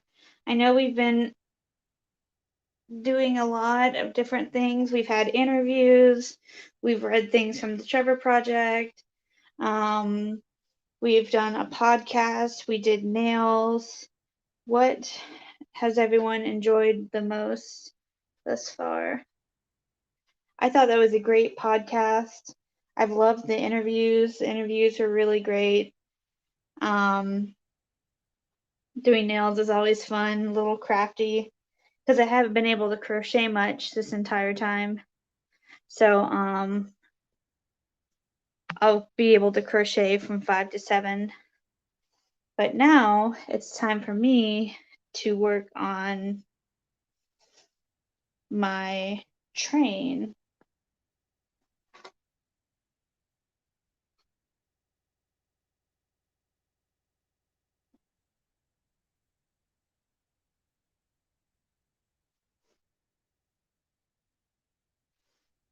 It feels good to stretch.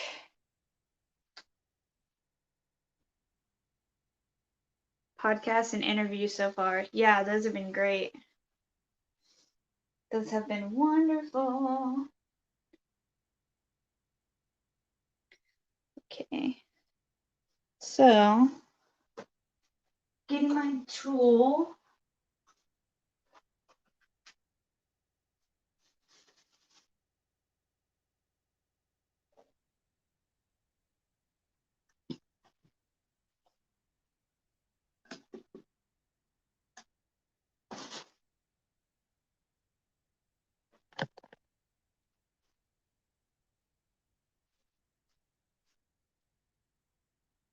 And I'm going to grab some of my sewing supplies.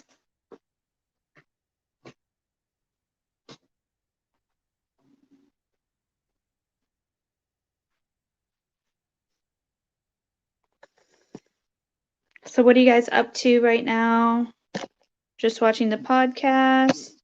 Just watching the whatever we're doing. The marathon? Are you multitasking and are you crafting instead? What you doing?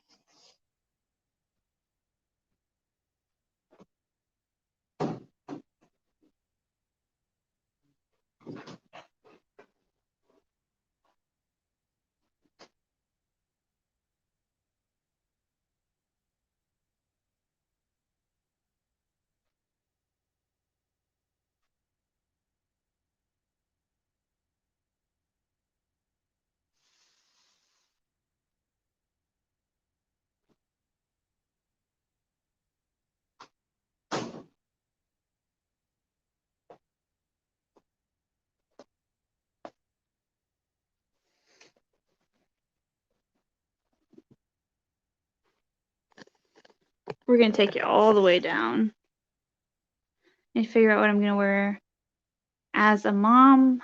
Going to Pride, I want to wear, but fear it wouldn't fare well. What if you did free mom air hugs? Would that work? Get off of it. Nope. Nope. Nope. Sorry, my dog wants to be on my mat.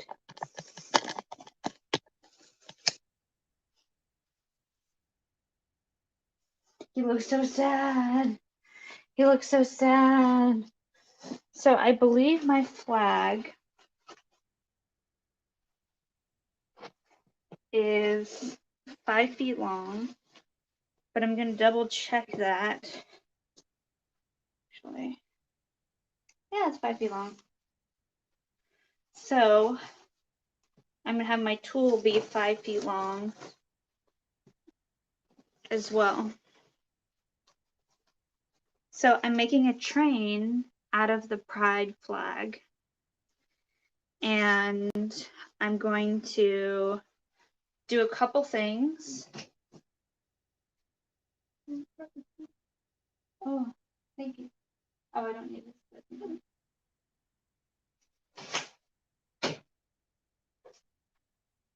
And I'm going to wear this hat. Can you guys see it? This little crown halo moment. Just something sweet. Let me move in front of the chair. Then there we go. There, you can see it better. Isn't that cute? Free mom advice. That's good.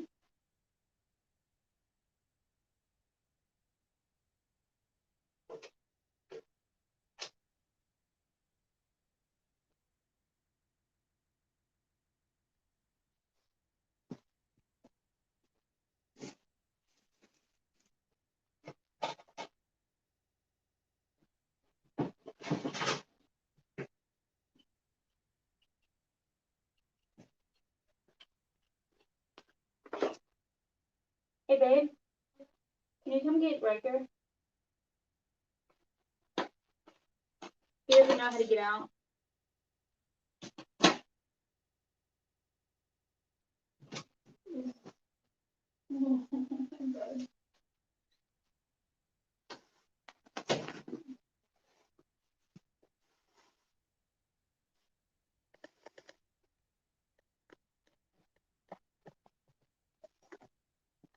Let's see.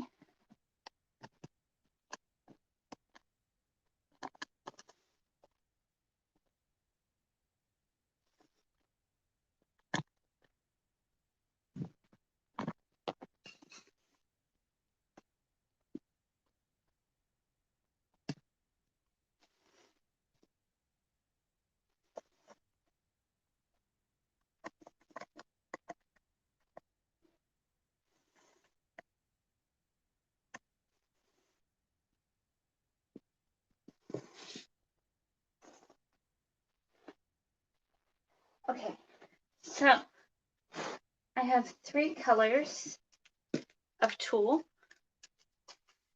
and I will be cutting them into 5-foot strips.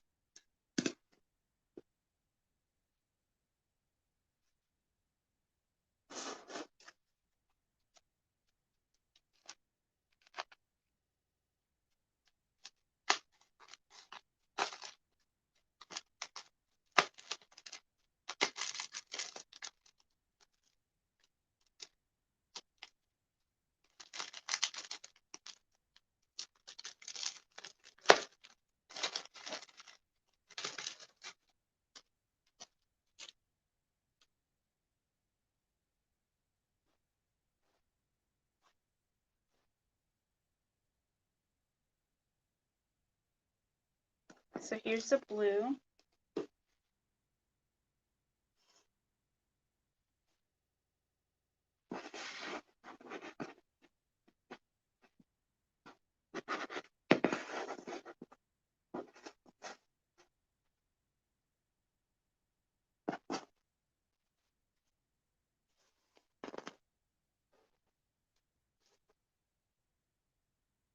It's boring at first because I have to cut all the tulle, but then it'll be interesting because I get to sew the tulle, and then I get to um,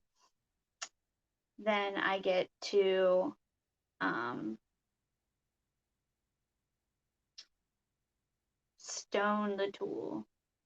So I get to add rhinestones to everything, which is my favorite part.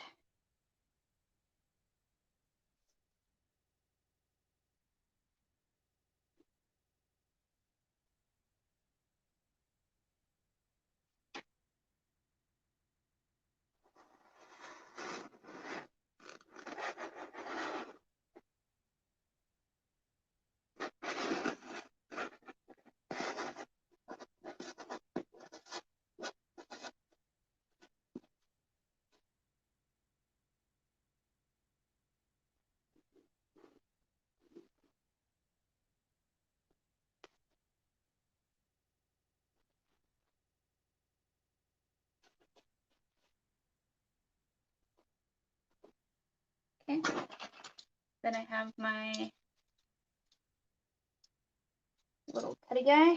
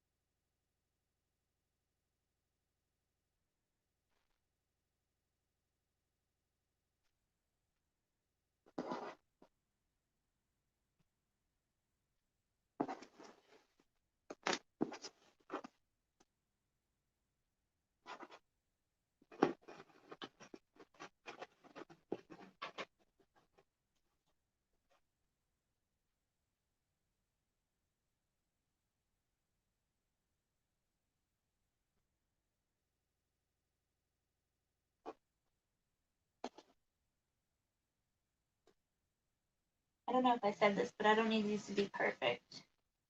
I just need close enough.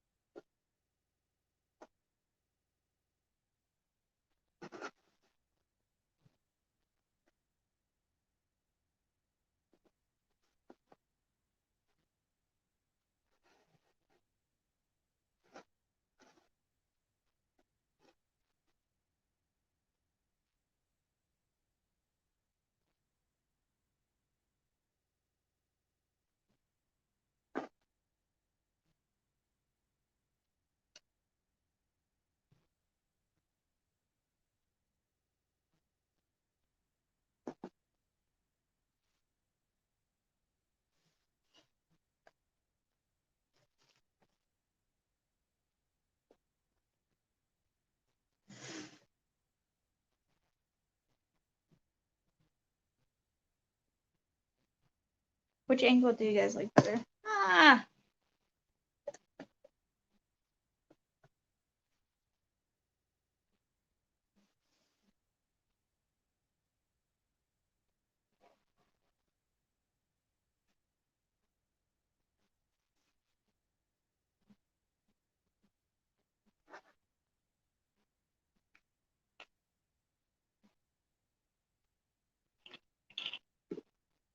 oh, the tool sticking to all of my thread and my sewing kit.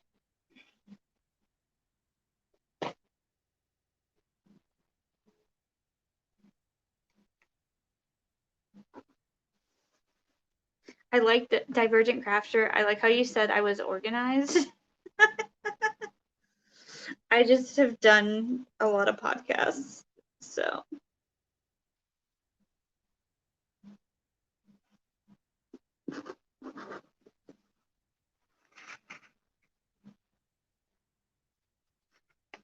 And I really wanted today to look like I had my shit together.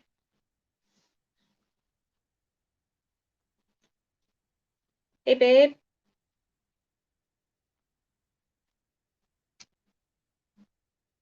Babe. Hold on 1 second. Let me get my cat out of here. Nope.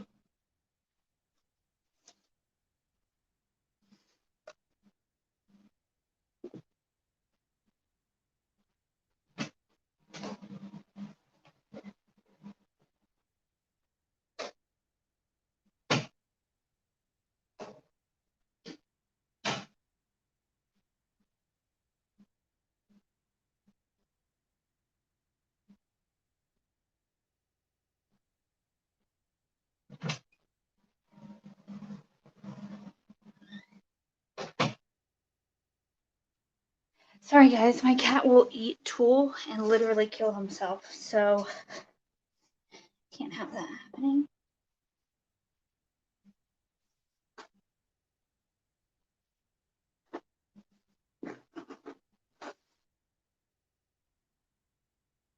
It was so pretty.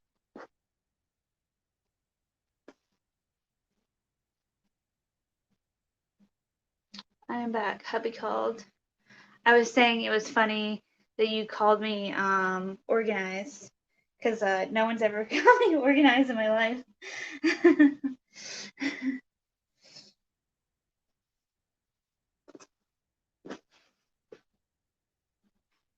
Literally the biggest hot mess.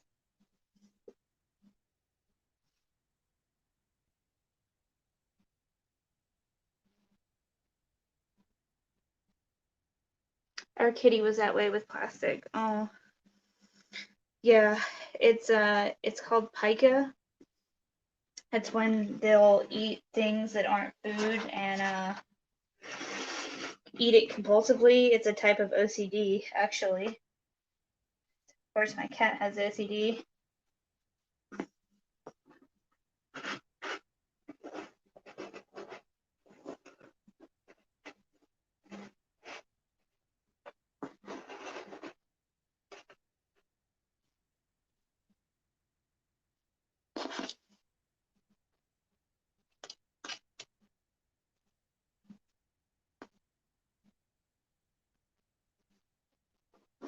Hi, welcome in. Let's make roll forward to see. My house is a bomb zone right now. Went through a depressive stage. Oh, I'm so sorry. That sucks. Just when you just can't do anything else, you just are focusing on surviving. But I'm glad you're here and you are surviving. You're doing a good job at that. So just think about that. Be proud of that. Dog hair everywhere.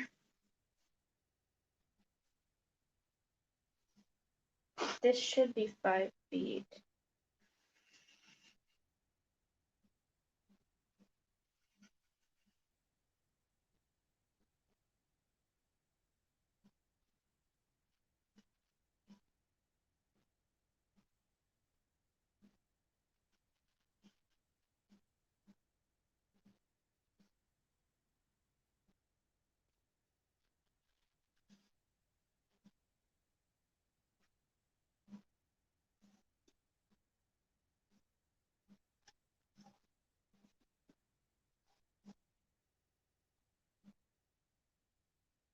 It's supposed to be 25 feet, and I'm cutting 5 feet increments. So am I crazy for thinking that I should have 5 strips?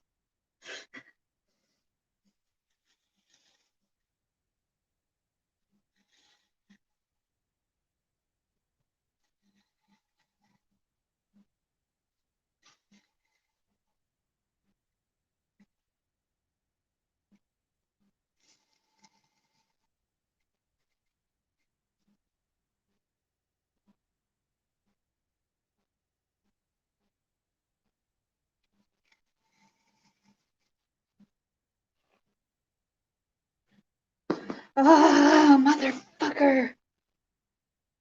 Sorry, guys.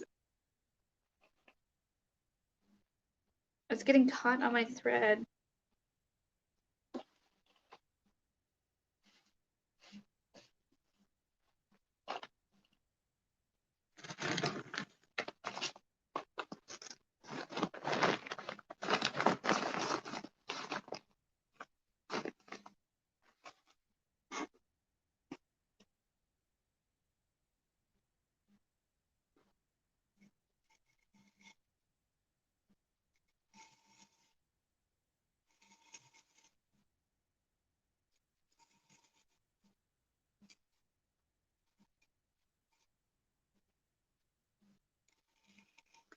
If you're newly in, please feel free to click on the GoFundMe link below in the description box, where I have listed my GoFundMe for the Trevor Project.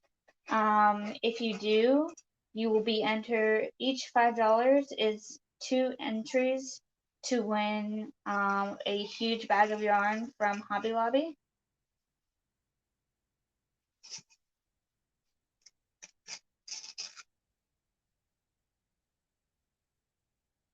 Okay, I'm not really sure what is going on with these things.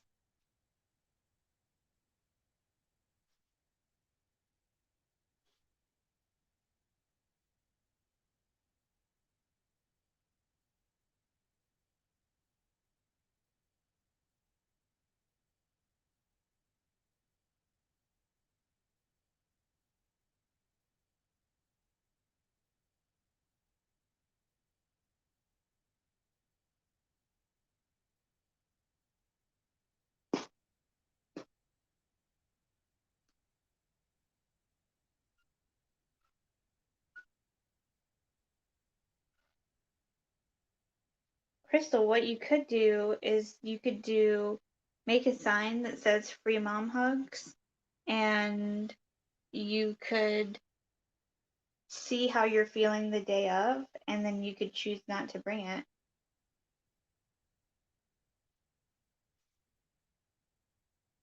Because, like, in my experience, like, every day is different. Some days I'm like, okay, yeah, I'll let people in. Other days I'm like, nope.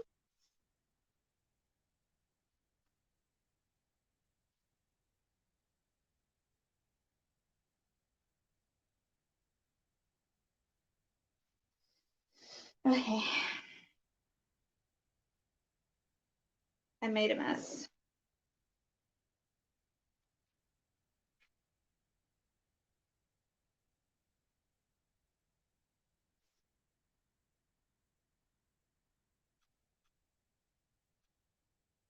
Down once I'm overwhelmed. Yep, exactly.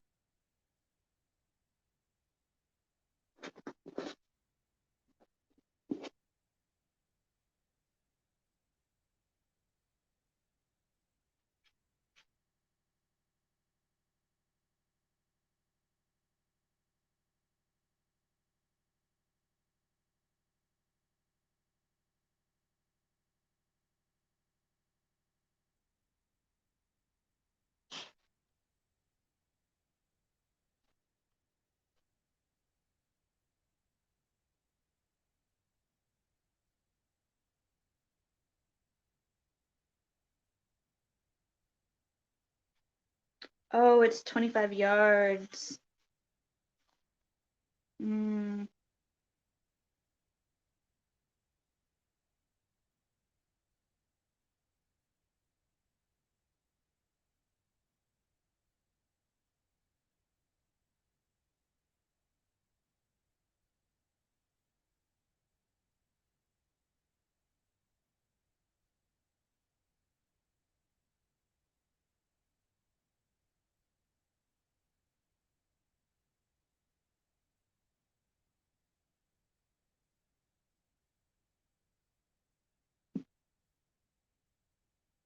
So what's everyone doing right now?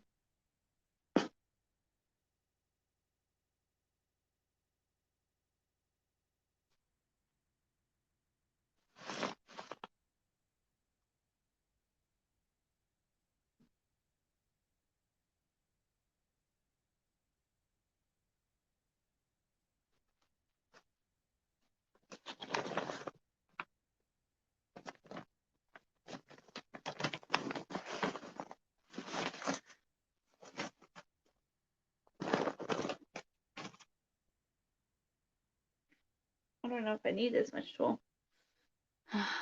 but I'm gonna have this much tool and my train's gonna be freaking huge.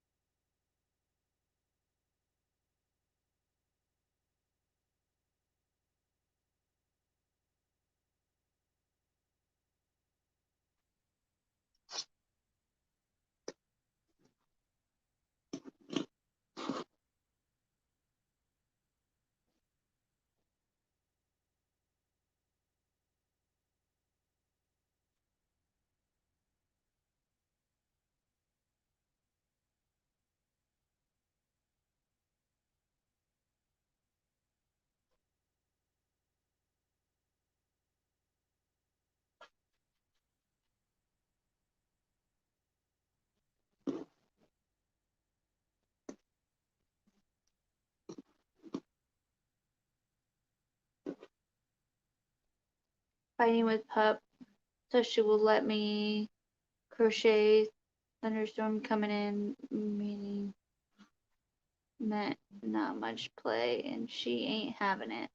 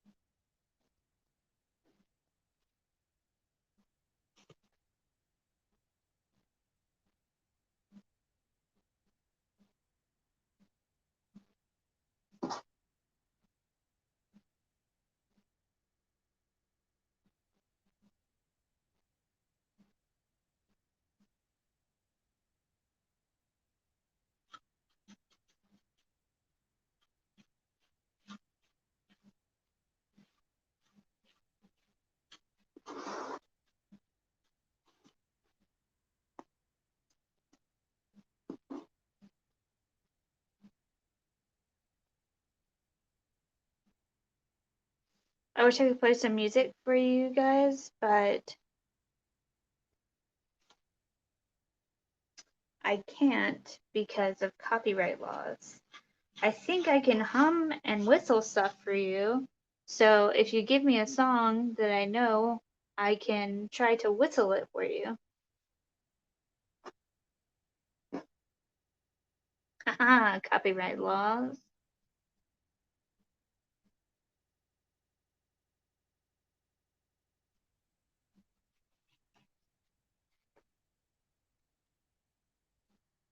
She's very hyper. Yes, I know the feeling. So is my dog. But he went to training, so that helped a lot. Like a intensive training.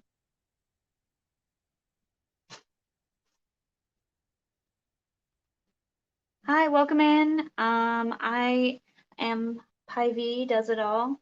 You can call me Ezra. I am a crafter, a knitter, a crocheter.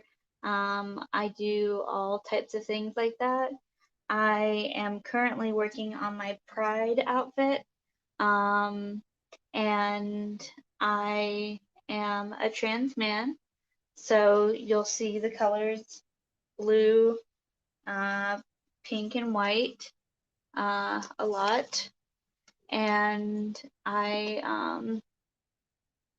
feel free to say hi in the chat. I'm also doing a fundraiser for the Trevor Project, which is an amazing foundation that raises money for suicide prevention and LGBTQ plus youth, and provides a lot of resources for these kids that are either questioning or they know but just need resources. So they do really great work. So what will your outfit be? So I'm wearing a shirt that I stoned a while ago that says trans rights are human rights. And then I'm wearing shorts that are trans colors. I'm wearing suspenders, but I'm not wearing them up. I'm wearing them hanging down because I'll be holding the trans flag at on my like belt area, and I will be using this as a train. So it'll be a little bit dramatic. I'm taking the tool and I'm gonna sew it onto the train, sew it onto the flag, and then I'm gonna rhinestone everything. So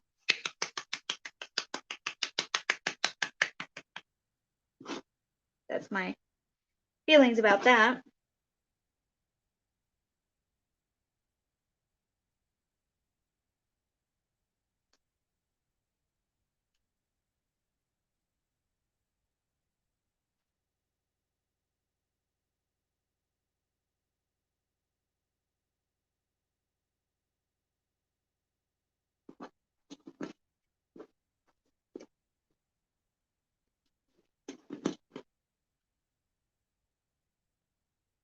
sounds amazing. I hope it will be. Tulle is notoriously fickle in machines, so I wanted to get some ribbon, but I forgot to buy ribbon. So I might end up hand sewing the pleats, which I really don't want to do. Really, really don't want to do. So hopefully it works on my machine and everything goes well.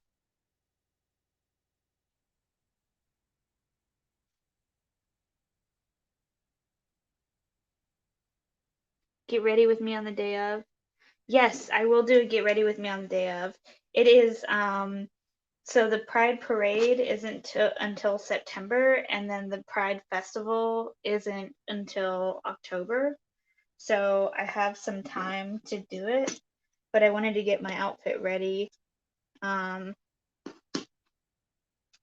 this stream because I thought it would be fun to do and appropriate.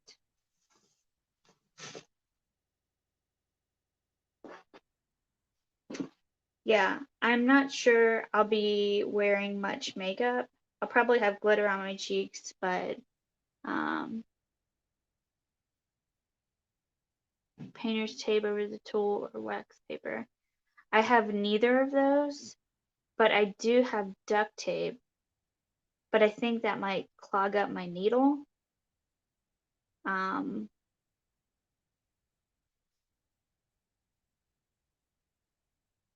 I'm putting duct tape on the bottom and making like duct tape flames in the colors of the trans flag coming out of the trans flag. So, which you guys will all hopefully be able to see.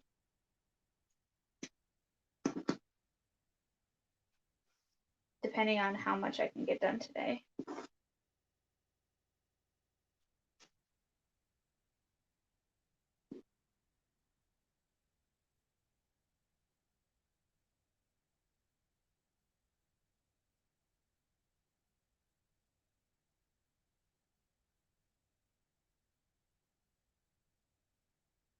It on feed dogs.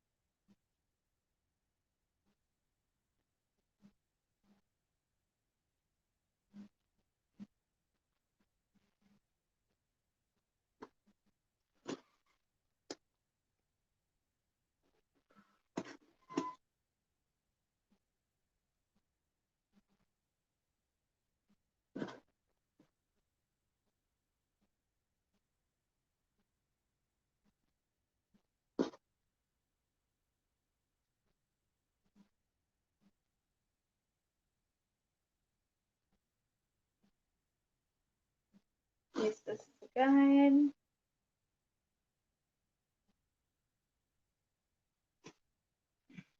Actually, let's sew on the blue.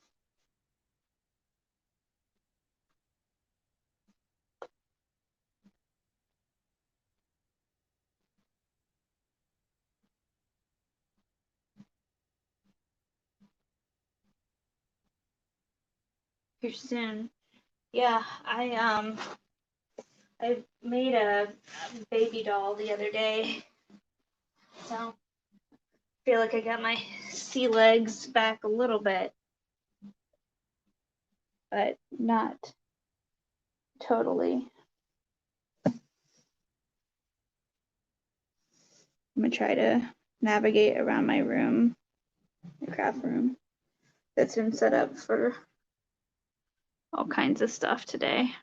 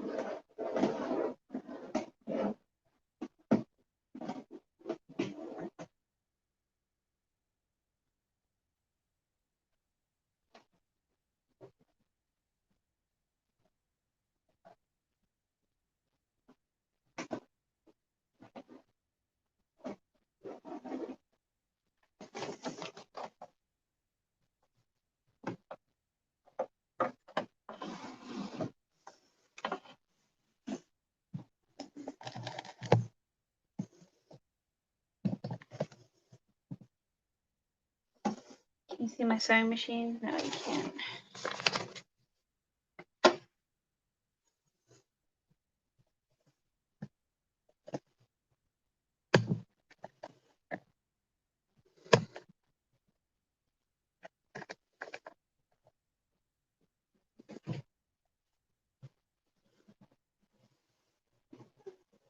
Be careful, John. Yeah, this is party. Yeah. What you working on? My tree.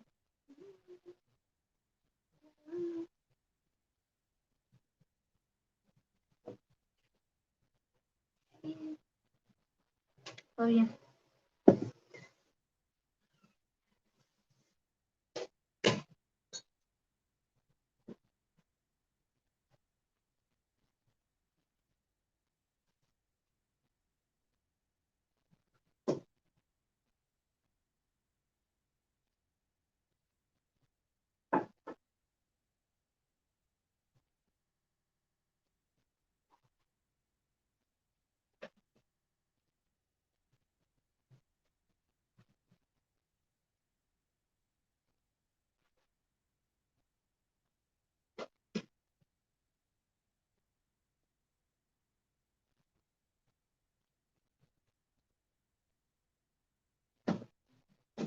I had some pink thread. Not sure where it went. I need to get. Goodness, needles aren't too expensive. Will help stabilize.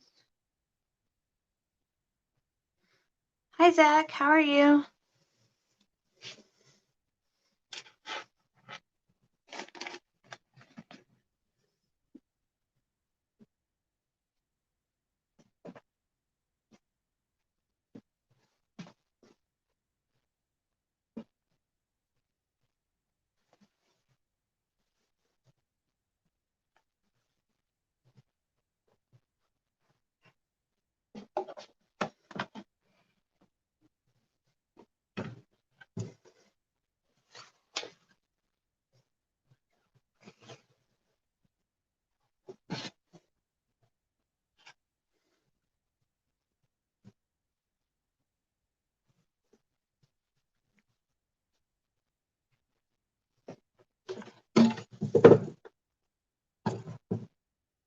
Oh man, put my coffee.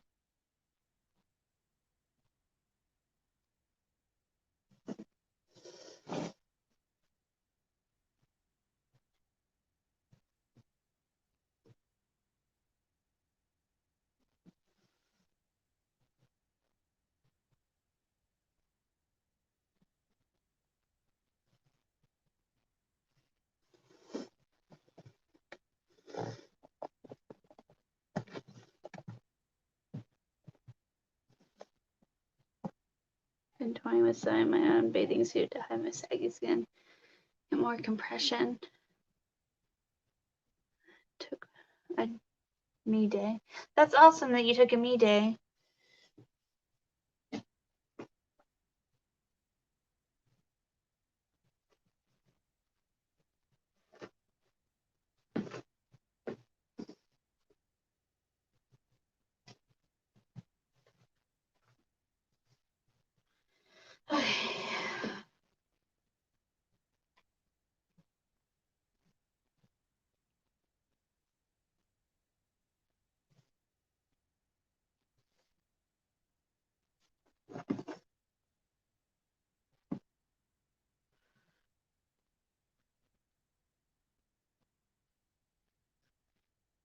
So I'm just making pleats.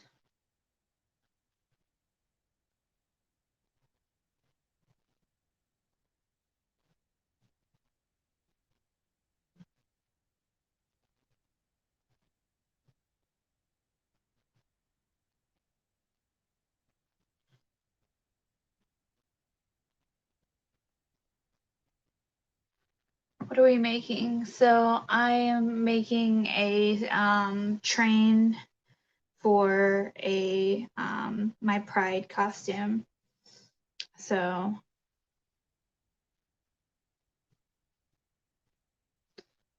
it will be a big, poofy,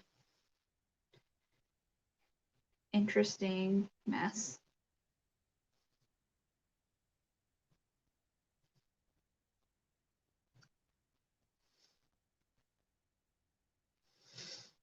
What if I just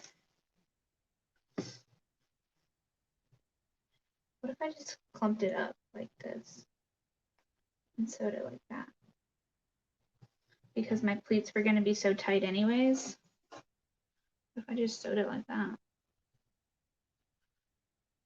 Then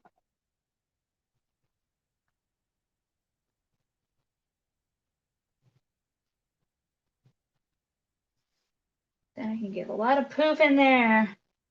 Poof, there it is.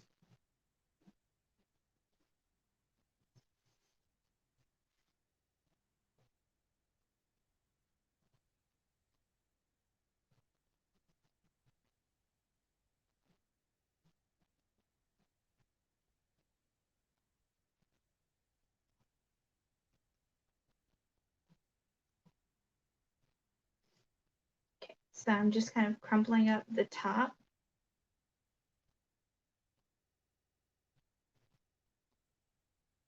More like rolling it, I guess. And pinning it.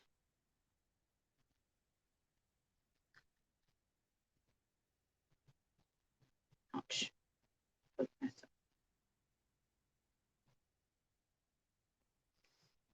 Yeah, I think that'll be nice. I think that'll give a lot of color. This tool's so sheer.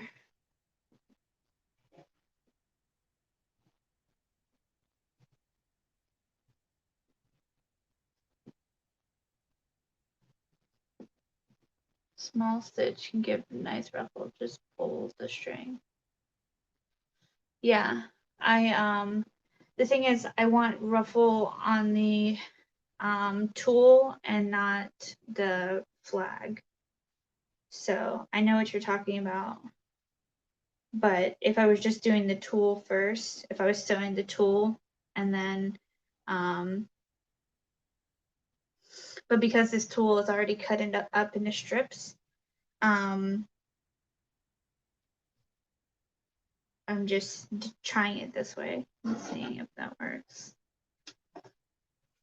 I'm having a feeling that it will work. I'm feeling good about it.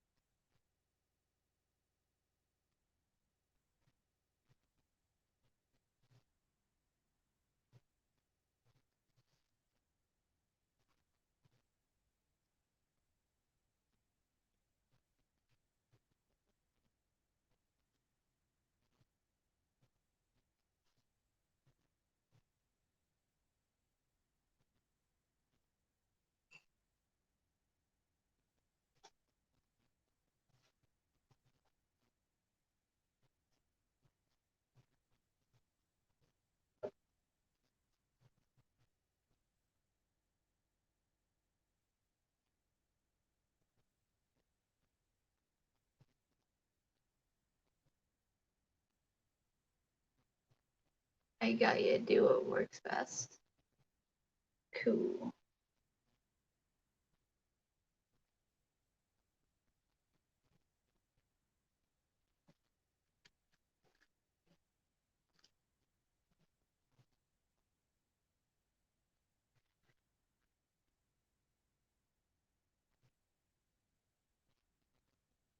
I just want to crochet. Like, honestly, I've just been doing all kinds of stuff all day, and normally I would just be crocheting. So I just want to crochet.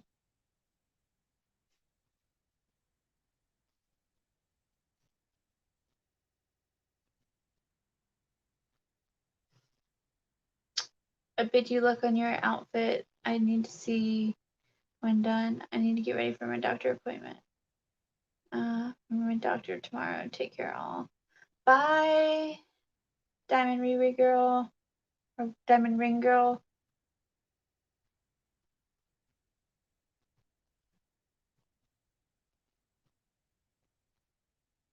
crochet a ruffle train.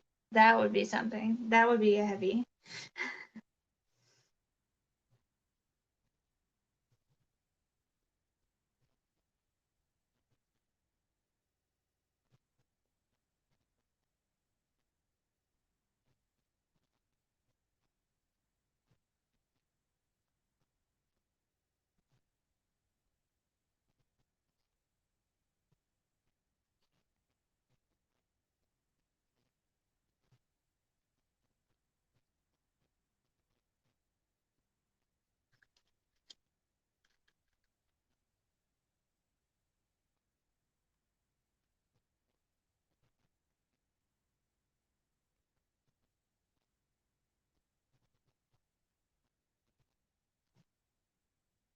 So basically, I'll show you what I'm doing.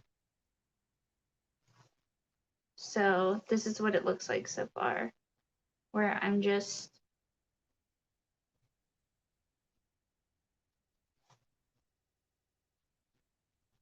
see, that looks like it'll work, right? It's gonna be a big ass skirt.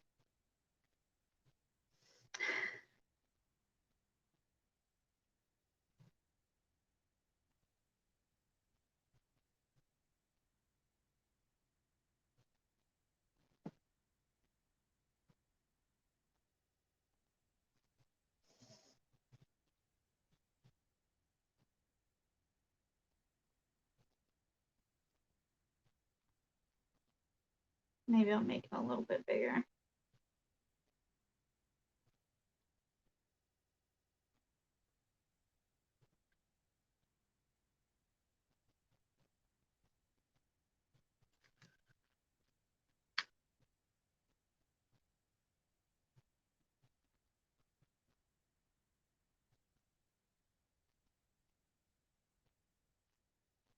Looks better.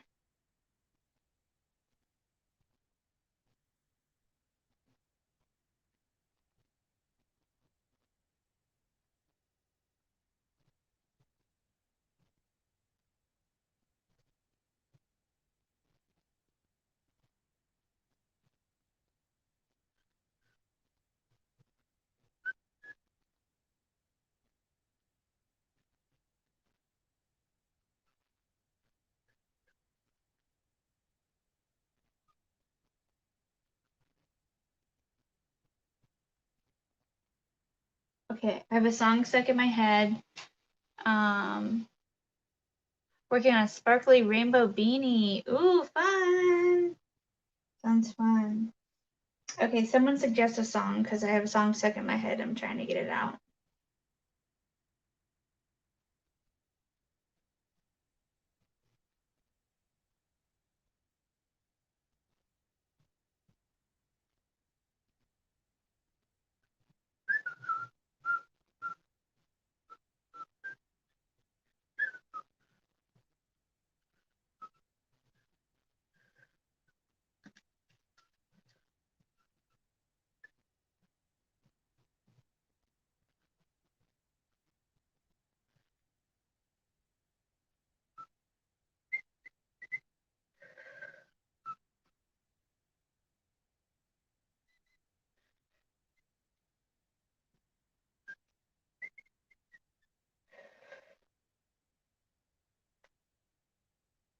I'm working on nothing, but I will be working on a diamond painting later. Cool. Which diamond painting will you be working on?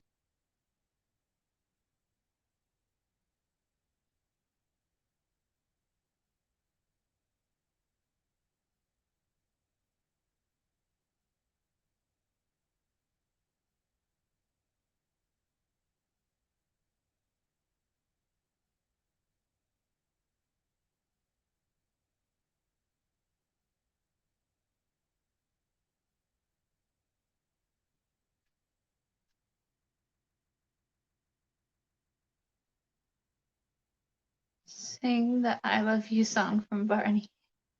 No, Zach, I left that life behind.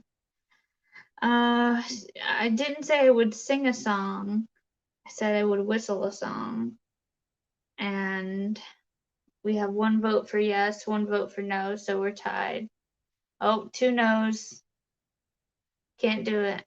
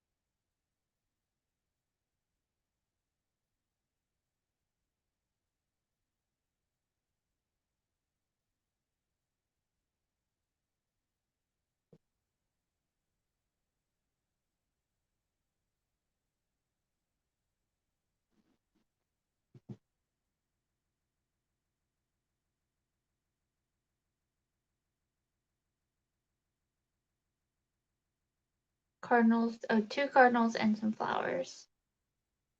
There is royalty-free music that you can use if you link to their video. Yeah, don't know how to do that. And I'm not on YouTube. I'm technically on Restream.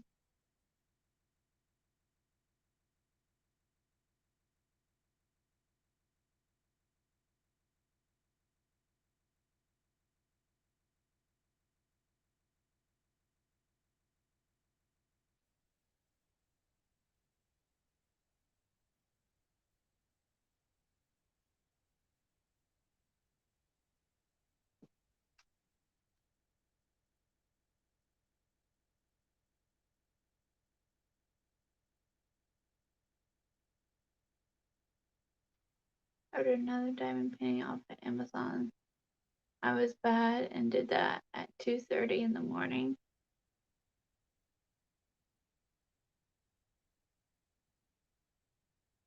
Sometimes you can't sleep.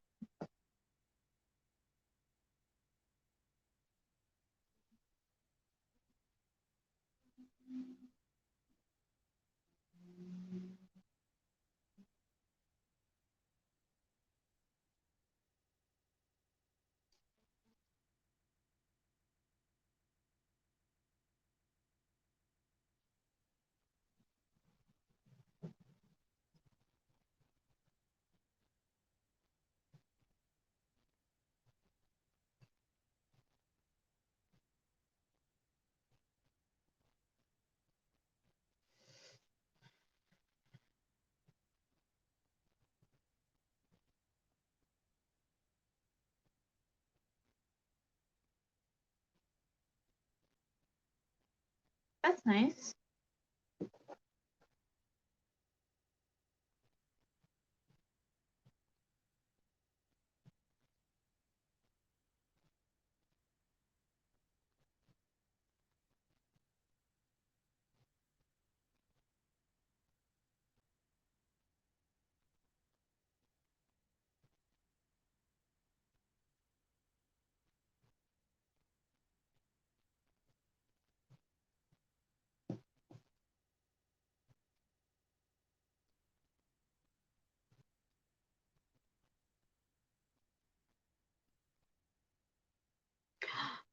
I know what I can use.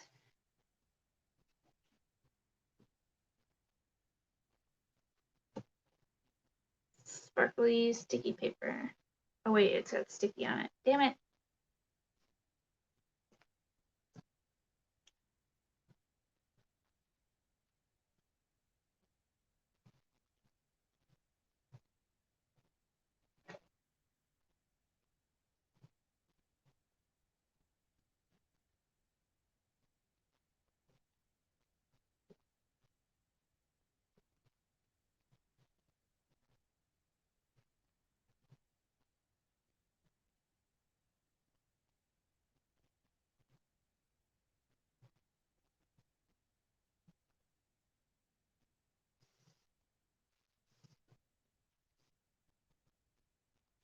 The yarn said it was Ezra, I'm aiming for Monday of next week to ship your bracelets off to you and Melanie. If not, then Wednesday the 7th. Yeah, that's fine. That's great. Thank you so much. The yarn said it was a 4-weight, so I went with a 6 hook. Now, a quarter of the way through, I'm reading it's more of a 3. It will just have to be more drapey. Yep. Sometimes it's just like that.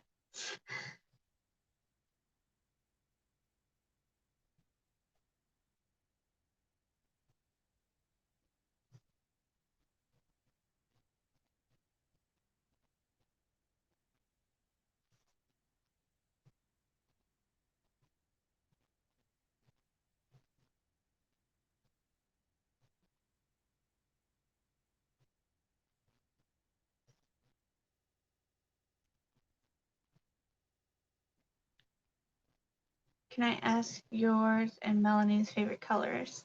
So my favorite color is green, and Melanie's favorite color is take a break for a minute. Am I losing it?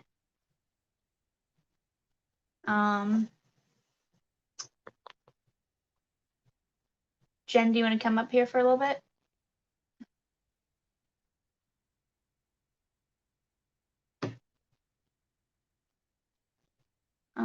Love the mug, Ezra. Thank you very much. Maribel, welcome. And then Melanie's favorite color is blue.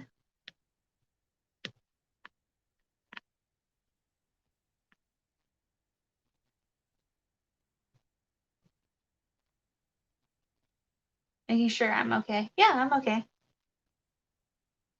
Just spilled my coffee, my ding dang coffee,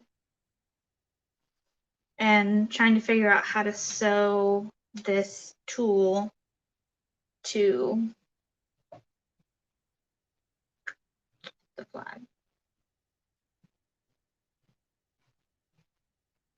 So if I seem frustrated, it's just because everything's not perfect.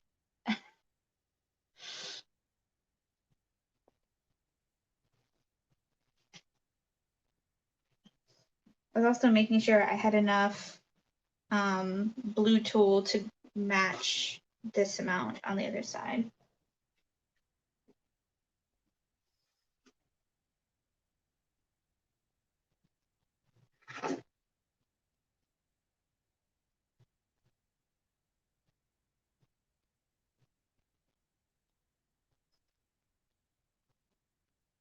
So how's everyone doing right now?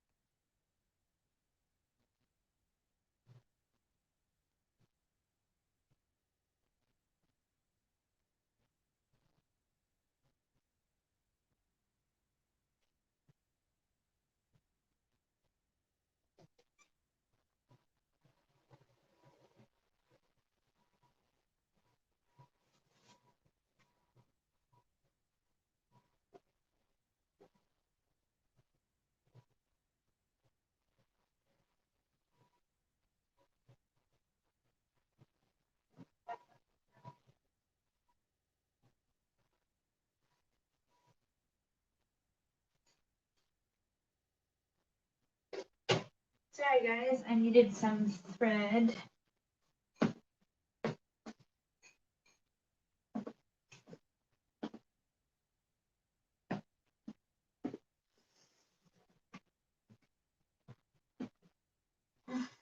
Please check out the GoFundMe in the description box below. Thank you. I like the Queen shirt. Loving that shirt, Ezra is wearing. I know that's random. No, I don't think it's random at all. Thank you very much.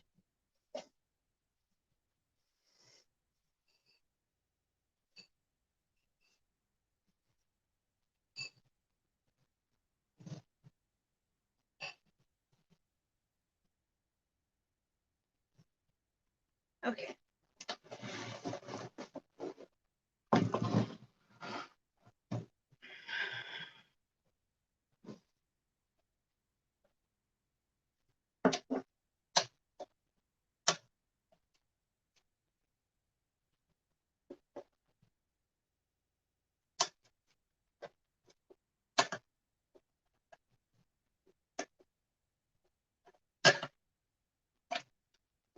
Yeah.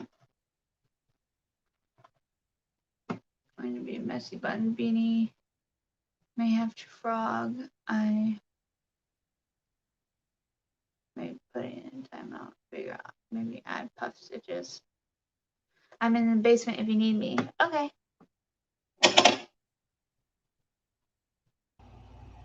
Hello, Jennifer. I was like, oh my gosh, am I just like rambling and am I not making sense?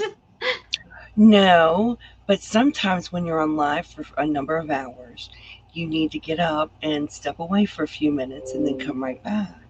Yeah. Yeah. I That's just why think, I ate lunch off camera. well, I had to remind you to take a break. That was all. Yeah. Nothing was wrong. I just wanted to remind you you needed a break. Thank you. I appreciate it. You know, it's not a bad thing to need a break. Believe me, I need a break sometimes when I'm only on for 2 hours. Yeah. Sometimes that can drain you. It does. It going live is very tiring, Mm-hmm. and there's nothing wrong with it being tiring. It happens. Yeah. You know, it happens. I'm But hoping what I I'm want to planning make to sure. do works. I think it will. I hope so. Tool is fickle. It is. And I need to restring my machine. My flag wants to. There's so much dog hair everywhere. I'm at that point where like everything's kind of irritating me. So I need to like drink my coffee and just like. That's what you do. You drink your coffee and say, "Woosa, woosa." Yeah, exactly. It is, Zach. It is very tiring. People don't realize how exhausting it is doing a live. And yeah, it is, hon. I agree completely, Zach. I know how tiring it is. I've been there before. When I was going live every day for anywhere from 4 to 12 hours at a time, Oh my I gosh. was, I was exhausted. I did that for a couple months. I was completely exhausted. So I know that with you going live for 8 hours or more, you're going to need a break. Yeah. So we have to remind you. Thank you. I You have to appreciate stay it. hydrated and you have to step away for a few minutes. Mm-hmm. It's always good. And you have a wonderful, wonderful wife. I know. Isn't she great? She is fantastic. She's gorgeous. And I just love how supportive she is. She is awesome. I will Oh, always say absolutely, that. Zach. Zach says I had to take me a day yesterday because I was exhausted. And you do. You have to take a break. You have to take time for yourself. And Ezra will be exhausted tomorrow. Yes. But I've been going live every day for the past couple weeks to try to capitalize on Pride Month. which is But wonderful. once July hits, I'm going to calm down. That's good. I just like to make sure that everybody's, doing okay. Oh, Zach, you did 7 days straight. Oh, my word. Yeah. Now, I might put videos out every day, but I don't film every day. I take my time and I film a bunch of videos at one time. Oh, it was 14 days, Zach. Oh, my word.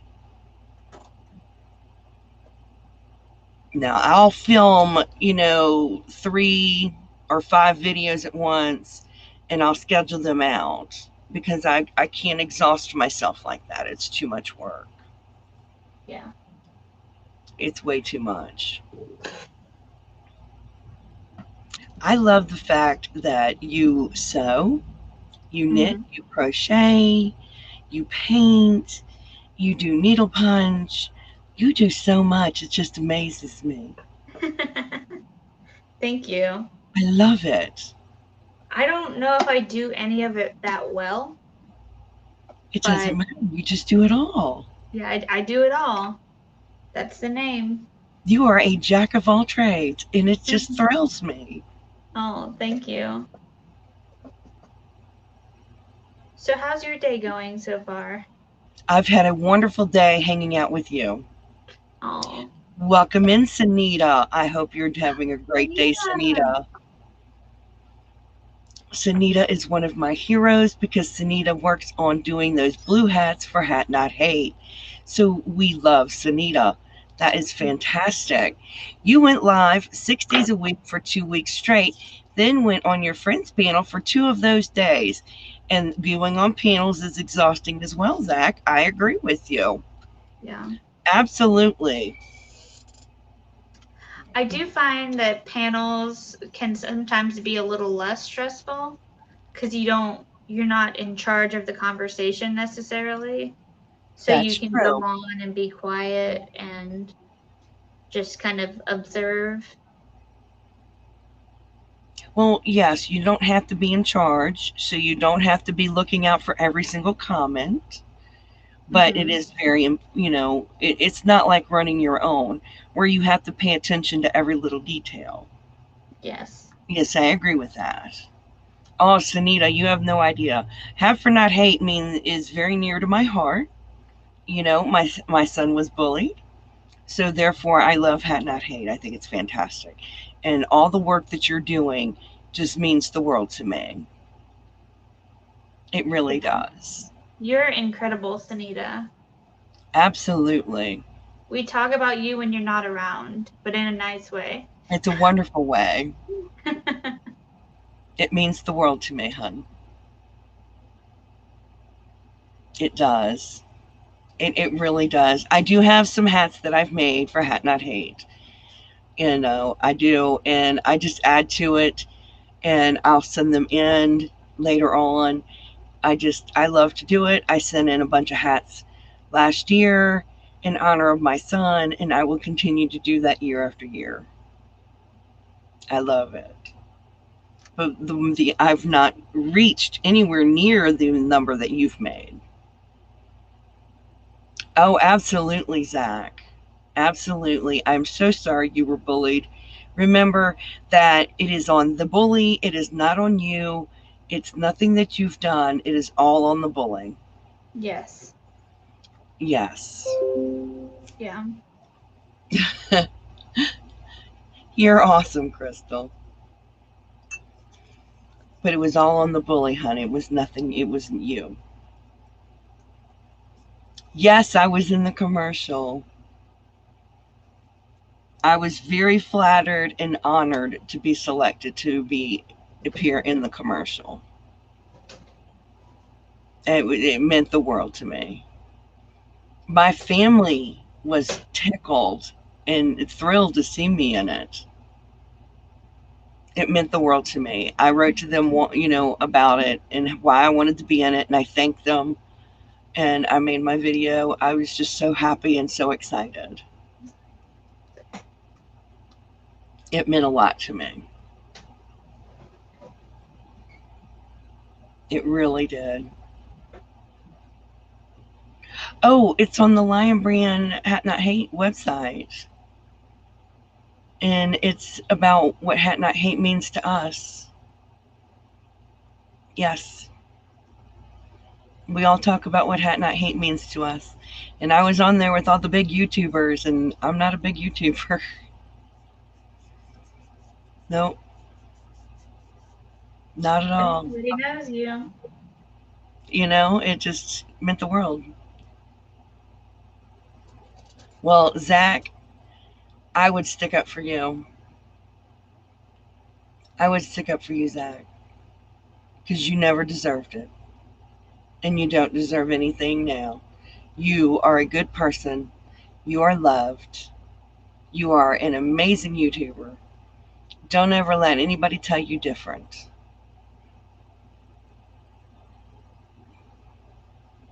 Don't ever let anybody tell you anything different, because you are a decent person. You're well loved. You're fantastic.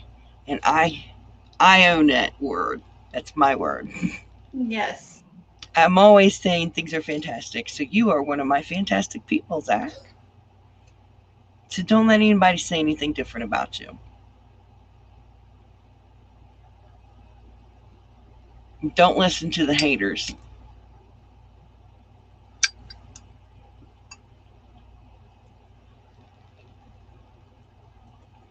Definitely don't. Well, thank you, Crystal, for going to look for that video. Yes, you do. You need a protective blonde minion. Absolutely. Divergent Crafter is excellent at being that way. She's awesome. And don't forget to share out this video. And don't forget to share out the GoFundMe link for the Trevor Project. All the money's collected between now and the end of June. The Trevor Project is going to triple those monies. Triple. You heard that right. Triple. So we need to get that up. We need to get up to $333.34 so that it will be $1,000. And every penny helps, every dollar helps. $10 would be fantastic. $5 is great. Even if it's only $1, it'll help to reach that goal. The Trevor Project is awesome. It helps out the youth when they have questions, when they just need to talk, when they're feeling like they want to take their own life. You definitely want to help out the Trevor Project. Oh, I do want to dance a jig, Crystal. Every time I hear that they're tripling it, I just want to dance a jig. I think it's fantastic. I think it's awesome. I don't think the hate is motivating. I think that we should motivate people with kind words. I think that's what we should do. We should motivate with kindness, Yes. not with hate. But that's just how I see things. That's just Froggy's opinion. That's just one Froggy's opinion. Yep. So if you need a kind word, Zach, you let me know, and I will give it. But don't listen to the hate. You don't deserve hate. You deserve kindness. Just ask Crystal, because Crystal will tell you the same thing. You deserve kindness. And I love what Ezra's been doing by hosting this marathon to get things going, to hopefully help out with the Trevor Project. Yeah. I mean, at the very least, we're donating $237, which is going to be tripled. So hopefully we can keep that going up. Also, there's a giveaway aspect to it, where every person who donates $5 gets 2 entries into the giveaway. Well, Zach, it wasn't hard to come up with those words. You're just a great person. Mm-hmm. Oh, thank you, Sunita. And of course, absolutely. Absolutely, Sunita. It's not hard to come up with those words, Zach. I love when Zach just sits back, lays back while he's on the live, and just carries on the conversation and jokes around. I just love that. Yes, and kindness is key. Absolutely. Kindness is key. We just need to show people respect and to be kind. We should never have to belittle people to make ourselves feel better. Mm-hmm. You should never have to down someone to make fun of them, to say bad things about them. You should never have to do that. You should Yeah. always speak nothing but kind words about another person because there's no sense in it. If you meet up with someone and they start saying bad things about another person, then you should just walk away from them and say, "Hey, you know what? You can't speak kindness. I don't want to hear what you have to say." Oh, that's too kind of you, Zach. That's too kind. But remember, if you're listening to a person who is saying ugly things about someone, just walk away from them. Say, "I don't need to hear the ugliness coming out of your mouth. I'm sorry, I only deal in kindness." And just leave. Yes, that's my belief. I spread kindness and joy and love. That's what I believe. That's You why you don't definitely hear me do. saying bad things on my channel. Yep. I just believe in happiness. I choose joy. You don't hear me going around saying mean stuff. Oh my goodness, I'm so sorry it's thundering up there, Zach. Oh my goodness. Stay safe. Absolutely, stay safe. Mhm. Oh my goodness. Yes, I don't like to listen to the gossip stuff. I don't believe in it. If you want to gossip, you want to say just, hey, they're a great person. They're wonderful. Look what they did. I prefer that. I don't want to hear the negativity. Yeah. I love hearing great things about people. It just gets me excited, gets me going, um, makes me want to make more friends and be more outgoing and um, give more people a chance, because I'm always nervous that people aren't going to like me or something like that. And so um, if I give people a chance, then I am usually rewarded, um, 9 times out of 10 with a new friend, Yeah, and that's amazing. absolutely, Sunita. Yeah, I can understand, Crystal. I can. Oh, that's wonderful, Zach. That's Oh, wonderful. that's so sweet. That is wonderful. Yes, kindness does go a long way, Zach. Yes, just be respectful to everyone. That's all you need to do. Be respectful. They'll be respectful right back to you. That's all you need to do. Just be kind and respectful. I do that in my everyday life. I can attest to that. Yep. I just like to do that Mm. because I expect that in return. I don't always get it, but that's what I expect in return is kindness and respect. But that's just how I am. I was taught that by my dad. He's a great man.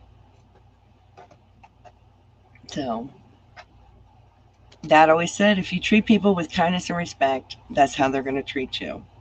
He said, but occasionally you'll meet a few people that won't do the same. And he said, and those people, you just push them to the side and just keep on trucking. Yep. So that's what I've had to do. Now, I'm still kind to them, you know. I know that mom probably needed a break. It's very sad when you see a parent bullying a child, especially when there's only so much you can do. It is very sad.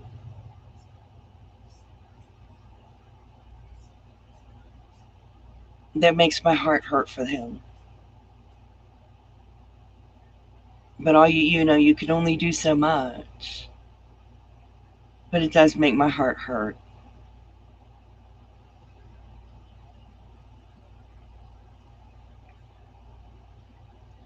It's very sad.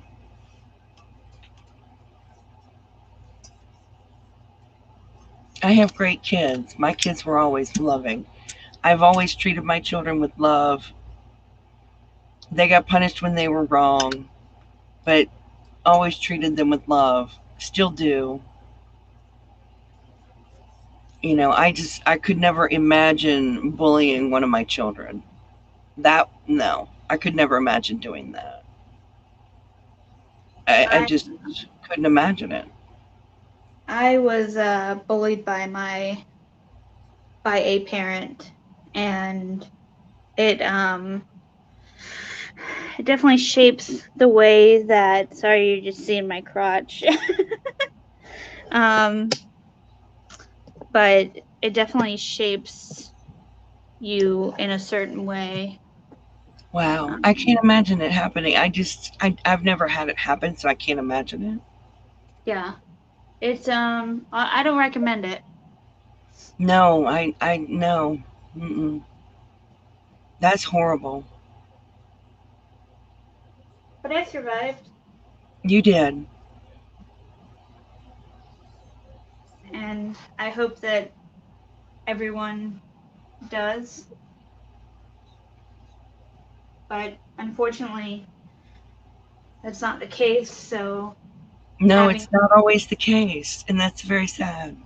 yes, so having um, places like the Trevor Foundation, like the Trevor Project, are imperative.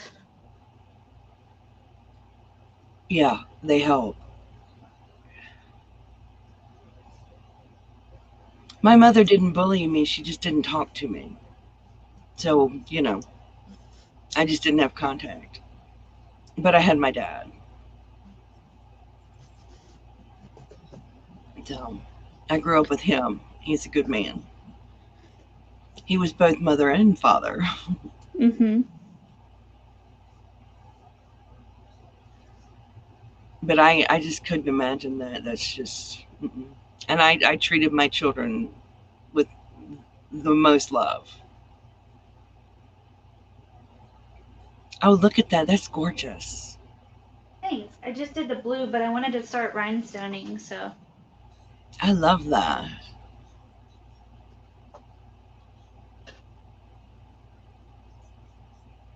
I'd wear it, and I'm not even trans.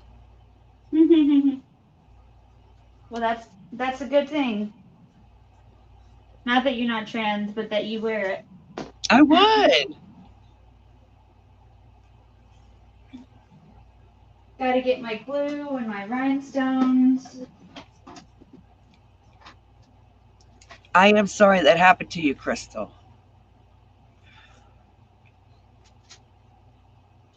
And your poor daughter being frightened. That's just. I feel for your daughter. Luke. Oh my goodness, Zach. The thunder keeps shaking your house. Oh my goodness, it's scary. That's very scary.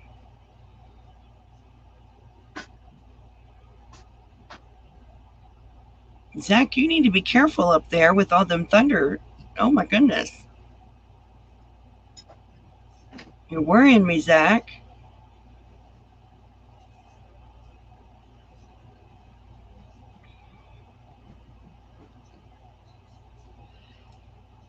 Is it going to storm too, Zach, or is it just going to be thunder and lightning?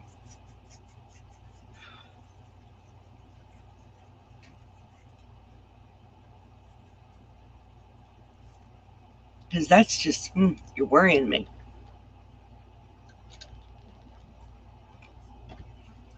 I'm going to worry about Zach until I know he's going to be okay. So, Zach, what crafts are you working on? Oh my goodness, it's a bad storm, Zach. What crafts have you been working on lately, Zach?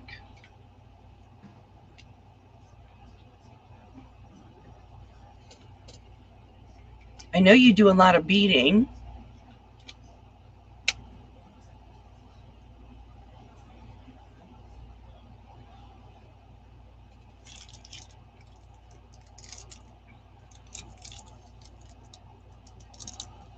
Oh, you're diamond painting. What is your diamond painting of? I saw that you had purchased one. So, what is the picture of? I can't diamond paint because I can't see to do it, but it fascinates me when people do diamond paintings. I just can't see to do it.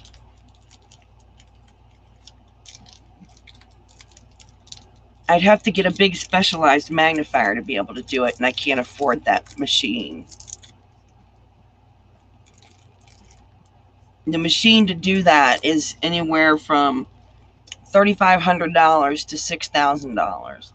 That's why I can't afford it. Oh, it's a cardinal and some flowers. I bet that's gorgeous. I can't wait to see it. That's the one you ordered, or is that the one on your channel? You want to see what I got so far?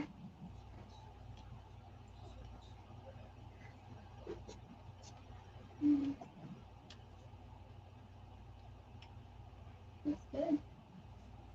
Jennifer was saying how awesome you are. Froggy's your biggest fan, other than me. That's so good. Thank you. Is that Mel? Is Mel going to come in and say hello? She's gonna hide outside the door and say hello. Okay. Oh, Ezra's the only YouTube star in the house. Well, hello, Mel. I'm one of your biggest fans. Oh, I want to yours too. Well, I can't wait to go see that diamond painting, Zach. I've been trying to catch up on a bunch of videos, and I have got to catch up on yours. I'm sneaky. Yes, very sneaky. Alright, love you.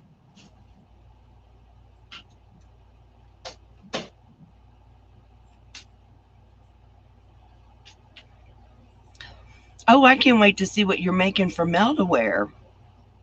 Oh, I was gonna make that rainbow beret, but we know that how that's going. Mm-hmm.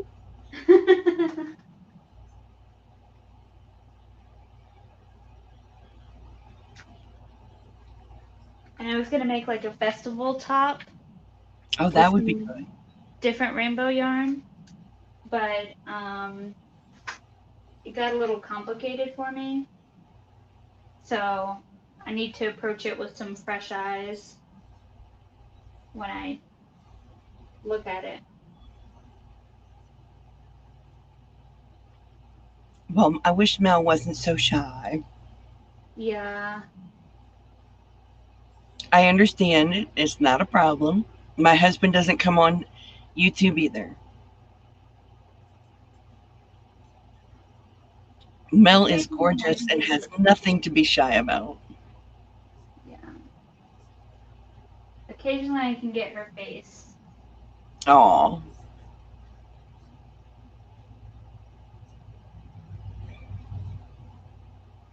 Well, I hope they end soon. Because I'm going to be worried about you, Zach. It's already got my leg shaking. I got to stop shaking my leg. Oh, I know, I got the leg shakes. I've been sitting over here worrying about Zach. Oh, my leg's been shaking all day. I only do that when I'm worried. I'm trying not to shake my leg now. We'll see how well I do. Probably not good because I'm worried about Zach.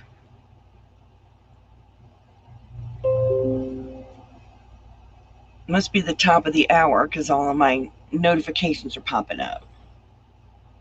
It is 5 p.m. So yes, it Yeah, is. all the notifications are popping up. Oh, oh no, Zach. I'm going to be worried about you. Are you going to go live this evening, Zach? Or are you just going to take another break? Because you definitely need your rest with all the lives you were doing.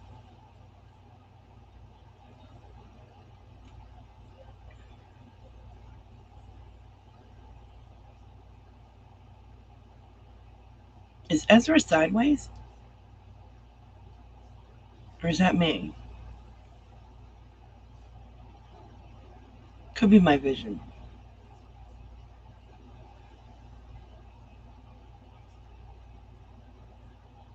Oh, okay. Well, I will be on the lookout for that, Zach.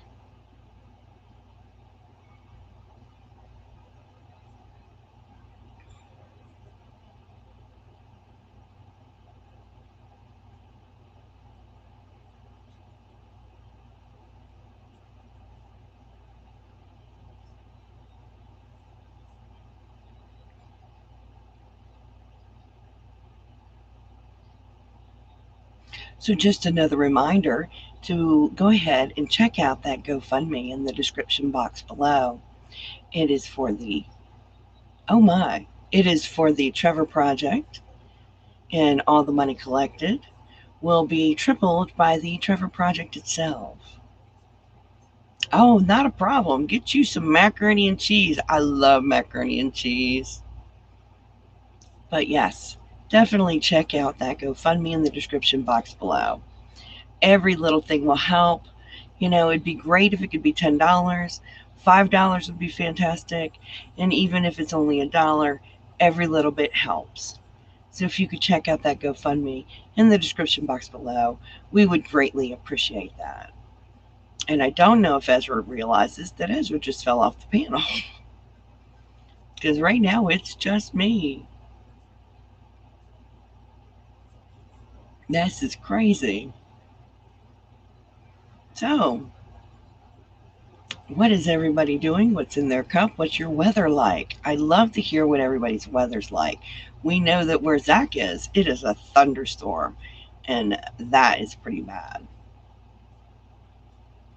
For me, it's just partly cloudy.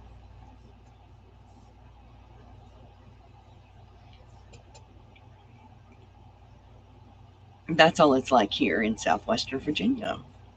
Although I could probably tell you the temperature. Let's see what my temperature is. My temperature, it is 85 degrees and partly cloudy. Yes, it does appear to be the Froggy Show now. It is 85 degrees and partly cloudy in southwestern Virginia. I am close to the border of Tennessee and North Carolina and West Virginia all in one. So, what is everybody else's temperatures and weather like? I'm just kind of curious. Oh, Ezra messaged me. Let's check that out. Oh, Ezra's phone died. Oh. Oh, we had to wait for Ezra. Oh, thunderstorms are moving in where Crystal is. Oh my goodness. And Sanita is working on a brim. It's hot and humid, and it was storming earlier. Oh my goodness. I hope it doesn't storm here. I don't want storms. I don't like it. Mm-mm. They make my head hurt, actually. Let us entertain you with something. Here we go. Let's find it. I like to call this, I do this on my channel, on all my lives. Here we go.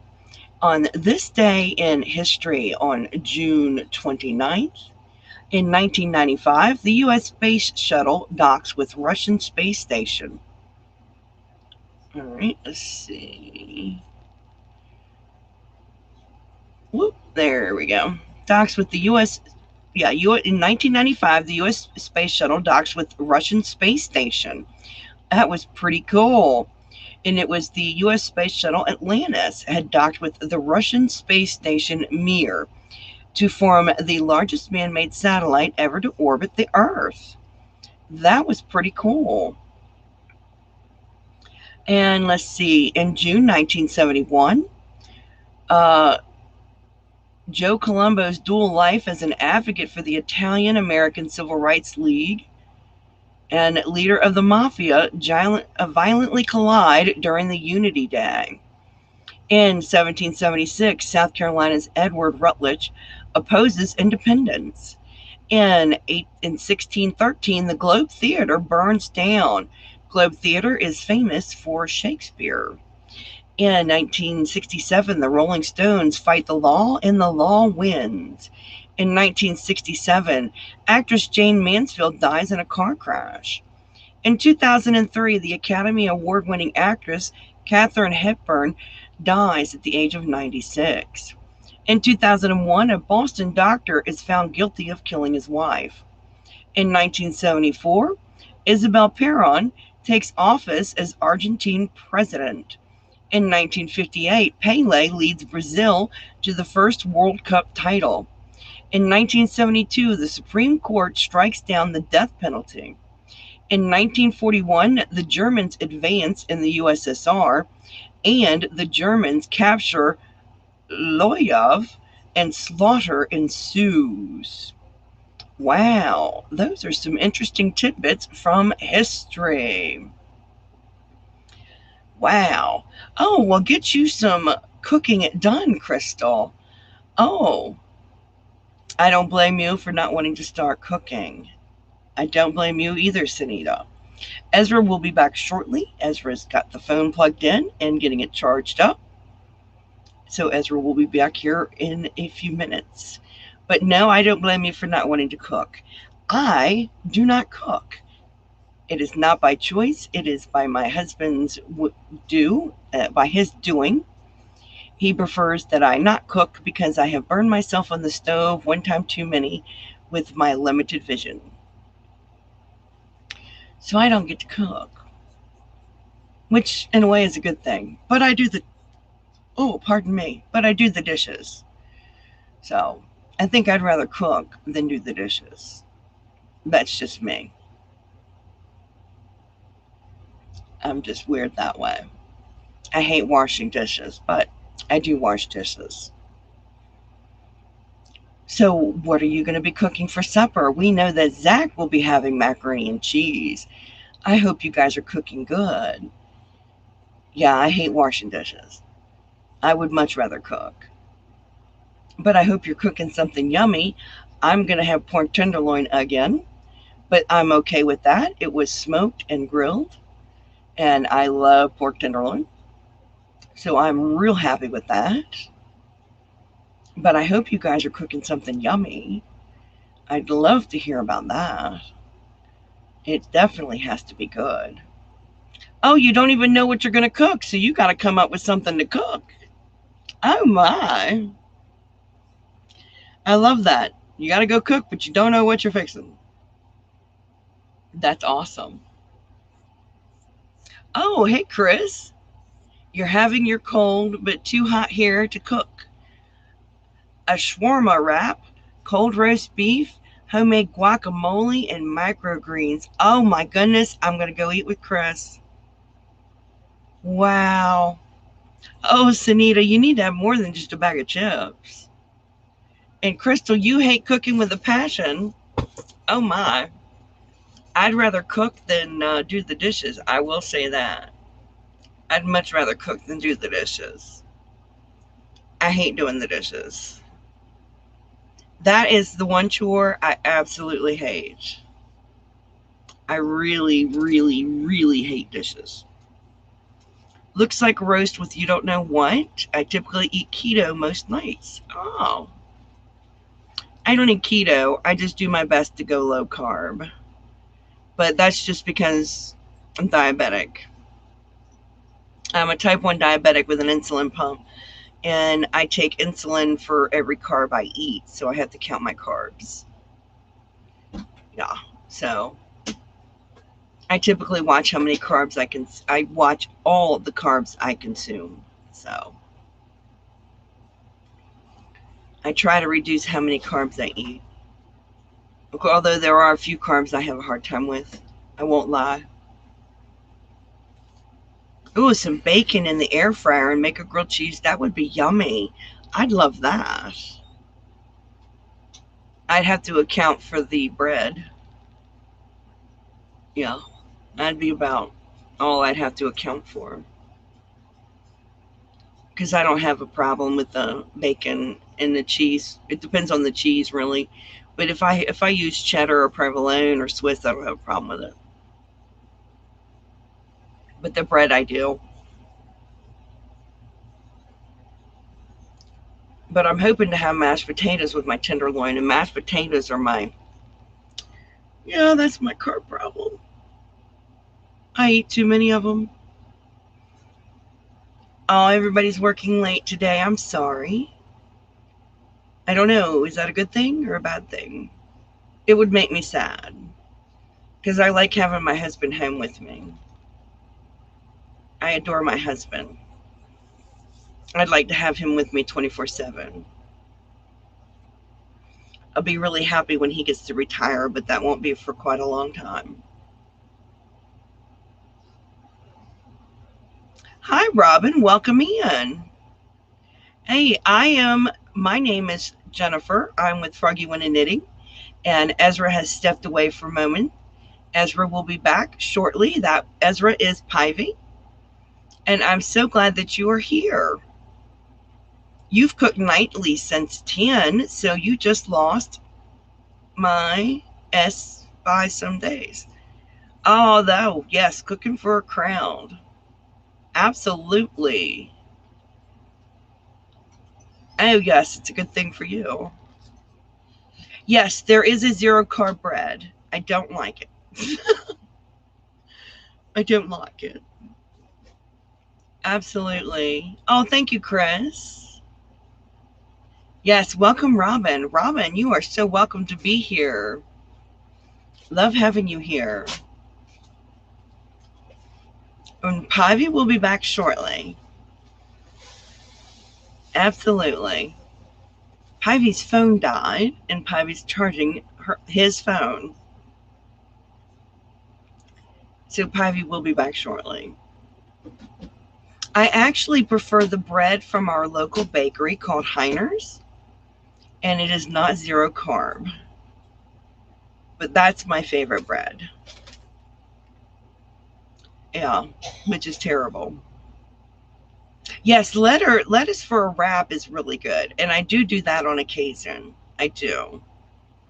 I like that for tacos.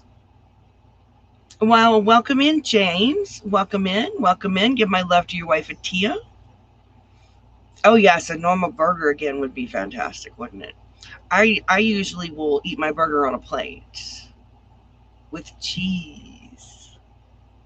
I do. With cheese and mustard.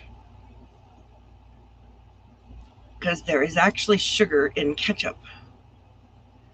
But I'll do it with mustard because, well, I like that. With tomato. My channel name is Froggy Went A Knitting. It is. If you look down, and you will see the Perkins Life 4, put my name in there. Froggy Went A Knitting. Yes, grape leaves are excellent too. They are. They are. Yes. One of you could put my channel name in there again. I'd appreciate that. And put it at Robin. I would really appreciate that.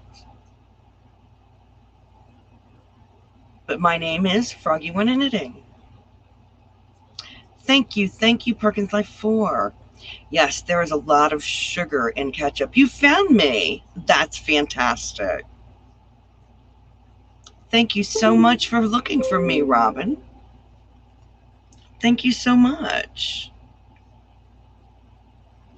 Yes. I will be live again on Friday morning. I am helping out Pivy today because that's what I do. I help out everyone. Why not? It's a good thing to help out. Yes, it's surprising how much sugar there is in ketchup. And, I have to trade off on my carbs on what I'm going to have as a carb. So, I pick and choose on what carbs I'm going to have. And well, I gave up the ketchup one because, I don't really need it that much. Hi, Carrie. Ezra's phone died. So Ezra is charging his phone and he will be back shortly. Yes. Yes, he will be back shortly, hopefully momentarily. So you kind of stuck with me, Carrie. I'm sorry. Sorry. But yes, Ezra will be back shortly. The phone died completely, and all of a sudden, Ezra fell off, and I thought, oh no, now it's me. Kind of funny, though, isn't it? But I don't mind filling in and helping out. It's not a problem. But make sure, I'm going to put out that reminder again. Please check the description box below for the GoFundMe link to help out the Trevor Project.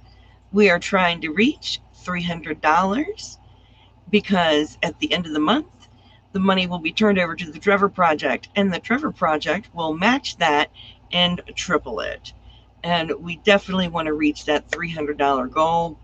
We would love to exceed that goal, but definitely if you can help out, $10 would be fantastic, $5 would be great, and $1 would be wonderful.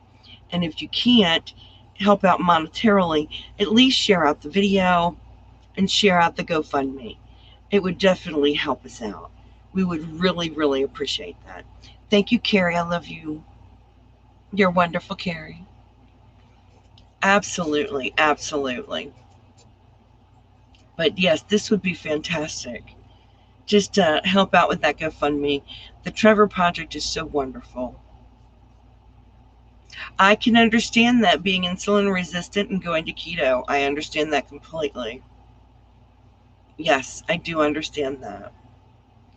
I have type 1 diabetes. My pancreas doesn't do anything. It's like a zombie organ. So I get all of my insulin from a pump, which I wear right here. It's my insulin pump. Right there. And it's lit up, so you're not going to be able to read anything on it. My blood sugar is 137. I don't want to pull it out. Let's try this again without unplugging myself. See if it'll even show. Yep. Tells me what my blood sugar is and all that good jazz. So I really love this. This thing's awesome. It tells me what my blood sugar is. If I go too high, it alarms. If I go too low, it alarms. It's just fantastic. And it shows the results on my phone, and it shows the results on my husband's phone as well. So even when my husband is at work, he knows what my blood sugar is. So it's pretty awesome. When I was in Maryland staying with my family and my husband was here, he knew what my blood sugar was. Yeah. So love my pump. Absolutely love it. And it'll actually increase the insulin a little bit if I'm going too high, and decrease it or shut it off if I'm way too low. So Love my pump. Don't know how I ever survived without an insulin pump. It's just, it's a lifesaver. Literally a lifesaver. I've gone really low in the middle of the night and didn't even know it, and the pump cut off the insulin and kept me from going to entirely too low. And so I love my insulin pump. Really don't know how I went without it. I don't know how people go without an insulin pump that have diabetes. I think it's just the bee's knees. It's awesome. So, anyway, enough about that. Yeah, I live with diabetes 24/7. It never goes away. Oh, that is fantastic, Crystal. That is fantastic. I would like to lose 100 pounds, Crystal. I would like to lose 100 pounds. Here's my frog and cow. Frog and cow. Michelle sent me these, my co hosts. Aren't they cute? I love them. Yes, that is a fantastic job, Crystal. I would like to lose 100 pounds. Now, I do lose weight constantly. I'm losing about a pound a month. It's not fast enough for me. But my endocrinologist says that it's the best way to lose it. So I have to do what he says. I had gained a lot of weight from medication, and because my primary care physician was treating my diabetes incorrectly, so I was taking way too much insulin and I was having to eat to feed the insulin. And I finally got my primary care to send me to an endocrinologist. And when I went to the endocrinologist, the first thing he did was say, "You need an insulin pump and you're on way too much insulin." And there's a problem. So he immediately reduced my insulin and ordered me an insulin pump and had me on the insulin pump within 2 weeks. And it was amazing. I didn't feel sick anymore. I felt so much better. Oh my gosh, I can't begin to tell you how much better I felt. And I stopped seeing that primary care and went to a new one. Because that primary care physician was treating me like I was a type 2 diabetic because of my size, instead of doing the blood work to find out I was a type 1 diabetic. So she could have killed me. So I go see this primary care, and I go to see this endo, and he does the blood work, and he says, "You're a type 1 diabetic." It was a simple blood test to determine that I was type 1. The primary care never did it. So she was mistreating me. She kept increasing my insulin, and that was wrong. So, yeah. So now I'm happy. I feel better physically. I can do more physically just by having insulin adjusted. Made a difference. Yeah, no sagging skin or system stress makes a big difference. It does. It really does. And the way I knew I was losing the weight wasn't just by the doctor's scale. I went down an underwear size. And that sounds funny, but I did. Because I was walking around and my underwear kept falling down as I'm walking. I was like, what's going on here? Yes, it is like turning on the lights. It is. Everything is suddenly clearer. Yes. I don't know if anyone is aware of what an A1C is. An A1C is a blood test that shows what your blood sugars are doing over a period of time. like usually like 3 month period of time. 5.0 means you are not a diabetic.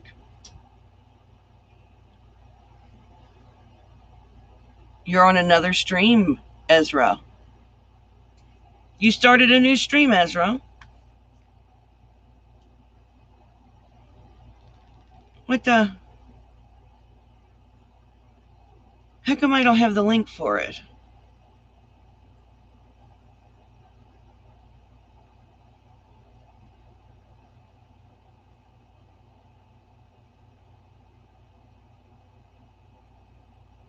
Okay. Well, good. Ezra, are you on another stream?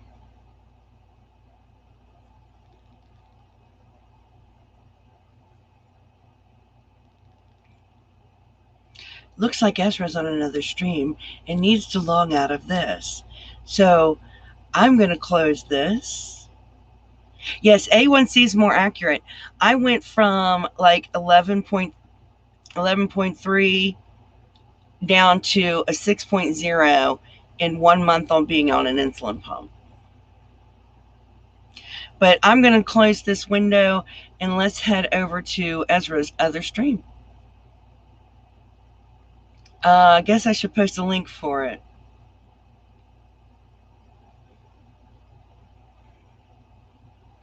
Let me see if I can. Oh, no, I can't. All right. I will see all of you there.